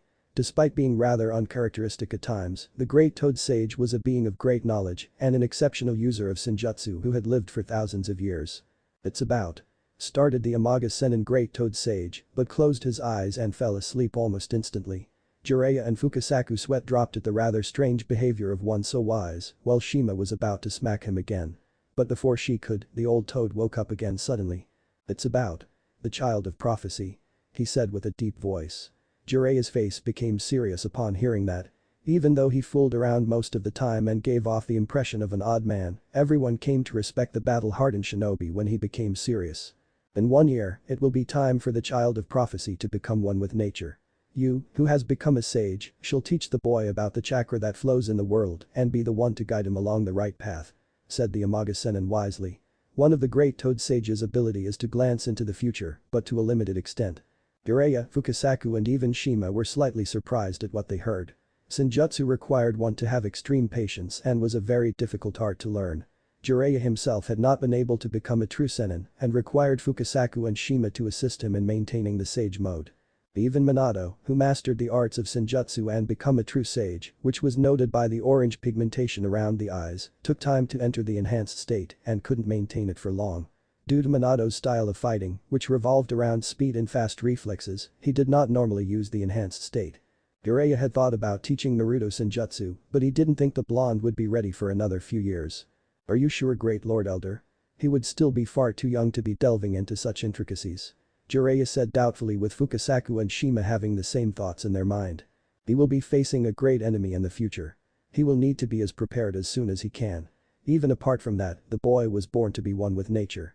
His skill with nature chakra will be unparalleled in the times to come," said the Great Toad Sage nostalgically. He still remembered the first time he had brought his friend to the land of toads and was surprised that a human could feel the nature chakra flowing in the world without any prior training. He was certain the boy would attain skills in Senjutsu that would one day rival his old friends. "Hi, Great Lord Elder. I will start training him in Senjutsu when the time comes," Jiraiya replied with a polite bow. He was surprised as to how much faith the Amaga Sennin had in Naruto. He wondered, was it faith? Or did the old toad really know something about the past that made him come to such conclusions? Fukasaku, Shima and Jiraiya soon left the chambers as the Great Toad Sage went back to sleep once more. Jiraiya, along with his two masters who helped him in learning Senjutsu, were now standing near a special portal that linked Mount Myaboku to Konohagakure no Seido. This was known as the distant body water in Shinsui. The portal allowed the smaller toads to quickly travel between two places without the use of the summoning technique. Combined with a toad that can perform the summoning jutsu, the toads can be summoned to aid Konoha in the event a living toad summoner isn't in Konoha at the time, summon people to Mount Myaboku from Konoha, or send them back to said village. "I will speak to the Gaki about Senjutsu training and have him sign the toad contract soon then. I will bring him here once he signs the contract, Fukasaku-sensei, Shima-sensei," Jiraiya said. "Yes, Jiraiya boy. It's been a while since I have seen Minato boy's son," Fukasaku replied as he remembered last seeing Naruto the day he was born. Jiraiya stepped into the portal and Fukasaku performed the necessary hand seals, and a couple seconds later, Jiraiya disappeared in a cloud of smoke. "Now, help me find some good food. We need to prepare for Naruto-chan's arrival," Shima said, and Fukasaku sighed on hearing that. His wife always went on rambling about that she had to make food and complained how he didn't help her enough. Straightening his aging back, he followed his wife to the garden. Why is it that the males always had to listen to the females, no matter what? Konoha Academy. It was around 11:30 in the morning and Iruka was standing beside the podium, flipping through the pages of his book to look for the topic to discuss in the last 30 minutes of today's last class. He could hear the students bicker endlessly in the background and it annoyed him that none of them paid any heed to him standing before them. He closed his book with a loud thud and cleared his throat by using chakra to amplify his voice. He was satisfied that most of the students who were talking earlier were now paying attention to him. Keeping his book on the podium, he walked to middle of the class and looked around the classroom with a smile. Almost every one of the students had improved in one way or another in the past 2 years. Be it weapons throwing, taijutsu, using chakra or even the history of the shinobi world, which was rather an important part for any shinobi to know. He frowned internally when he looked at a few girls who came to academy only to daydream about a couple of boys and a few boys who were mainly jealous that most girls paid attention to the select group of boys and did not take their shinobi training much seriously. Yet, he had hoped that once they became shinobi, the reality of the situation would force them to change their mindset. After all, that was what a teacher should do, believe in all the students, despite their progress rate. Getting out of his thoughts, he looked at the students again, already having decided what to discuss about today. We completed 2 years of academy a couple of weeks ago, and everyone has learned something useful that will help them advance themselves in their shinobi career. So, by now everyone should have an idea of what they want to achieve in the future. Today, we are going to discuss about your dreams for the future. Haruka said. Many of the students, mostly from civilian backgrounds, looked amongst themselves with slightly confused expressions on their faces. The civilian students who come to the academy to become shinobi are normally made to believe that they would have a lavish lifestyle once they became a shinobi of the village and would get paid a lot of money, which in turn would help their family. Hence, they never really thought about what they themselves want to do. Naruto, who was sitting in the last bench, had a thoughtful look on his face on hearing the topic for discussion. Before joining the academy, he wished to become Hokage so that he could gain the village's appreciation and become accepted as part of the village. He wished to protect his village because he could sense how much Konoha meant to all the people. Back then, he didn't know why people hated him, but now that he knew the reason, he understood that it wasn't him they hated, rather the beings of chakra sealed inside of him. However, after going through everything he went through in the last 2 years, he had gained several doubts in his mind. He often found himself wondering if people would accept him as the Hokage if he ever became one. If people would ever respect him, if they would ever see him as one of their own. Despite his wariness, he still wished to protect Konoha. He wished to protect the place where he was born. He wished to protect the place his parents were born and the place his great-grandfather fought his entire life to create. Glancing towards Hinata, who was sitting beside him, he was amazed at how hard she was pondering over the matter with her eyes closed. He had noticed she was awfully quiet today. It made him wonder if she was okay.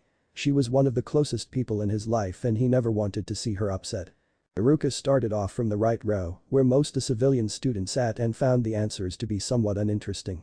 While most of the boys wanted to become great shinobi so they could live a better lifestyle or get a good girl, most of the girls wanted to marry either Sasuke Uchiha or Naruto Senju. Turning his head towards the Nara air, he wasn't surprised to find him almost dozing off.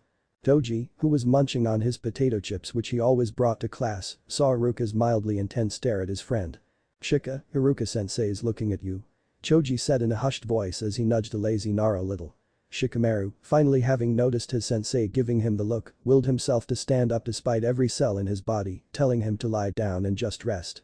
"I don't want much in life, Haruka-sensei. I just want to get promoted to a chunin, meet someone nice and settle down. Anything more is too much of a drag," Shikamaru said with yet another yawn. Those who knew the Nara well snickered, already having expected something akin to that response. Even Haruka's sweat dropped and briefly wondered if the boy found anything in life to not be a drag. However, he was aware that underneath Shikamaru's lazy attitude lay a mind of a great tactician who would one day help Konoha win great victories. If only he knew. When Choji's and Shino's turn came, none were surprised to hear that both wanted to become the type of shinobi who brought pride and honor to their clan's name. Even though Choji was not among the best students in the class, Haruka admired the plump boy's admiration and his dedication towards his friends. He knew he would go on to become a shinobi on whom others could rely on without a shadow of doubt. Being from the Aburam clan, many students found Shino to be strange because of him housing bugs inside his body and thus avoided him on occasions. Initially Haruka was slightly worried about the bug user, but later, when he saw Naruto interacting with Shino and involving him with his friends, it eased his mind to know that Naruto understood Shino. "Haruka-sensei. When's my turn going to come?" asked Kiba smugly. He had always been the impatient one among the group of children. Not even a second later, the young Inyazuka was smacked on the head by Sakura and Ino, who were sitting on either side of him on a bench just behind the supposed last loyal Uchiha. "Wait for your turn, Kiba. If anyone, Sasuke-kun's turn should come next," yelled Sakura. Everyone in the class was surprised when Ino did not join Sakura in her usual rambling about her precious Sasuke. Once again Haruka sighed, seeing that behavior. Even though he had spoken to Sakura on several occasions about her fangirl attitude, she hadn't changed one bit. Although, he was glad that he could see a bit of calmness in Ino's behavior. Turning his gaze at the young Inyazuka, the scar-faced chunin chuckled lightly on seeing the boy's enthusiasm. While most students had changed in one way or another, Kiba's cheerful and overconfident attitude had yet to take a positive or negative peak on the graph. "Alright. Tell us about your dream, Kiba," Haruka asked calmly. After rubbing his sore head for several minutes, which earned a laugh from several students and a bark from Akamaru, Kiba stood up on his place and confidently pointed his thumb at himself. "I want to become the greatest hunter ninja the elemental nations has ever seen. And once I accomplish that, maybe I will even try for the Hokage position." Kiba said with a big cocky smile which showed his pronounced canine teeth to everyone. The entire class, including Iruka, became silent for a moment, but a few seconds later majority of the class burst out into laughter over the Inuzuka's proclamation. Kiba hung his head low with a comical look on his face on seeing the reaction he got, but smirked at everyone nonetheless. He wouldn't give up just because some people thought it was impossible. Naruto had to admit, Kiba had courage and was brave enough not to get down easily. But even Naruto knew that for Kiba to make his statement a reality with his current mindset, a miracle would have to take place. Soon enough, Iruka calmed the class down and turned towards the pink cat and the platinum blonde-haired girl. "How about you, Sakura? What are your dreams for the future?" Iruka asked eagerly. Despite Sakura showing behavior considered to be uncharacteristic of an aspiring shinobi along with Ino at times, he always saw something in those girls. While Sakura had exemplary chakra control as per what he had seen, Ino had the will to continue forging ahead and help her friends along the way. Right now, both girls may be immature and inexperienced, but when they do grow up, he believed they would be among the top Kunoichi Konohagakure no Sato would produce. Sakura felt a bit nervous when she saw that everyone in the class was staring at her awaiting her response. She looked at Sasuke from the corner of her eyes and became a little upset when she found him to be simply staring out of the window beside his seat. However, she scrunched up enough will to speak her mind. "I really like Sasuke-kun and wish to be with him someday," Sakura said shyly in a low voice. While Iruka only saw a young girl's childish desire, Naruto could feel the sincerity in her voice. He kept quiet though. Ino, however, lowered her head a bit and stared at the ground. Even her father had spoken to her about how she never took being a kunoichi seriously and would never manage to amount to anything if she continued to go on the way she was going. It had hurt her a little at that point, but a few weeks later, she realized her mistake when she was sorely defeated in the weekly taijutsu spar between students. "I want to become a strong kunoichi, Iruka-sensei. I want to show everyone that even kunoichi can be as strong as boys," Ino said with a faint conviction present in her voice. Iruka was slightly startled by that answer, but smiled nonetheless. "Looks like she's growing," Iruka thought. Before he could move on to Hinata, Naruto and Sasuke however, the bell rang, letting everyone know that the academy was over for today. "Alright class, we'll continue this some other class. Class is dismissed for today," Iruka stated and immediately all the students started swarming out of the classroom. As Naruto walked down the stairs along with Hinata, he saw Sasuke pick his backpack and walk out the room without giving a single glance. He sighed, seeing his best friend's demeanor. It had been like that ever since the day Naruto saw the strange design in Sasuke's Sharingan. During the academy, both knew that the other was close by, but both acted as if they didn't notice the other. He didn't know what it was, but he could sense that his friend's chakra felt a lot colder than earlier. It felt dark. He understood that Sasuke had a deep hatred inside of him due to Itachi's actions. But even after everything he had heard about Itachi from everyone else, he couldn't come to believe that the kind boy he once knew would slaughter his entire clan just to measure his strength. As Naruto and Hinata quietly made their way outside the academy, Naruto was mildly surprised to see his Jiji waiting there for him instead of Shizune Nichan or his Kachan. There were times when he walked home alone too, depending on whether his Nichan or Kachan were busy or not. Before he walked up to him however, Naruto stopped and turned towards Hinata. "Hinata-chan, is something wrong? You have been really quiet today," Naruto asked, unsure. Hinata poked her index fingers somewhat nervously about being questioned so suddenly. She had just planned to go see Naruto in the Senju compound in the early evening when she knew he mostly trained but hadn't planned on being questioned like that. Thus, her nervousness. Isagi, who was waiting to accompany Hinata back to the Hyuga compound, giggled a little on seeing Hinata's nervousness because she just knew why the Hyuga heiress acted that way around the blonde. It also made her smile, seeing how innocent their relationship was. None of them knew just how special they were to each other, and that is what made it even more exciting in Usagi's opinion. They had countless number of possibilities before themselves which they could choose to give birth to a more intricate relationship between themselves. "It's nothing, Naruto-kun. I will see you later," Hinata said in a rushed manner before she ran to Usagi upon seeing her. Holding the elder Hyuga's hand, both Hinata and Usagi started to make their way towards their home. Meanwhile, Naruto merely stood there for a few more seconds as he watched her run. Ever since he came back to the village, Naruto knew he hadn't spent that much time with many of his friends, especially her. He just wished that he could get his mind straight. Turning around, he too walked towards the person who was waiting from him. "Jiji, what brings you here?"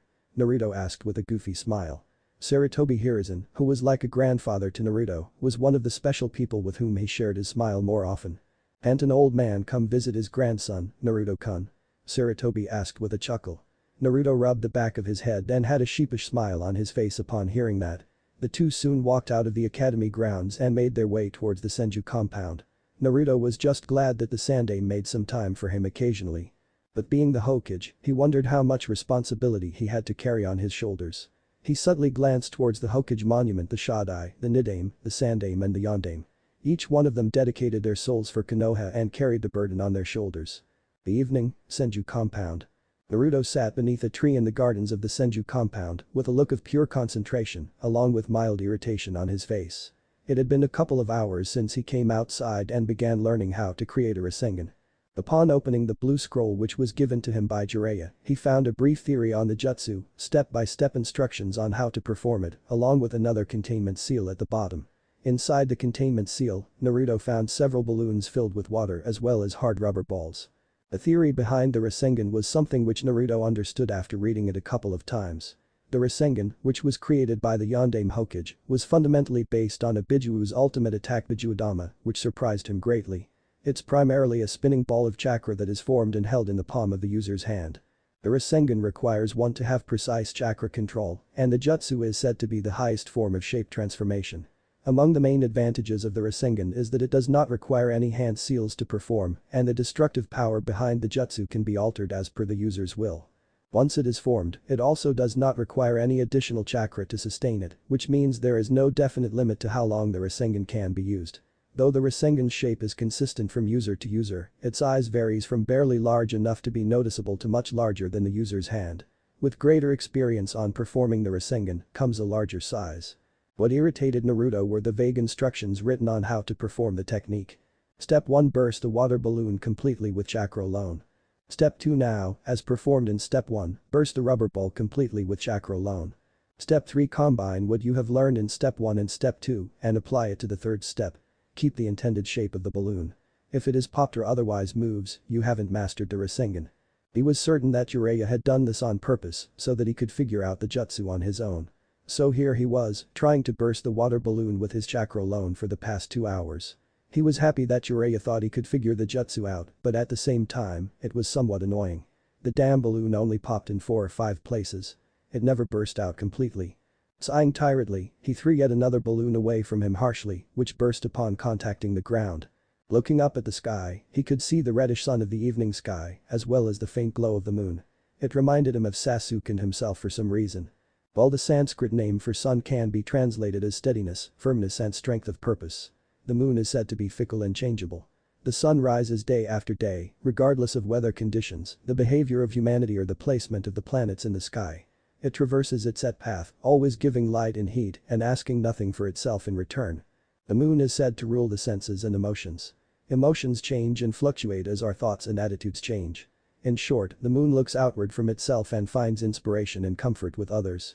Ridding his mind of Sasuke for the time being, Naruto picked up another water balloon with his left hand and began rotating the water inside the balloon with his chakra in one direction. He was aware his body naturally spun his chakra from right to left, so he didn't have a problem in maintaining the fluidity of the chakra flow inside the balloon. However, once again he sighed when he noticed only 3 or 4 pops on the balloon. "Naru-chan." Naruto heard his mother call out to him. Looking towards the patio where he believed he heard his mother's voice from, he was surprised to see Hinata standing along with his mother. It had been a little over 4 months since both had trained together. Naruto kept himself busy in his own training, which normally consisted of getting a better grasp of Futon, Suiton, Raiden and Doton chakra manipulation, doing jutsu or improving his Mokuton abilities. So with everything he had been doing, the thought of calling Hinata over or going to her house never crossed his mind during those times. "Hinata-chan. Are you here to train with me?" Naruto asked a bit timidly. Tsunade pushed Hinata a little towards her son and went inside the house so the kids could talk amongst themselves. She was aware at how the two had grown slightly distant in the past few months and it saddened her a little. However, she was optimistic that the two would be back to normal soon enough. It made her laugh a little as to how oblivious her son was to Hinata's feelings. She doubted Hinata herself knew of them. "Hi, Naruto-kun." Hinata replied. Looking behind the blonde, she was confused as to what he was doing with several water balloons on the ground. When Naruto saw her look at the balloons behind him, he laughed a bit, seeing her confused face. He found it adorable. "Why are there so many balloons, Naruto-kun?" Hinata asked, perplexed. "I'm learning a new jutsu, Hinata-chan. It's going to be totally awesome." Naruto replied enthusiastically. but hung his head down not even a second later, thinking about how slow he was progressing. "Do you need some help? I can help if you would like," Hinata asked gently. As Naruto nodded his head, both walked towards the tree Naruto sat under earlier. Upon showing the scroll to Hinata and explaining her what he was trying to master for a good 20 minutes, the Hyuga heiress was awestruck on hearing it. She was amazed that Naruto was learning one of the Yondaime Hokage's prized jutsu. She had heard great tales about the deceased Hokage from several of her clansmen and from many people within the village. "So, where are you having problems?" Hinata asked. "It's better if I show you," Naruto replied. Once again, he took a water balloon in his left hand and spun the water inside with his chakra in one direction. The result was the same as the previous times, only 3 to 4 pops in the balloon. "So, you see what happens. I am supposed to make the balloon burst completely. But all I get is a few pops here and there. It's been really annoying me," Naruto said frustratingly. Hinata giggled, seeing Naruto's face, and found her cheeks to be slightly redder than usual. Calming her blush down, she asked Naruto to do what he was doing again. This time, however, she wanted to see it with her Byakugan. Making the seal of confrontation, Hinata made her chakra flow to her eyes and activated her clan's Dijutsu, indicated by the bulging veins around her eyes. So, when Naruto made the water inside the balloon spin with his chakra, Hinata noticed that the chakra peaked in certain areas inside the balloon and caused the balloon to burst open in those small areas only. "Did you notice anything, Hinata-chan?" Naruto asked eagerly.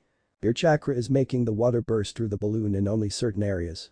I think you need to make your chakra do that all over the surface of the balloon from the inside," Hinata replied, somewhat unsure of herself. Folding his hands over his chest, Naruto gained a thoughtful look on his face. He understood that spinning the water inside the balloon in only one direction made it pop in only a few places. That made him wonder, what if he made his chakra spin the water in different directions? Logically, if spinning in one direction would give a certain number of holes in the balloon, different directions would increase the number of holes in the balloon and eventually cause it to burst completely. Hinata was startled when 1 second Naruto was standing and thinking, and the next second he was a few centimeters away from her face. "You're the best, Hinata-chan," Naruto exclaimed happily. Hinata's cheeks became bright red on that remark, and she felt as if she was about to faint at their proximity, but willed herself to stay up in front of the blonde. It would be too embarrassing for her. Taking another balloon in his hand, Naruto concentrated to make his chakra spin the water inside the balloon in different directions at once. A smile came on his face when the balloon popped in more than 20 different places this time. Doing the same thing repeatedly for the next half an hour, Naruto smiled widely when he was finally able to make the water balloon burst completely, splashing the water on Hinata and him a little. "I did it!" Naruto yelled in joy. Hinata too had a smile on her face, glad that she could help her friend in learning something that was important to him. The blonde then tiredly sat down on the ground as the hours of exhaustion caught up to him. Despite Naruto's chakra having immense healing prowess, he too got tired after going over a single matter for hours. "You're already tired, Naruto-kun? I thought we were going to train," Hinata asked with a small smirk. She knew Naruto was genuinely tired, but the blonde always did say he had endless amounts of stamina. Also, a little playfulness never hurt anybody. "Who said I'm tired?" Naruto shot back, slightly embarrassed. 4 days later. "So, let's see if you really mastered the jutsu or not," Jiraiya said, looking over at the blonde. In the past few days, he had noticed the long hours Naruto spent in the back gardens of the Senju compound after the academy to master the jutsu. But he hadn't approached him even once. He wanted to see if the blonde could figure out the key details of learning the Rasengan on his own and proceed from there on. That was the main reason he hadn't given a detailed explanation of the steps involved in forming the Rasengan. "Just watch, Jiraiya-sensei," Naruto said calmly. Extending his right arm, Naruto concentrated his chakra in his palm. Slowly, violet chakra began swirling in the shape of a ball and started to grow larger until it was the size of a soccer ball. The violet chakra then became much denser and the power behind the jutsu was clearly felt if the slight gust of wind around Naruto was any indication. Finally, the swirling ball of chakra calmed down and formed a perfect sphere. "See, I did it, Jiraiya-sensei," Naruto said proudly. After he had completed the first step of the jutsu with Hinata's help, every evening for the next few days, Naruto spent with Hinata and trained with her. The following step after bursting the water balloon was completed comfortably by Naruto, which was to burst a rubber ball. Already knowing the key fact behind bursting a balloon, Naruto understood to burst a rubber ball which had a harder shell compared to a balloon, he would need more power and denser chakra. And in Blonde's case, his chakra was naturally much denser compared to normal shinobi. The third step, however, took slightly longer for Naruto to complete, where he had to contain the rotation and the power of his chakra in a shell. But, with hours of practice, dedication and Hinata's help, he had mastered the third step and was finally able to make a perfect Rasengan in his hand. Jiraiya looked at his godson with pride evident in his eyes. He knew Naruto wasn't a natural-born genius. He was the kind of person who worked on something until they got it right. And he was proud of that attitude which Naruto possessed. The blonde did indeed work hard, extremely hard, to get to the point where he is. There are times he did feel sad to see a young boy possessing such battle prowess. Due to the certain circumstances in his life, Naruto would always have to be prudent and strong enough to fend off those who come after his life. That's good, Naruto. Now, let's see how it fares against my Rasengan, Jiraiya said with a smirk. A second later, a Rasengan was formed in the Toad Sannin's left hand, roughly the same size as that of Naruto's. The master and student stood opposite to each other with a look of complete seriousness on their faces. They both were currently standing in a forested area, a couple hundred meters behind the Yondame's face on the Hokage monument. Apparently, Naruto found it fitting that he showed Jiraiya the Rasengan at a place where he could feel closer to the Yondame Hokage. With an unsaid call to start the battle of the strength between the two Rasengan, both ran at each other with impeccable speed. Rasengan yelled both, and the violet ball of chakra met the blue-colored ball of chakra in an impressive show of power. A large gust of wind blew past in the area when the two jutsu collided. Both Rasengan seemed to be almost equal in strength when suddenly both Jiraiya and Naruto were pushed back in the somewhat large explosion that took place, covering the area in a blanket of smoke. Naruto promptly got up from the ground and went through a few hand seals. Gyuten Datapa, said the blonde as he blew a powerful wind from his mouth to clear the smoke away from the area. He saw Jiraiya sitting on the ground a few meters away and walked up to him. "Are you okay, Jiraiya-sensei?" Naruto asked. "You're still too young to injure the great Toad Sage Jiraiya, kid," Jiraiya joked as he got up from the ground. Dusting his clothing of the minor dust that was there, he ruffled Naruto's hair with a genuine smile on his face. "That was great, Naruto. Looks like you got it down." "Arigato, Oji-chan," Naruto replied gratefully. "Do you want to go sit on top of Yondame's head and watch the sunset?" Jiraiya asked. He was aware that was Naruto's favorite spot within the whole village and couldn't help but see the irony in it, the son finding comfort with his father. After a few minutes' walk, Jiraiya and Naruto sat atop the Yondame Hokage's head at the edge. The village from up here looked so scenic. It was truly majestic. The green shade of the trees, the white, red and brown shades of the buildings, the reddish and orange hue of the sky, all of it came alive together in the eyes of two sitting there. "Oji-chan?" Naruto asked slowly. "What is it, Naruto?" Jiraiya felt the hesitance in Naruto's mind and wondered what made him feel that way suddenly. "Will you tell me about your friend, Orochimaru?" Thank you for watching this video, I hope you enjoyed it. If you want to see the next part, don't forget to turn on notifications by hitting that bell icon. Please like, subscribe, and comment below to let me know your thoughts. Check out my other videos for more content you might enjoy. Until next time, take care.